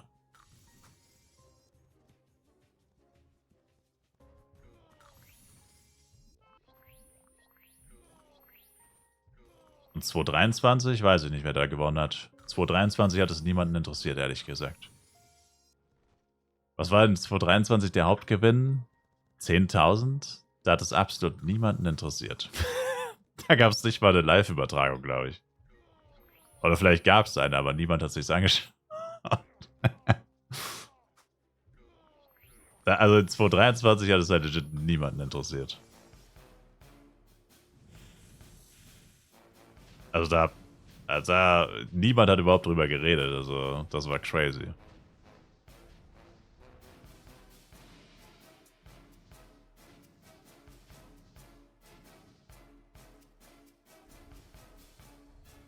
Aber eigentlich nicht, weil, also du hast gesagt, 2 Ranger, ein BP, eine M. Also das Team, das gewonnen hat, war ja zweimal das gleiche. Es waren zwar nicht die gleichen Leute in dem Team, also einer war der gleiche, die anderen weiß ich nicht. Ich glaube nicht, also ich glaube tatsächlich waren es, einer war gleich, aber ich glaube, der hat seinen anderen 3 Teammates dann mehr oder weniger ersetzt, keine Ahnung. Die ändern die andauernd ihren Namen, das ist so nervig. Aber ist ja auch egal, auf jeden Fall der eine Typ war immer dabei. Das ist ein Bildposter. Aber 2023 war ein Psyche beim Gewinnerteam und 2024 war auch ein Psyche beim Gewinnerteam. Also die hatten jedes Mal ein Psy. Also Double Ranger kann es eigentlich nicht gewesen sein, weil es war immer ein Psy dabei. Gewinnerteam war immer ein Psyche beim Team. Immer diese freaking Psykeepers, man. Aber Double Ranger ist auch heftig.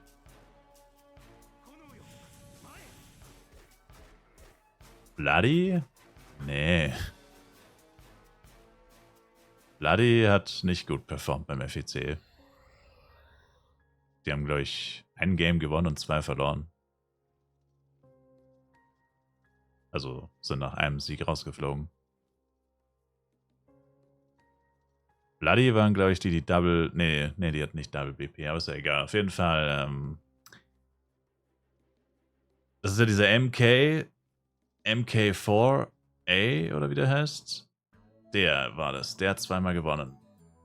Der hat beide Male gewonnen. Und der spielt BP, soweit ich weiß. Und dann hatten sie beide mal ein Psy im Team. Ringmaster sowieso. Also kann es nie Doppel Ranger gewesen sein. Weil jedes Mal ein Psy und ein BP dabei waren. Und eine M. Und probably ein Ranger.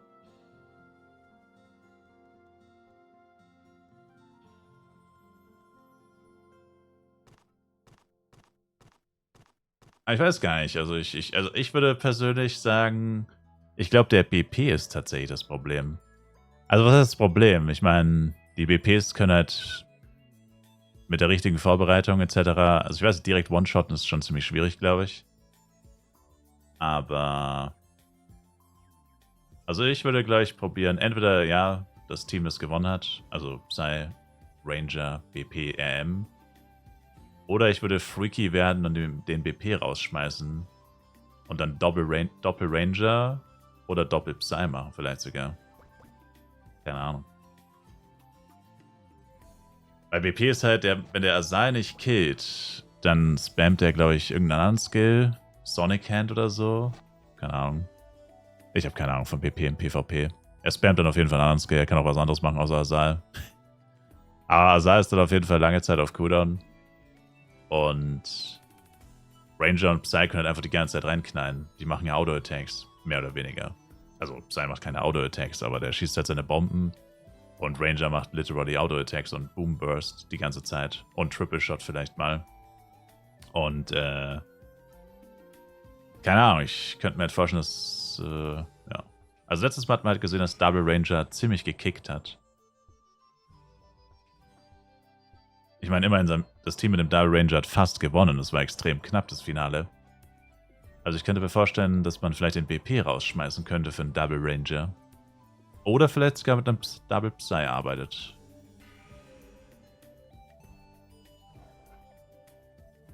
Aber ich werde da so oder so nicht mitspielen. Deswegen ist es eigentlich auch egal. Ein Jester wird auf jeden Fall nicht im Siegerteam sein, das kann ich dir jetzt schon sagen. Letztes Jahr hat ein Jester mitgespielt.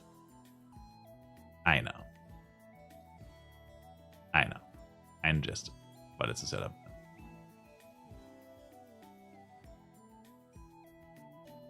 Nur einer.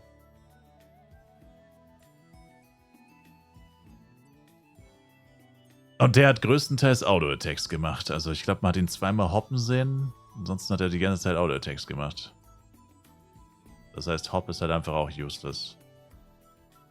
Wenn es dich instant killt und die meisten sterben halt dann im Hop nicht. Anscheinend.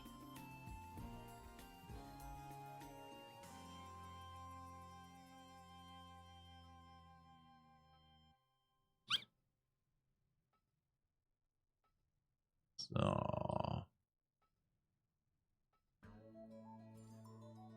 Auf Qualifying, Top 10 gehen, dann schaut mal die Regions oder wie? Nö, du musst dich da anmelden. Das wird ja alles noch veröffentlicht. Erst. Das dauert jetzt noch ein paar Monate. Im August wird es sein oder so. Ende Juli, Anfang August. Da ist quasi ein Online-Tournament. Da kannst du dich anmelden. 4 Spieler. Ich glaube, du musst gar nicht in der gleichen Gilde sein. Einfach nur 4 Spieler. Gilde ist, glaube ich, egal. Ich bin mir sogar ziemlich sicher, dass die Gilde egal ist. Suchst dir einfach 3 Larrys, mit denen du spielen willst. Und dann müsst ihr halt, dann ist da jeden Tag Battle. Ich glaube, es war mal um 1 Uhr nachts oder so. Oder nee, es war mehrmals am Tag. Keine Ahnung. Auf jeden Fall meldest du dich da an mit den anderen Larrys. Dann meldet ihr euch halt mit den ganzen anderen Leuten, die sich angemeldet haben. Und da musst du halt dann unter den Top 2, also, nee, dein Rang ist ja dieses Mal egal. Du musst quasi das erste oder zweite Team in Europa sein. Oder europäische Team, besser gesagt. Dein direkter Rang, du könntest auch als Rang 60 qualifiziert sein. Wenn Top 59 sind nur philippinische Teams, oder sagen wir ein europäisches sind 58 philippinische, und du bist im Online-Ranking Rang 60, dann kommst du trotzdem rein, weil ja pro Region nur 2 Teams dürfen. Haben sie ja auch gesagt, wenn das koreanische Team Platz 80 ist, ist egal, weil Korea ist automatisch qualifiziert. Das beste koreanische Team ist automatisch qualifiziert. Das heißt, die müssten nicht mal mitspielen eigentlich. Die könnten einen Punkt machen. Solange es kein anderes koreanisches Team gibt, haben sie Auto gewonnen. Das ist quasi wirklich Auto-Win. Wegen dem AW heißt ja Auto-Win. Das ist dann wirklich Auto-Win. Weil sie mussten nicht mal qualifiziert sein, mussten einfach nur 3 Koreaner finden. Oder 2. Ein Wildcard darf mehr haben. Aber ja, ist interesting. Also am interessantesten ist, dass es niemanden interessiert. Weil alle wissen, dass sie eh keine Chance haben. Weil dann nur die gottlosesten Casher mitspielen. Also die, wo wirklich gewinnen wollen, die cashen da, also die sind geistesgestört dabei.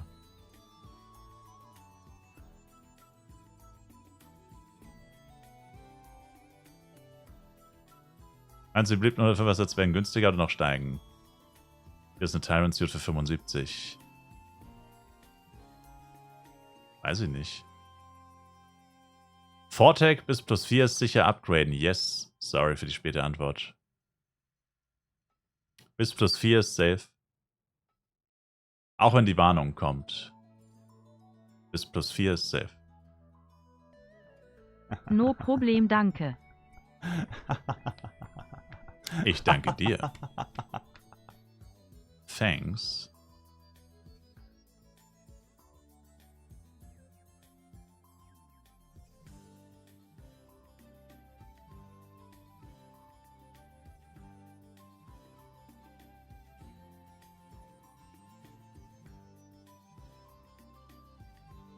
Da fehlen roundabout 10.000 Euro für Flive Misa. Also ehrlich gesagt, wenn du so weiterspielst wie bisher, für die nächsten noch vielleicht 1-2 Wochen, könntest du easy mitmachen.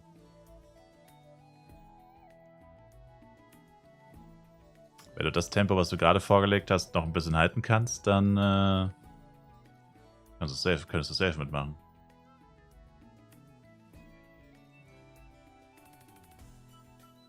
Das Element Upgrade +1 auch ist 100% safe. Yeah.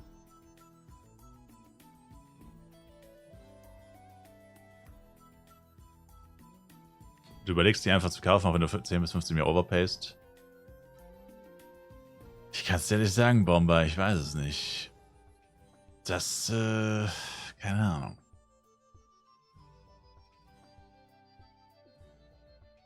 Alleine ein perfektes Pet? Ja, das kannst du einfach kaufen. Ich hatte meine für 70 verkauft, Bomber, yeah.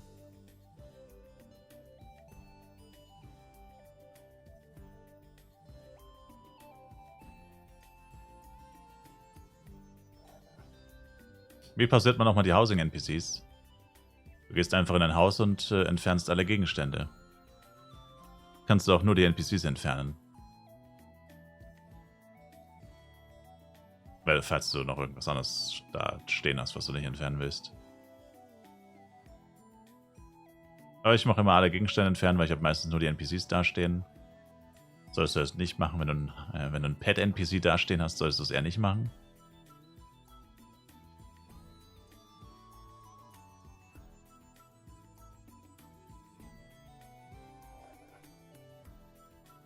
Das mit dem +4 geht auch für Elemente, yeah. Was ist der Unterschied zwischen den Collectors und was bringt es, die Plus zu machen? Der Unterschied bei den Kollektoren ist mehr Materialien. Der kleinste Kollektor saugt nur vielleicht 30 und der teuerste saugt 100 pro Catcher. Und das Plus machen erhöht die Einsauggeschwindigkeit.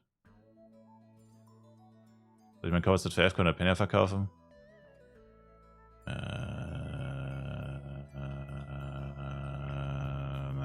Wenn du die Wahl hast, dann in F-Coin, würde ich sagen.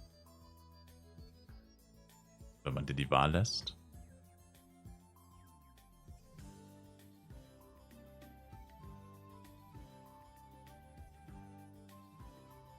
Man konnte alle gleichzeitig entfernen, B-Book. Ja, da musst du auf alle Gegenstände entfernen. Das ist der zweite Button oder so. Du hast doch dieses Housing-Menü. Ich weiß nicht, wie man das nennt. Diese Housing-UI, keine Ahnung. Und da musst du einfach auf alle Gegenstände entfernen. Das ist das rote X. Einfach alle Gegenstände entfernen.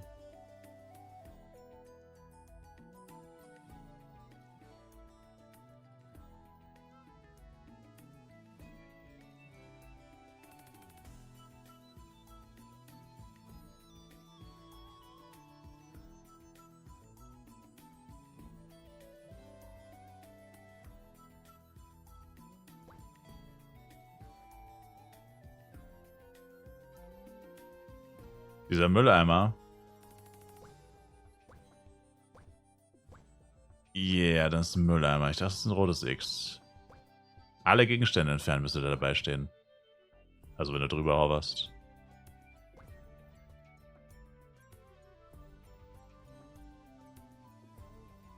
Danke, kann man Plus machen, fehlschlagen. Mit was macht man Collector Plus? Kann fehlschlagen, Collector kann aber nicht kaputt gehen. Und macht man Plus mit Power, da ist 8. Und dann A-Product holen. A-Products sind solide, yeah. Endlich GX gekauft für 45. Passt.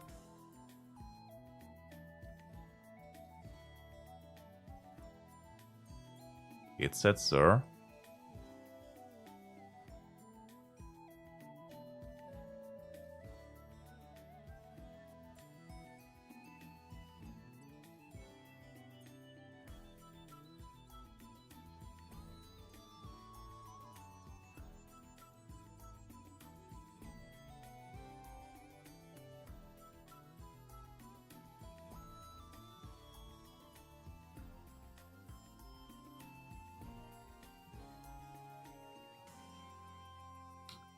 Tix, was geht ab?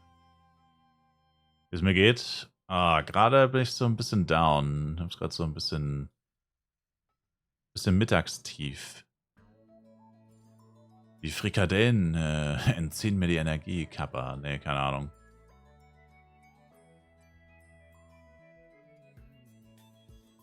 Nachmittagstief.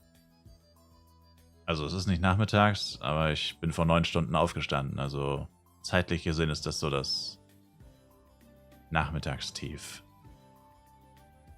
Wenn man nicht so einen abgefuckten Schlafrhythmus hätte wie ich, dann wäre das jetzt ein Nachmittagstief. Um 22:45 Uhr. Ich schätze mal, es wird Zeit, sich den zweiten Energy Drink zu holen. Bruh.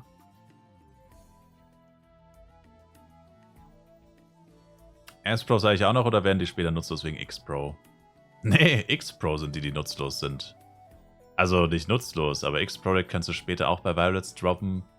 Und die Violets in Coral Island werden quasi gespammt. Die werden auf Cooldown gefarmt.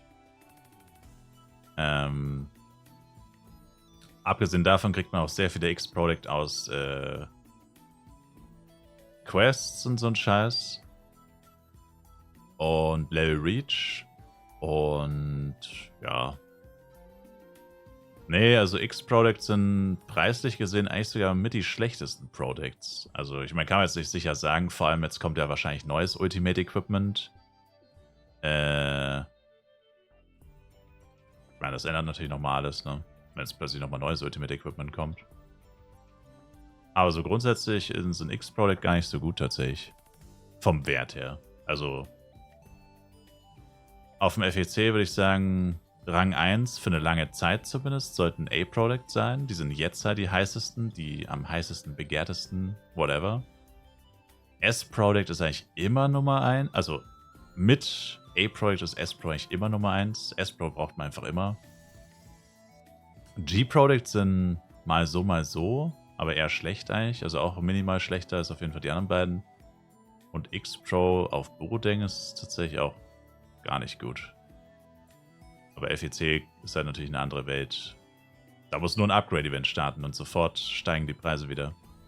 Wenn mal was ein bisschen günstiger ist. Kommt Upgrade-Event und zack, ist es wieder teuer. Wenn es davor vielleicht mal kurzzeitig ein bisschen günstiger war.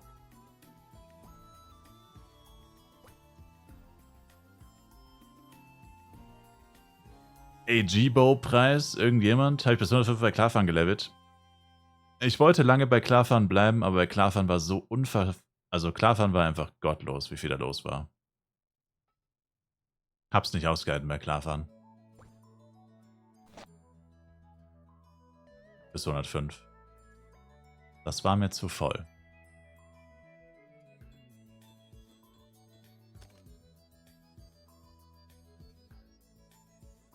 Alter, ich hab nicht ernsthaft dem... Oh, was gibt's?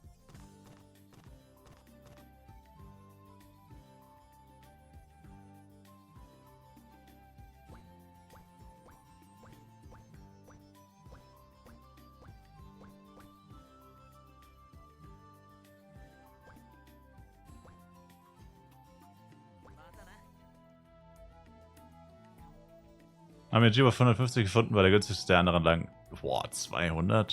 Pff. Holy shit.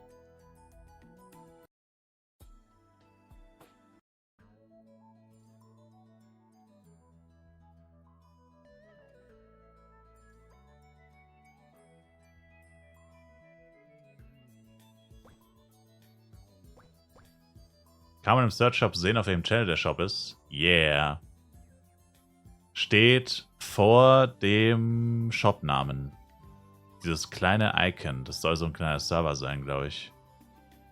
So ein kleines graues Icon, das gleiche wie Messenger. Und das heißt quasi... Also da die Zahl dabei heißt der Channel. Welche Ohrringe brauche ich für den Blade Demol?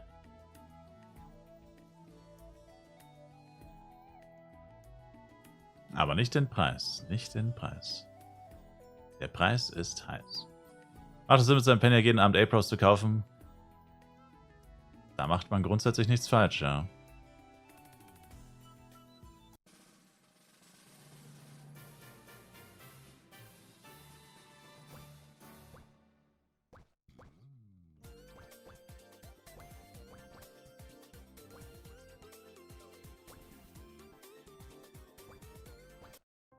Welche Ohrringe SRM? Da wären es Plugs oder Penceros, wenn du deine M nicht aktiv als AOE RM spielst. Also wenn es nur ein Supporter ist, dann definitiv Def. Aber die sind gerade viel zu teuer. Also meine M trägt gar keine Ohrringe. Also hat, glaube ich, einen clean Demoy oder so ein Scheiß. Keine Ahnung, ich hab ihm irgendeinen Müll gegeben. Aber meiner trägt gar nichts. Meiner ist blank. Tatsächlich. Gerade. Als AOE-RM, wenn du Face tankst, dann auch Plugs oder Demoys. Plugs oder Penceros. Wenn du tankst. Aber Hit and Run und so würde auch Demoys tragen. Also man kann auch mit Demoys Face tanken, aber kommt halt aufs Equipment an. Equipment, Power-Ups und so weiter. Und so ein Scheiß.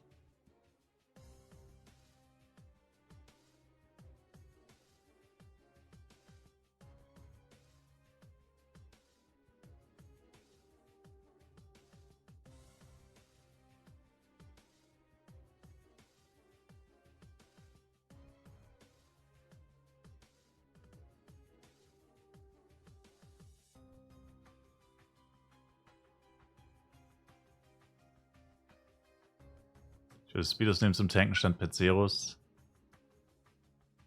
Ich nicht.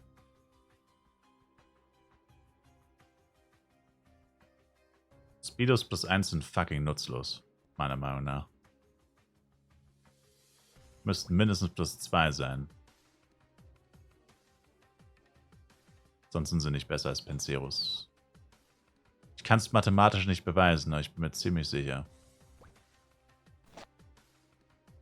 Ich kann es dir nicht beweisen, aber wenn du mich fragst, sind Penceros besser als Speedos plus 1. Wenn Speedos plus 2 sind, dann passt's.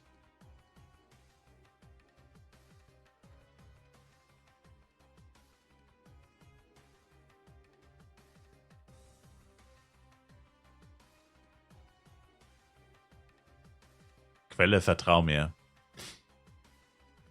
In dem Fall ist es wirklich die klassische Trust me, Bro.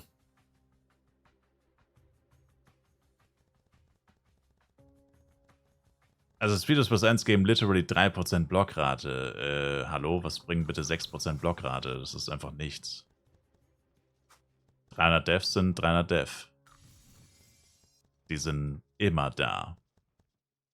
6% Blockrate ist einfach gar nichts. Hat man ja neulich im Tower gesehen, by the way. Da hatte ich 61% Blockrate und habe trotzdem nicht geblockt. Literally. Als die Umstellung von PC Live zu Universe kam und das keiner mehr auf dem PC spielt, beziehungsweise noch gefühlt